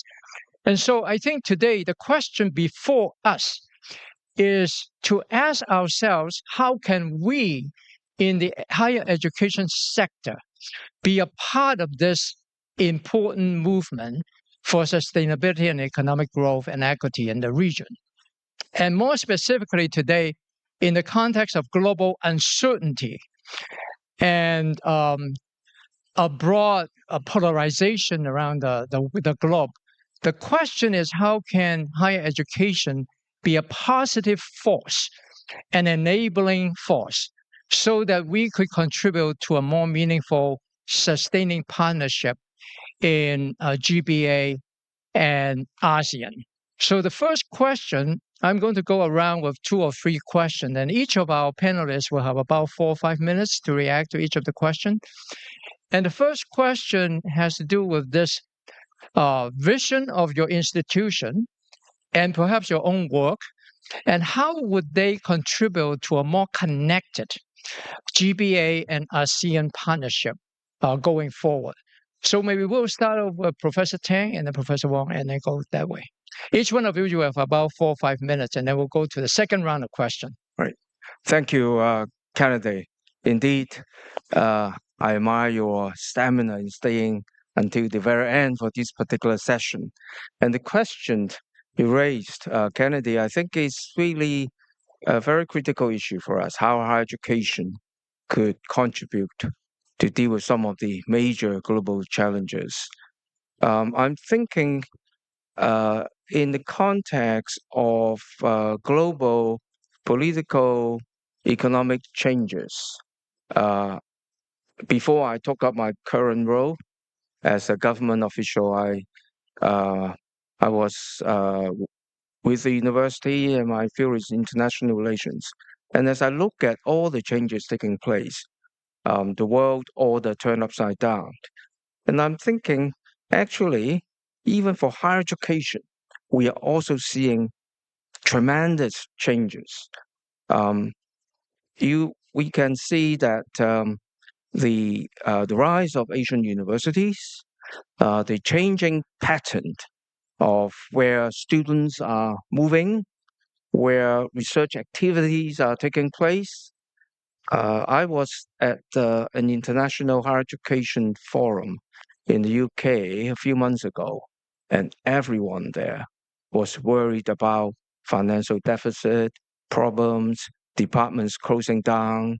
And the message at that time was, I'm not coming to the UK to steal your students.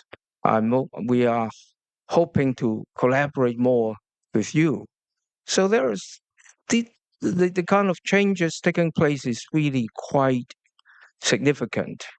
Now, what would be our role in shaping that and in navigating this very new, rapid, evolving landscape? Now, maybe I'll start by also saying a few words about the University Grants Committee where I worked. For those of you who are less familiar about this particular organization, the UGC is set up by the government, appointing university leaders from around the world and Hong Kong, as well as business and community leaders to advise the government on strategic development of higher education and funding allocation for our 8 public universities. Now, what we do and what we hope we manage to do in helping or addressing the question that you just raised, obviously, the most important thing is resources. We are, in a way, the funding organization for our universities.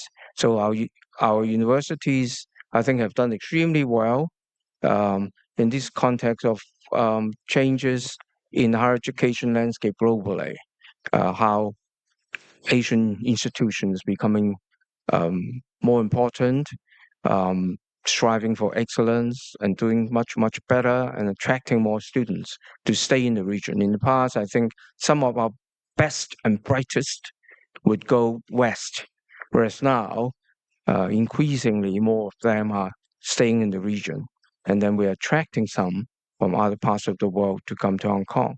So for us, the important thing is to ensure the stability of our funding support, long-term commitment to financial sustainability for our outstanding institutions. In addition to that, we do provide specific funding to encourage our universities to move towards particular directions. Not that we are dictating what the universities are doing, but there are areas that we think the universities might like to focus on a bit more, given the changes in the world around us.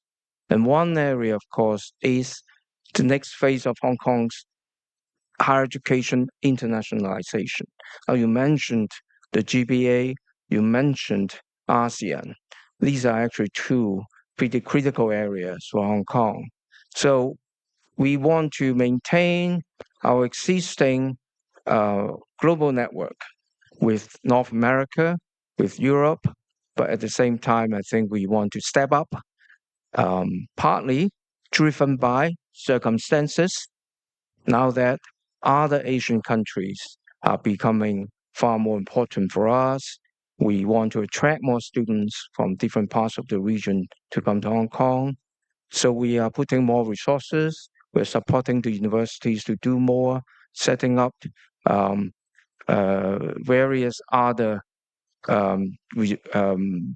collaborative initiatives with other Asian countries, for example. And at the same time, we are also encouraging more research collaboration. So for us, this is important to encourage and help our universities to further develop their links and partnerships with ASEAN countries. Now, the GBA is another important core of what we hope our universities could focus on. Actually, our universities have already been doing a lot, given their campuses in the GBA. We support university alliances with Chinese mainland institutions. So for us, this is also a very critical part of the identity of our universities. We are located in Hong Kong. We anchored within the Greater Bay Area, the broader national context of China, but also linked globally through our activities and research and network. So what we do at the UGC really is to promote and support such efforts and identify some of these trends and see how we could work together with all our universities to achieve those goals. So thank you, Kennedy. Great, thank you.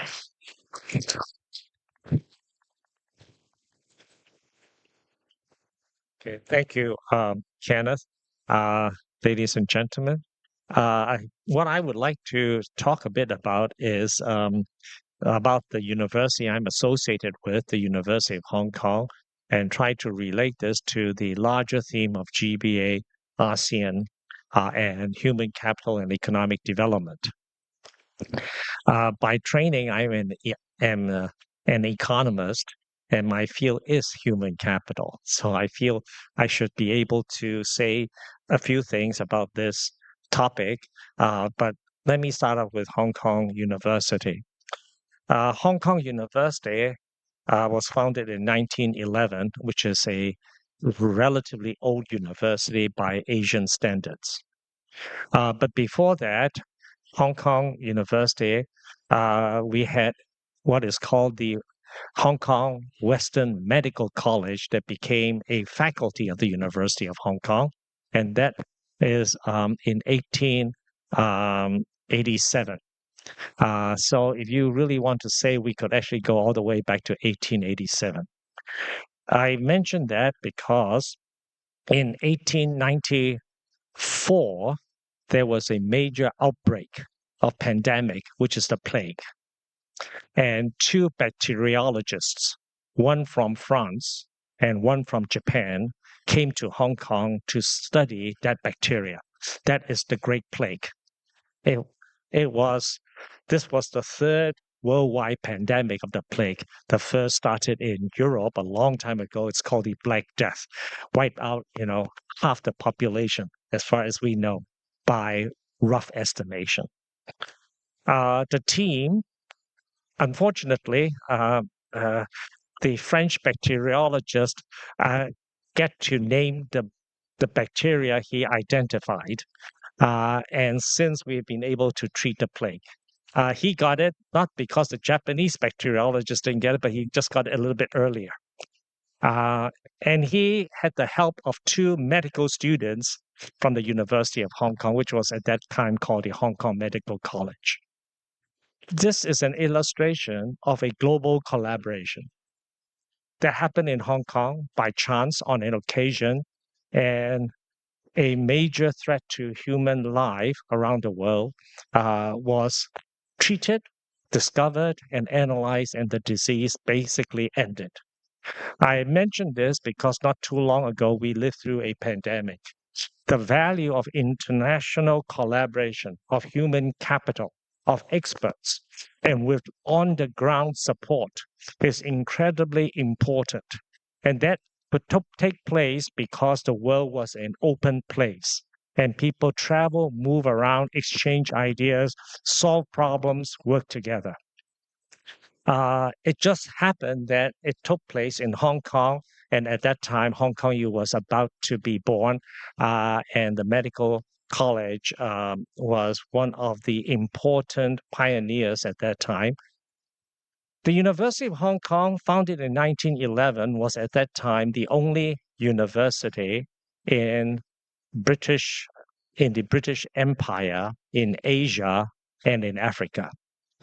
Therefore, the University of Hong Kong was founded not only to take in students from Hong Kong, but students from China and students from all over the British Empire, from Africa to all of Asia.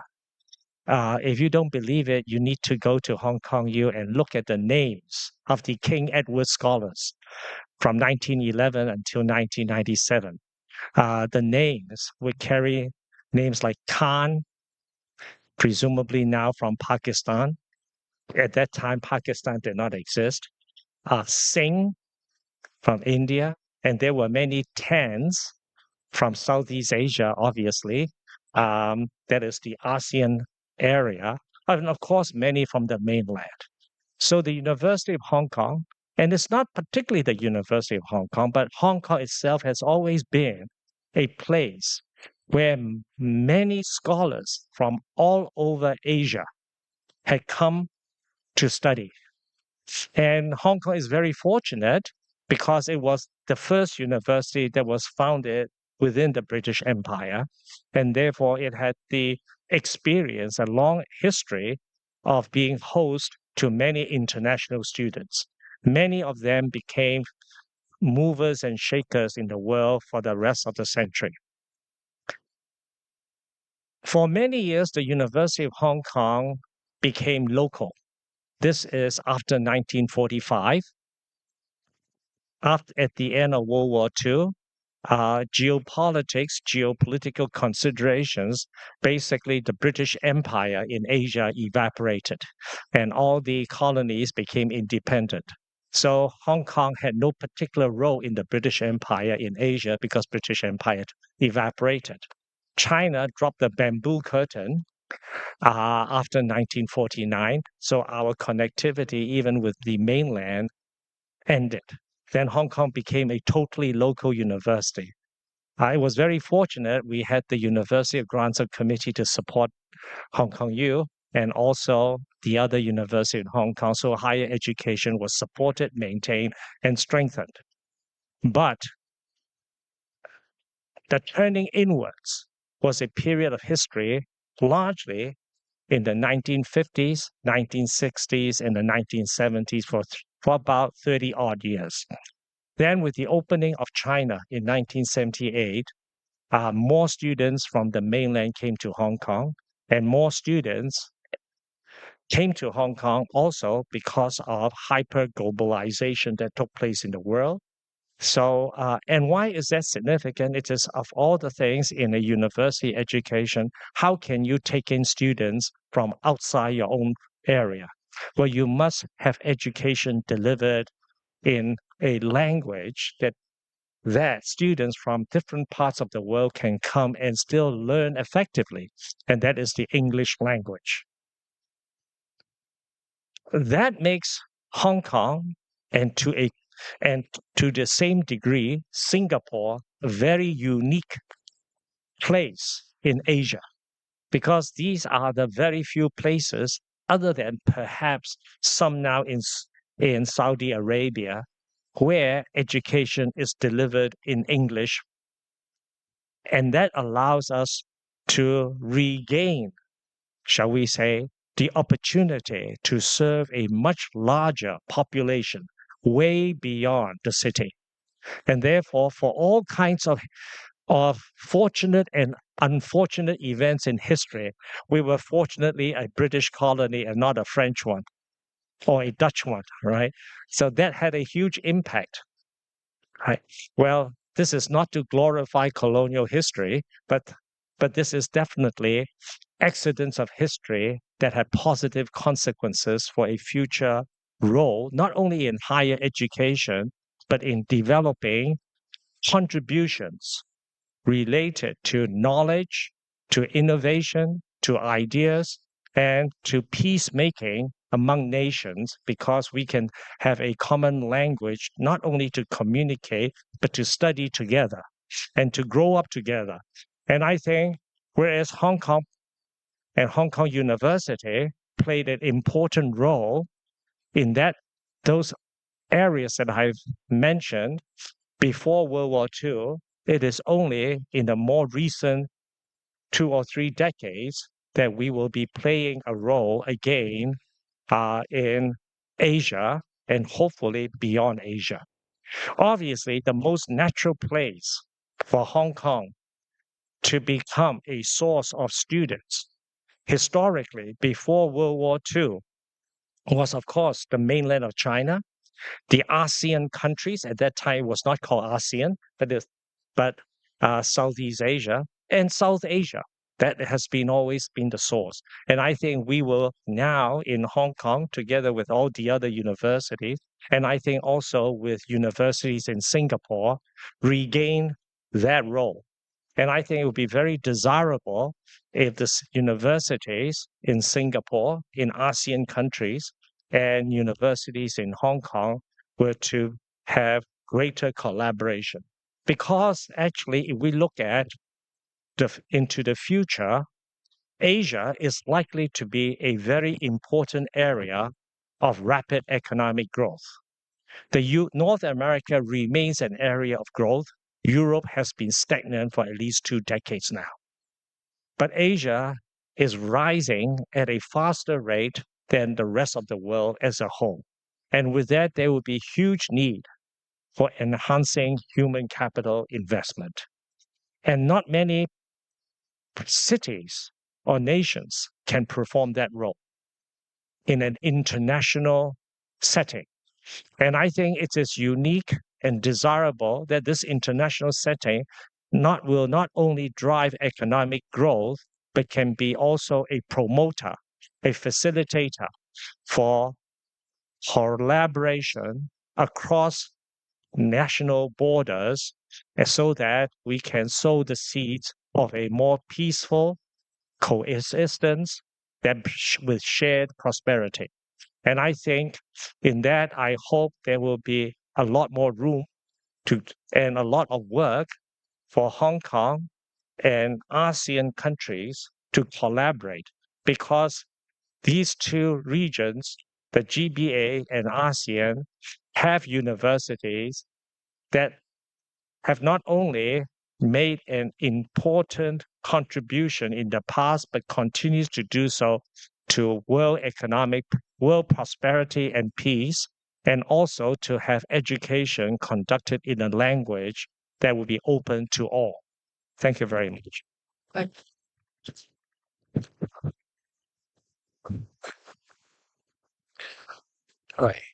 Hi, I'm Ike Go. I come from HKST. I think after Professor Wang, I found we are pretty symmetric. They are the oldest universities in Hong Kong. We are the youngest. And they are the first universities in Asia built for British Empire. We're probably the last one. And we built in 1991, and only 35 years. And they start with the medical school. And we are just applying our medical school. And hopefully we can get it. And so it's a lot of symmetric things. And the university, HKST, is built with the internationalization in mind. It was the first research-focused, research-oriented university in Hong Kong. And then they're built by a group of scholars from the United States, right? And they come to Hong Kong under the Hong Kong government at that time, the planning and the build brand new universities in the Clearwater Bay. Next year will be celebrate our 35 years anniversary. And we always revisited this 35 years journey, right? And we feel quite lucky because that 35 years, right, the China is in a rapid growth, and we obviously share the benefits a lot.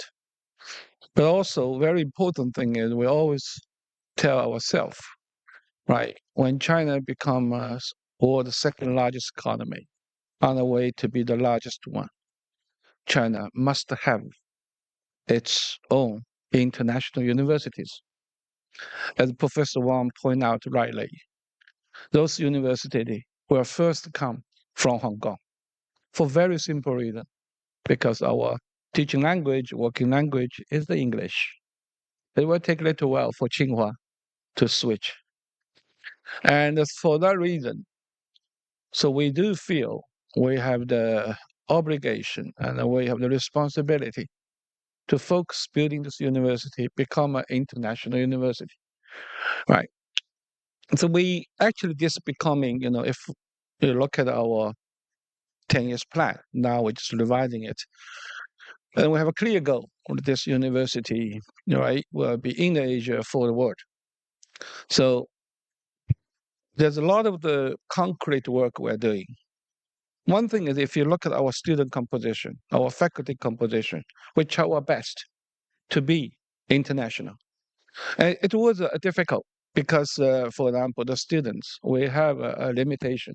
20% of the students, 20% local students can be non-local. But government certainly left its one out to 50%. This year, we are 49%. So we're doing this because we have a firm belief.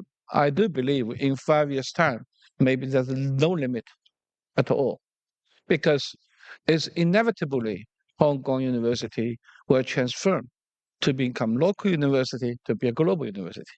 It's inevitable because the world is changing and the nation is changing, and also the whole landscape of education is also changing. So with this in mind, so we're actually doing a lot.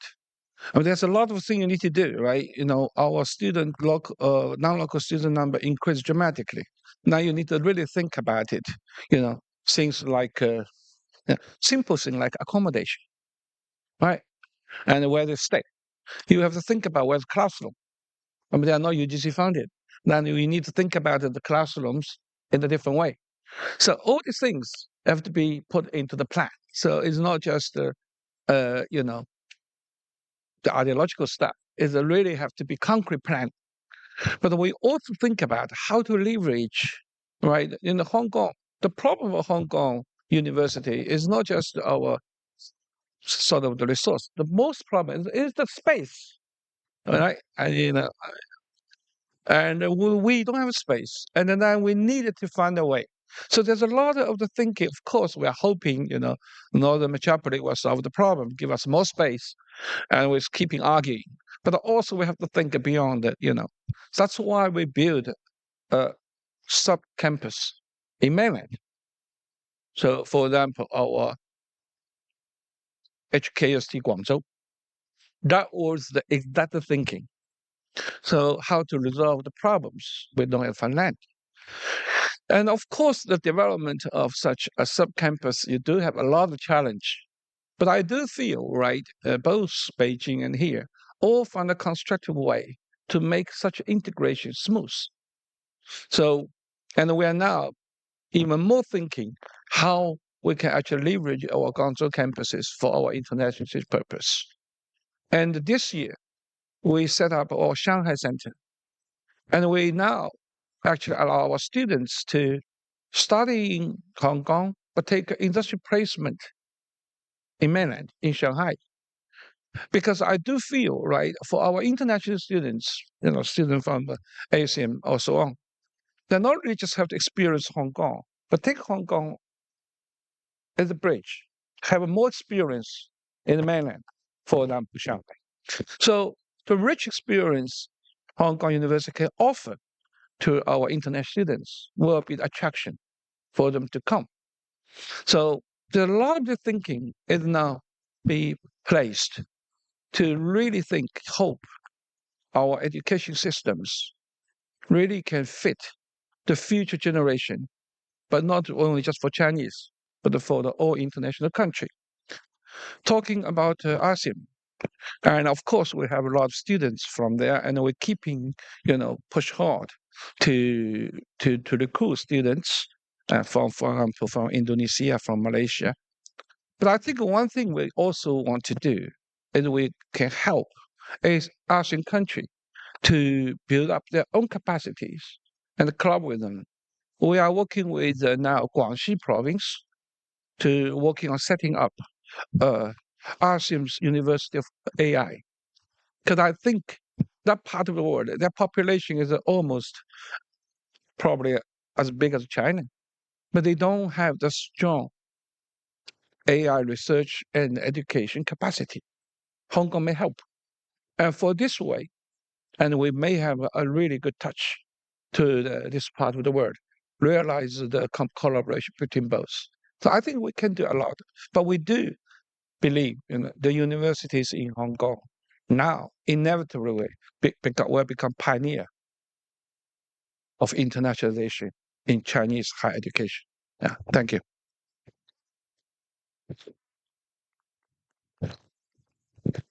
Thank you very much, Professor Kenneth Wong. Ladies and gentlemen, good afternoon. My name is Chuan Vin Vo. I'm a professor and the Dean of the Institute of Business Research, University of Economic Ho Chi Minh City in Vietnam. Our university is a leading university in economics, business, and law in Vietnam. We recently transformed from a single disciplinary university into a multidisciplinary university with a development in technology and other sector, IT, AI, and so on. Given the important and recognizing the role of university in the Vietnamese economy, the university have done a lot of change in the operational and strategy to promote the economic growth of Vietnam, and recognizing that in the end, economic growth is for the welfare of the people and the happy need of the people. So 10 years ago, the university have a strategy to internationalization, where we collaborate with different university, following the curriculum, the model of development in order to have a better program to meet the need for the business government in order to promote economic growth.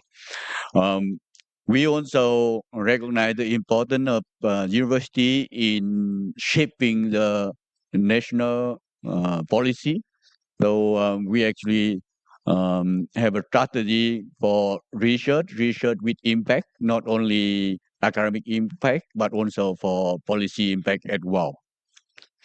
A lot of initiative had been done to promote those research activity within the university, and from the university level to the college level and to the individual level, a lot of things had been done and promoted in order to reach the international standard. Vietnam has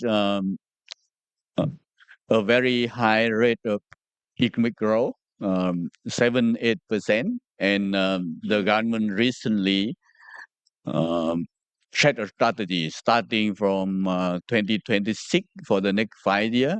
The nation must achieve a double-digit number for the economic growth, based on education, science and technology development, AI innovation. All those are important foundation for the economy. So the nation have to follow change its current growth model into a model that relies more on science, technology, innovation, education, and we, the university, recognize the importance of research for development, research for sustainable development, research for better innovation, research for from the social sciences, research for better policy and transformation. Um, the university also have partnership with several universities around the world in order for the two purpose to provide better education for citizens, for the people, for business, and also to improve our own human resource capacity in improving teaching skill for academic staff, improving research skill, research development for academic staff as well. Our university also is among the first university in Vietnam to set a strategy to become a sustainable development university. Now the ranking in sustainable development for UEH, University of Economic Ho Chi Minh City, is quite high in Asia and among the top in Vietnam. At institutional level, at the college level, I'm the dean of the Institute of Business Research. We are the flagship institute in the university to follow a research excellence center model from the West.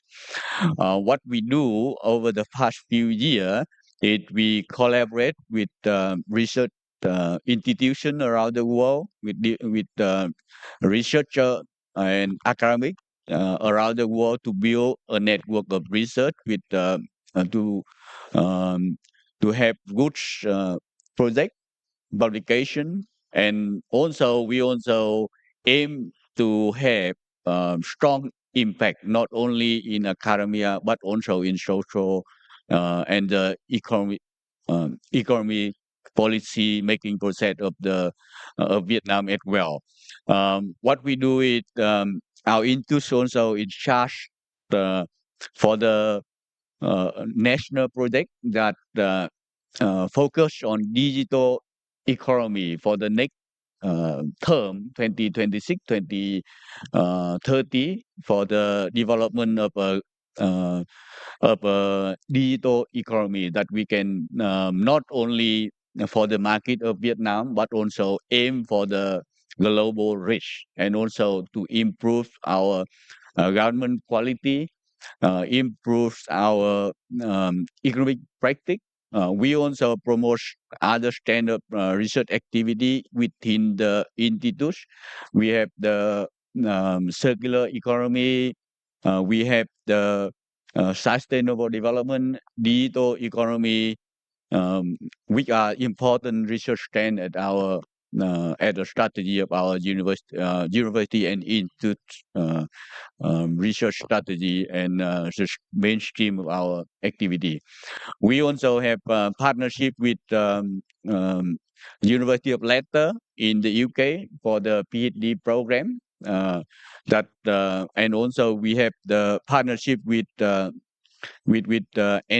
Nanyang Technological University, for an MBA program that help to educate the young generation of business in Vietnam to help for the sustainable development goal of Vietnam. We also have partnership with other Huddersfield University in PhD and master program. We also have partnership, I myself at our institute also in charge of all the international program at UEH in Ho Chi Minh City. By following those activity, we have a lot of students. We start have students coming from Singapore, from other countries to Vietnam to attend and participate in those activity, which is a great chance for our university to reach the internationalization strategy goal. I think that there's a lot of things need to be done for our university, for our institute, and even for Vietnam in order to have a new growth model to achieve the very important goal that the whole political system strive to attain is double-digit economic growth and growth for everyone. So everyone in the country have to benefit from the economic growth. Given that we are currently having a lot of foreign corporation coming to Vietnam, a lot of foreign university coming to Vietnam to have campus in Ho Chi Minh City, and they are quite successful. However, still a lot need to be done in order to reach those goals. I think that's it for now. Thank you very much.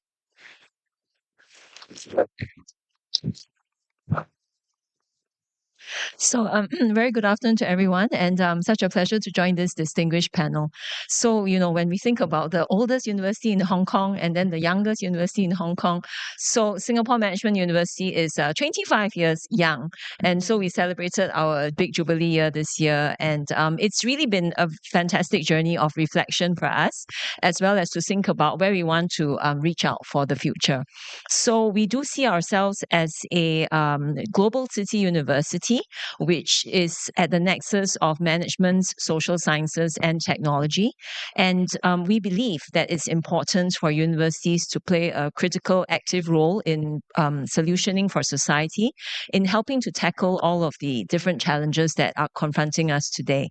So our areas of focus would include urban sustainability, as well as growth in Asia, and certainly, last but not least, digital transformation. Just think about the growth of AI and generative AI and how it's created so many questions. So these are some of the areas in which we focus a lot of our research energies. But certainly on the topic of human capital, and this is something very important to us.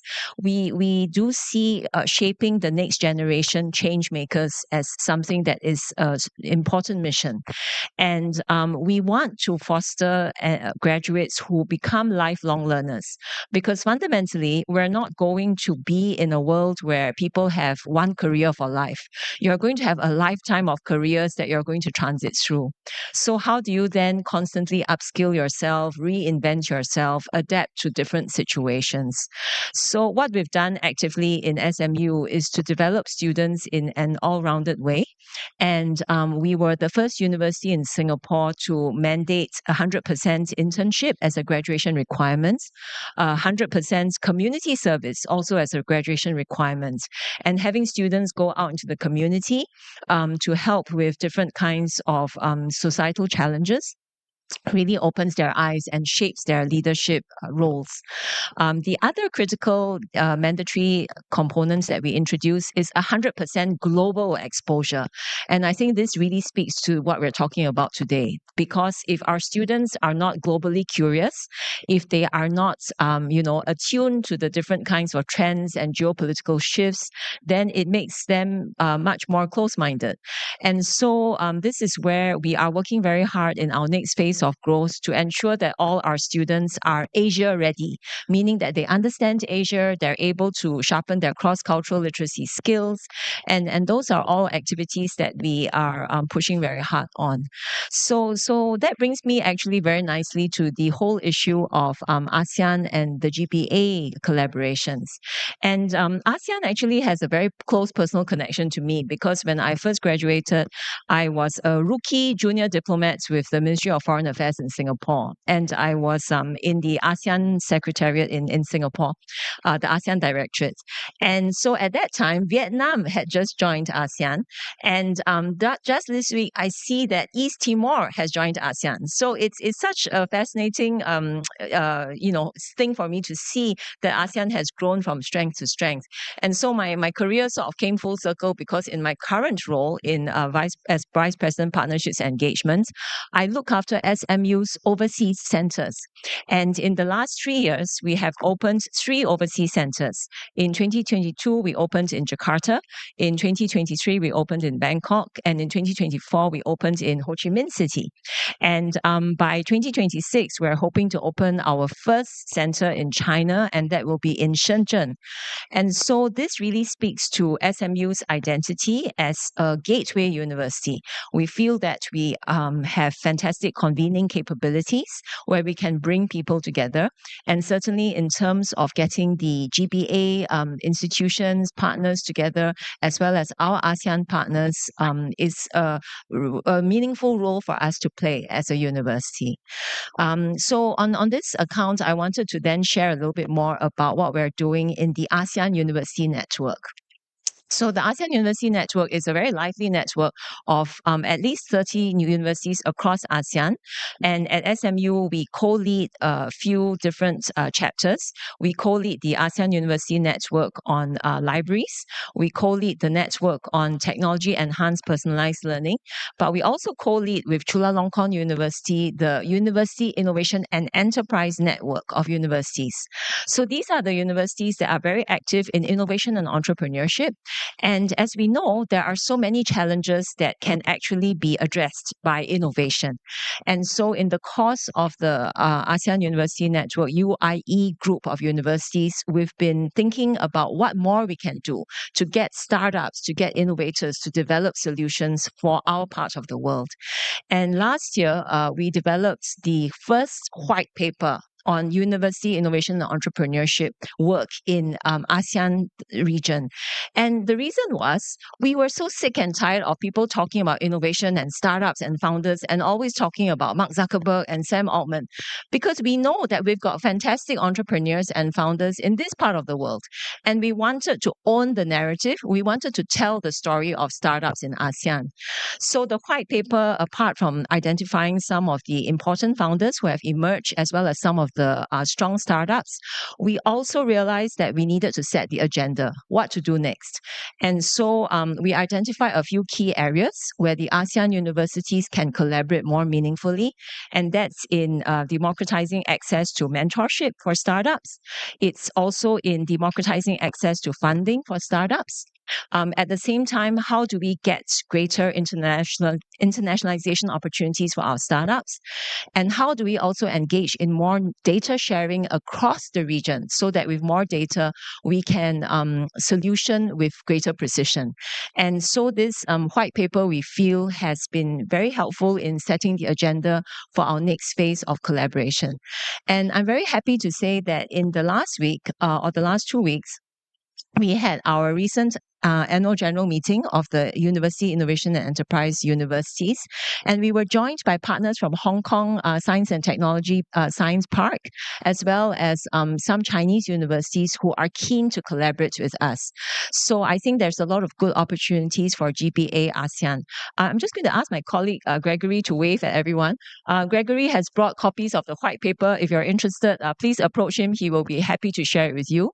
But we do feel that the white paper has been very useful in helping us to draw more collaborators to understand what it is we hope to work on together. Thank you so much. I think you can all tell you can tell the institutional diversity is very rich across this panel. And institutional diversity is actually an asset for us to leverage. And so my next set of questions, building on what Professor Lim just mentioned, seems that there are a lot of very unique, particular, innovative ideas and practices and cluster work that each institution has been pursuing. And I'd like each of you to take maybe a couple of minutes to highlight one signature example where ASEAN could actually build on to use this as the base, as a critical mass. The reason why I mention it is because in the previous panel, we heard the SDN, they have been pushing for a lot of network and partnering. And some of the partnering has yielded data transparency, despite the difficulty of data sharing and getting the data and verification and so on. And then they also push for true, authentic partnership with the community between the higher education sector and community needs. And so I'm just posing this question for each of the panelists here on the panel to complement our discussion in the previous panel.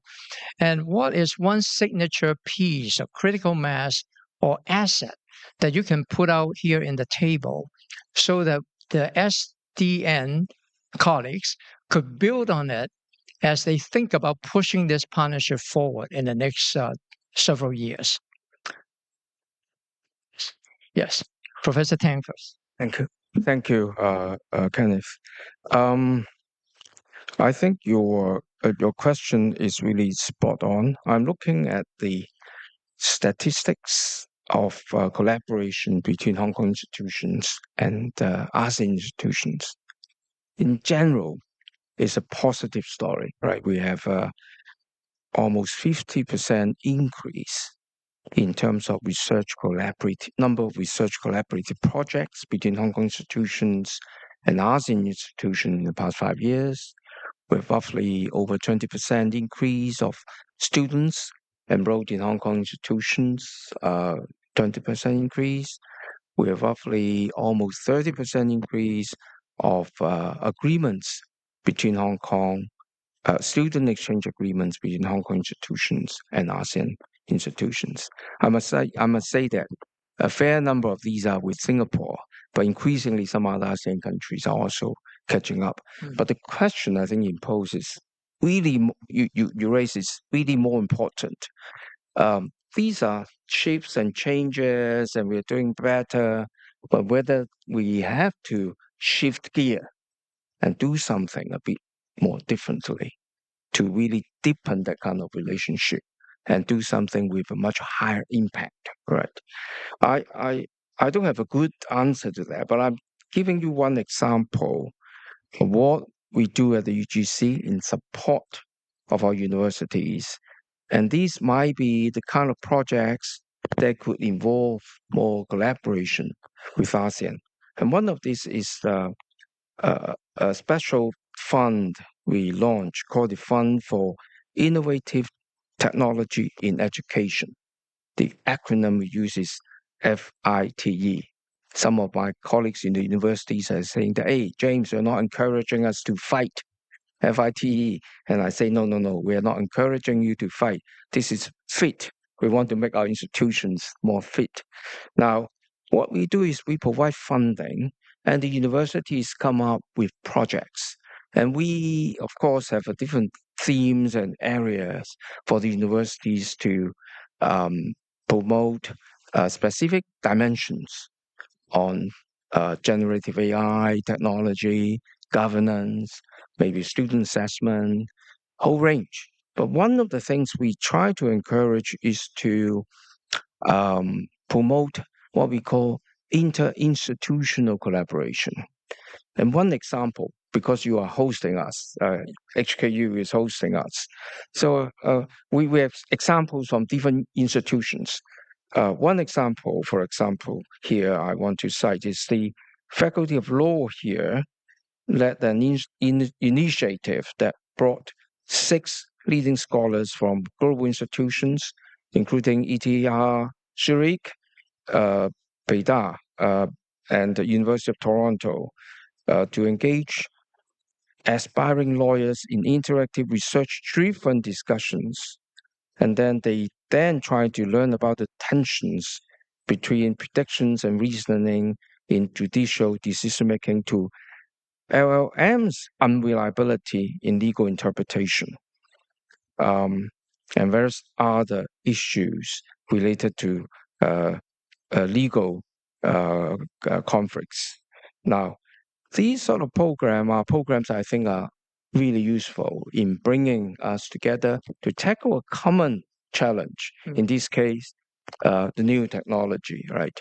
To what extent we could collaborate using some of these types of projects between Hong Kong institutions and ASEAN countries on something very specific, beneficial for everyone, and a common problem that we all have to face. So that would be my thought on this question you posed, Chairman.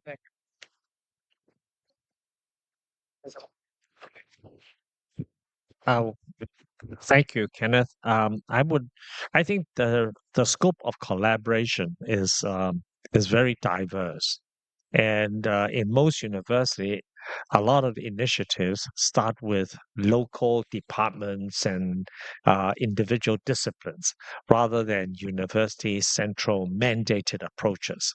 But one particular initiative that Hong Kong University has and has a lot of connectivity with promoting regional cooperation, and that is we have an Asia Global Institute whose objective is very much to speak to issues of global concern from an Asian perspective.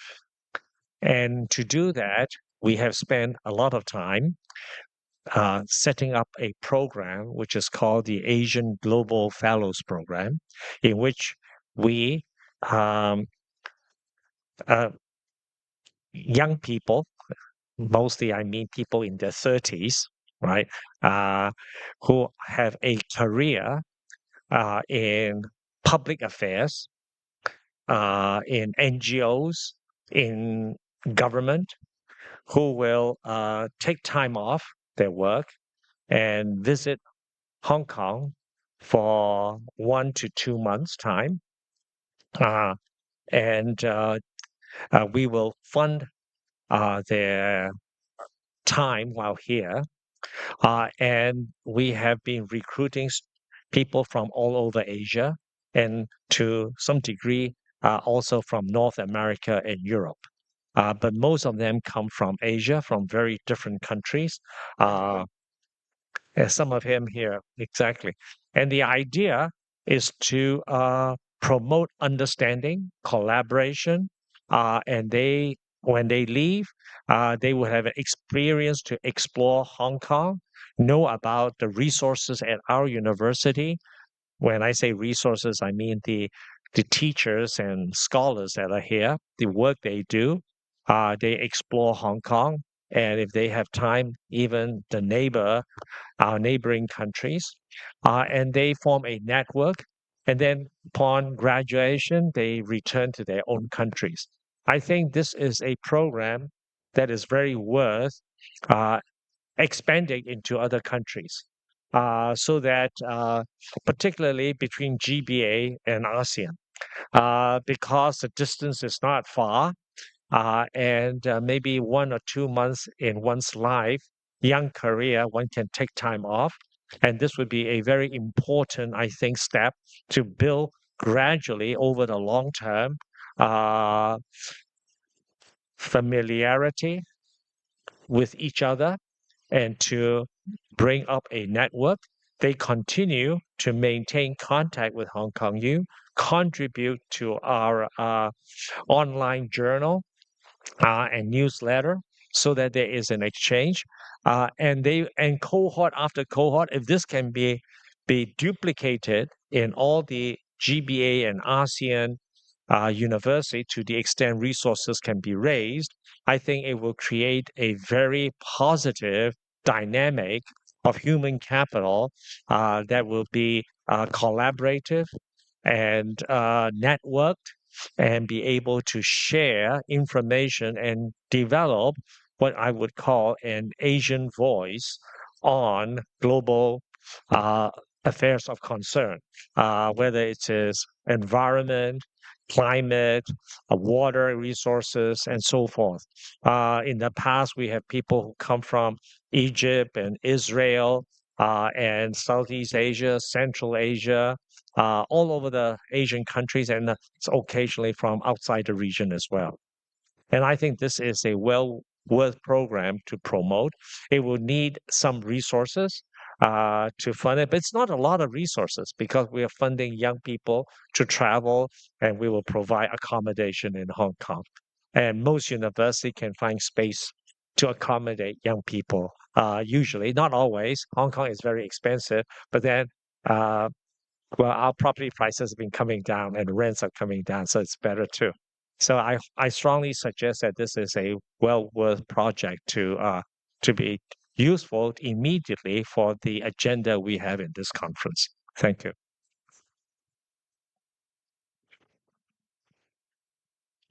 Yeah, for EST, and we do have various connections initiatives to work with ASEAN country. On the education side, right, and we set up a university ambassador for Asian country. And our previous dean of student, when Professor King, when he stepped down from the dean of student, and we support him for 1 year, right, on leave, to be our ambassador to Asian countries, ASEAN countries. So he traveled a lot, right? And we want him to build up the close relationship with ASEAN government, particularly like Indonesia, Thailand, right, Malaysia. And this do bring a lot of the good return. And we do have the government scholarships from Indonesia, for example, for the undergraduate students. And that is we want to build up that kind of the relationship, and the government scholarship and for the undergraduate studies is certainly a very good vehicle for us to strengthen our education collaboration.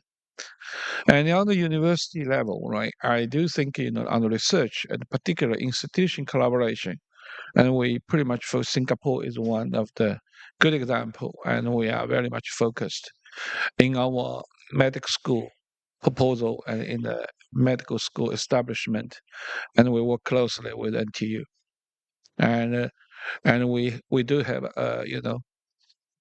common sort of the international collaborator, which is the Imperial College London, and then this will give us a lot of the shared experiences, and they helped a lot. We established the medical school and during the process of planning. So this is concrete because there's a lot of similarity and a lot of the university, the school, the structures, as well as the future dialogue thinking. And we do share a lot of the commonality, so therefore give us a lot of support. But there's other on the really the institution level, as I said, we now very much focus on how to work with ASEAN universities to build the strengths of ASEAN's actually their own strengths on the AI. So for this one, we are not doing alone ourselves because it have to link to the multiple countries. We work with the mainland, with the Guangxi government, and they certainly this province have its strategic plan to setting up as a kind of the hub for China ASEAN's relationship. And so this is the ideal place. But as you know, Guangxi province is not, the most well-developed province from technology and from scientific research point of view.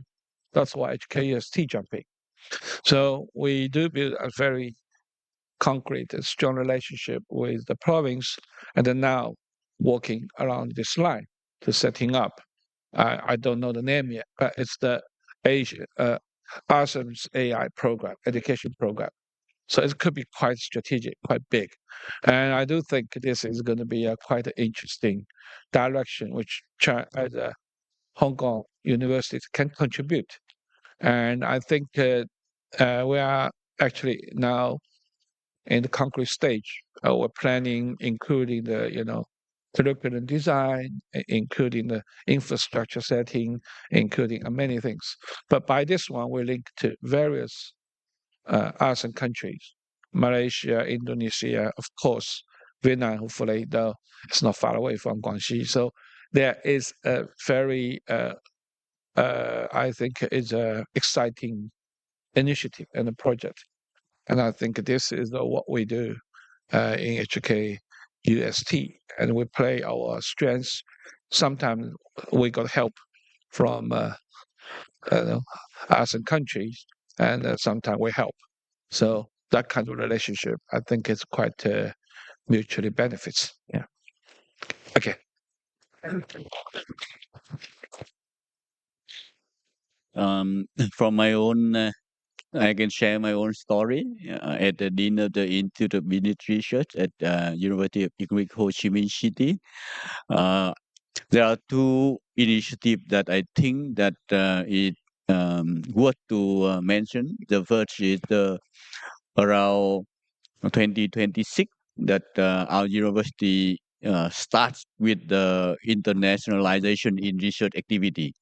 So what we do at that time is first we try that every individual within the institute have to find a international partner, international academic association, for example, Asian Finance Association, Asian Economic and Law Association. I myself actually a board member of the association, and we connect with several partner, several university through different relationship at individual level and making it to become an institutional level. That is something important that we encourage everyone within the institute to do so.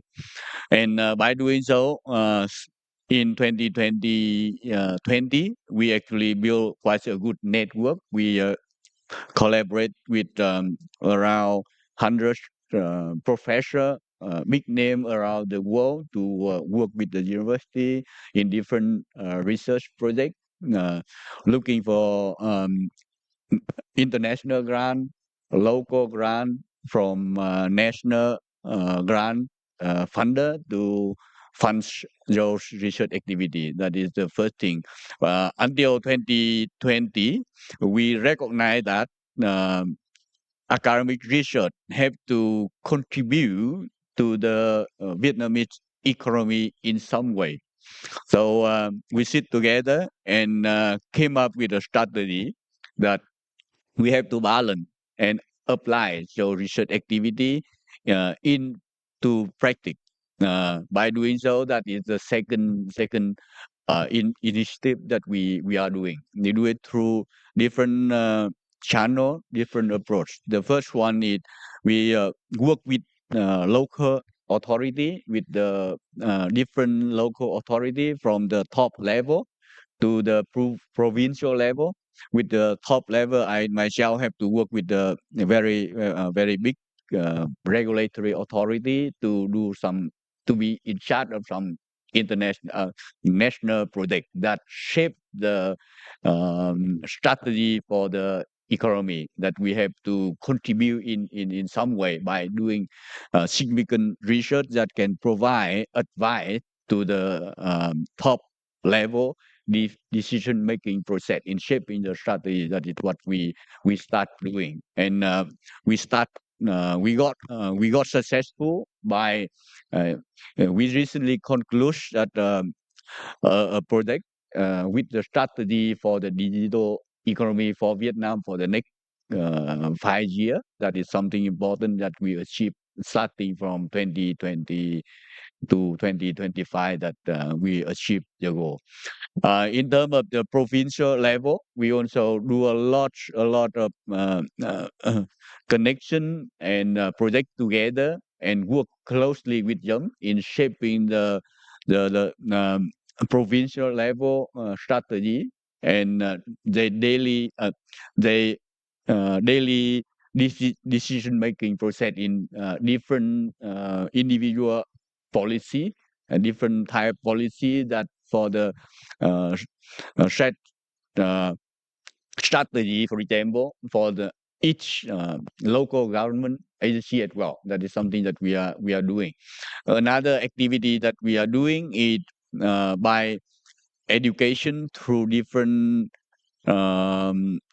program. that I mentioned that the partnership program that is for the aiming for the human capital for Vietnam, attracting potential students from overseas, but also they can become a business owner. Actually, we are quite successful at the moment. For the first and second intake of the student from Singapore, they are now come to set up business in Vietnam. It's something that we can. It's still the number is still limited, but still consider as something that we achieve the goal in some way.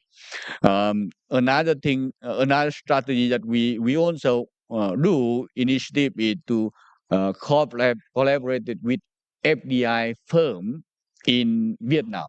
And then from those FDI firm in Vietnam, we continue to aim for this partner for the franchise in other part of Asia. That is what we are aiming for in the meantime. I guess there's a lot of things need to be done, but from the perspective of my institutes, I'm actually the one who follow the leadership agility framework. So I always try to create a collaborative framework for the people to work together, connect together, and do things together. And yeah, with the philosophy that's work with the giant, stand on the shoulder of giant. That I actually hold a lot of visit and research fellow from University of Hong Kong and Chinese University of Hong Kong to UEH in the last few years. And I think that by doing so, we are step by step, small step, but think big to achieve more collaborate Asian GBA, and we expect that in the future there will be more uh, collaborative work for the future development, economic growth for the whole region, and ultimately for the welfare of the people. Thank you.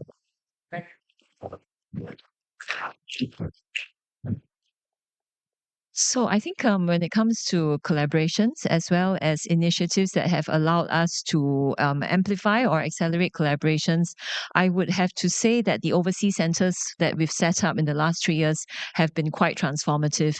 So allow me to share a little bit more about what they do. I think on a day-to-day basis, every month, every overseas center will have a thought leadership event. And what this thought leadership event involves is we'll have an SMU faculty fly to the respective city and speak on a topic of interest to that local community. But importantly, also, we invite a local speaker, either a local academic or a local industry partner or a local think tank.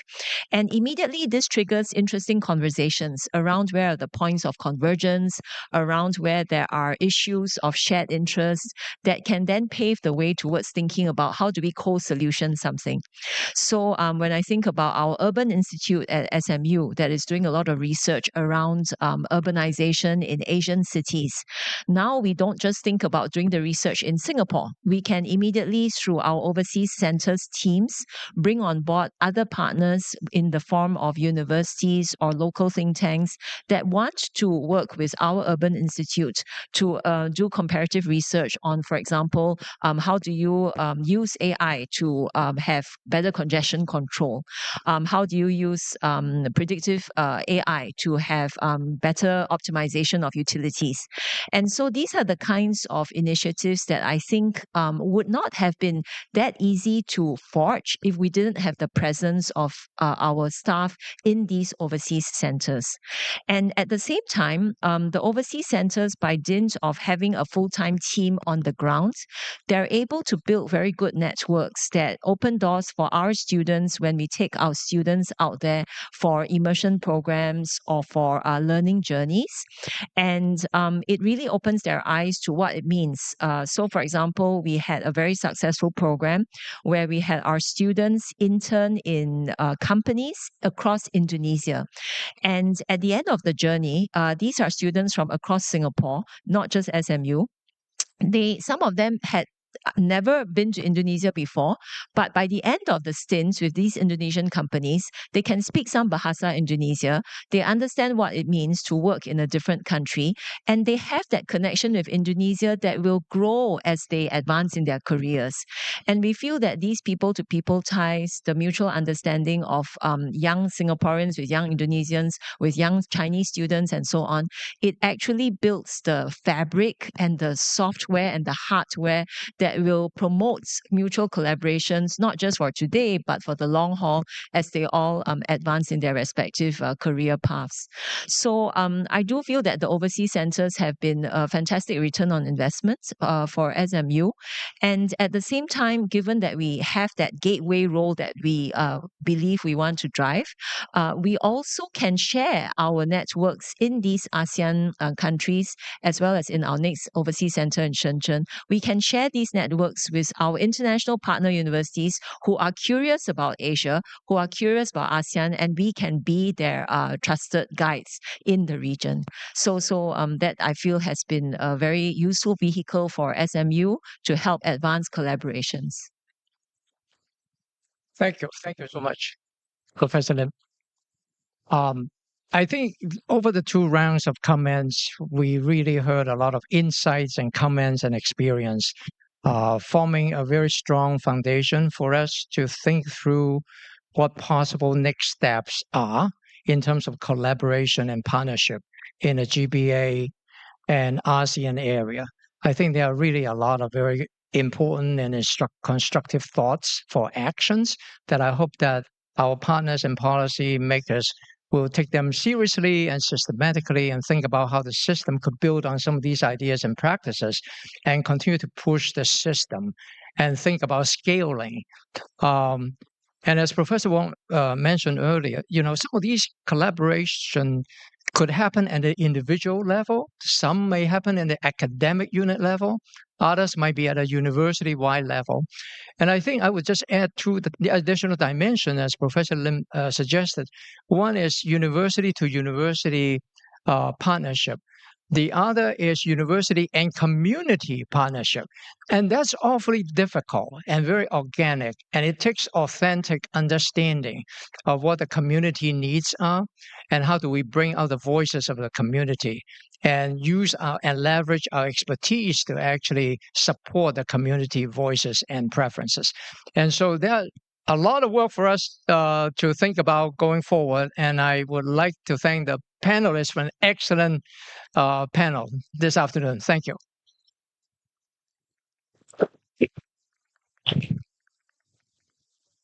Sure. Thank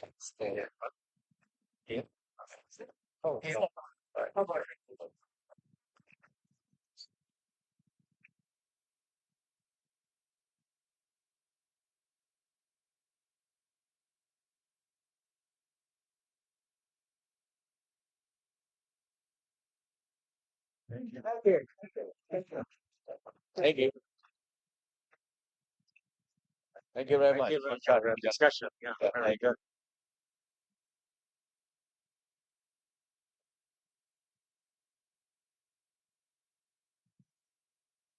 Thank you for the engaging discussion. Ladies and gentlemen,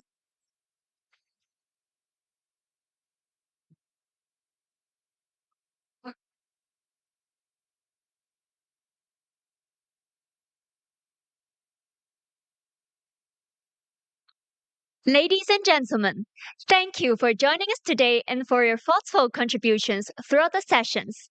This concludes today's conference program.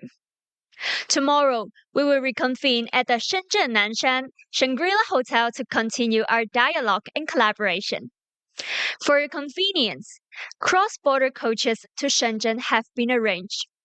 Coach 1 and 2 will depart from this hotel at 6:40 p.m. and coach 3 and 4 will depart at 7 p.m.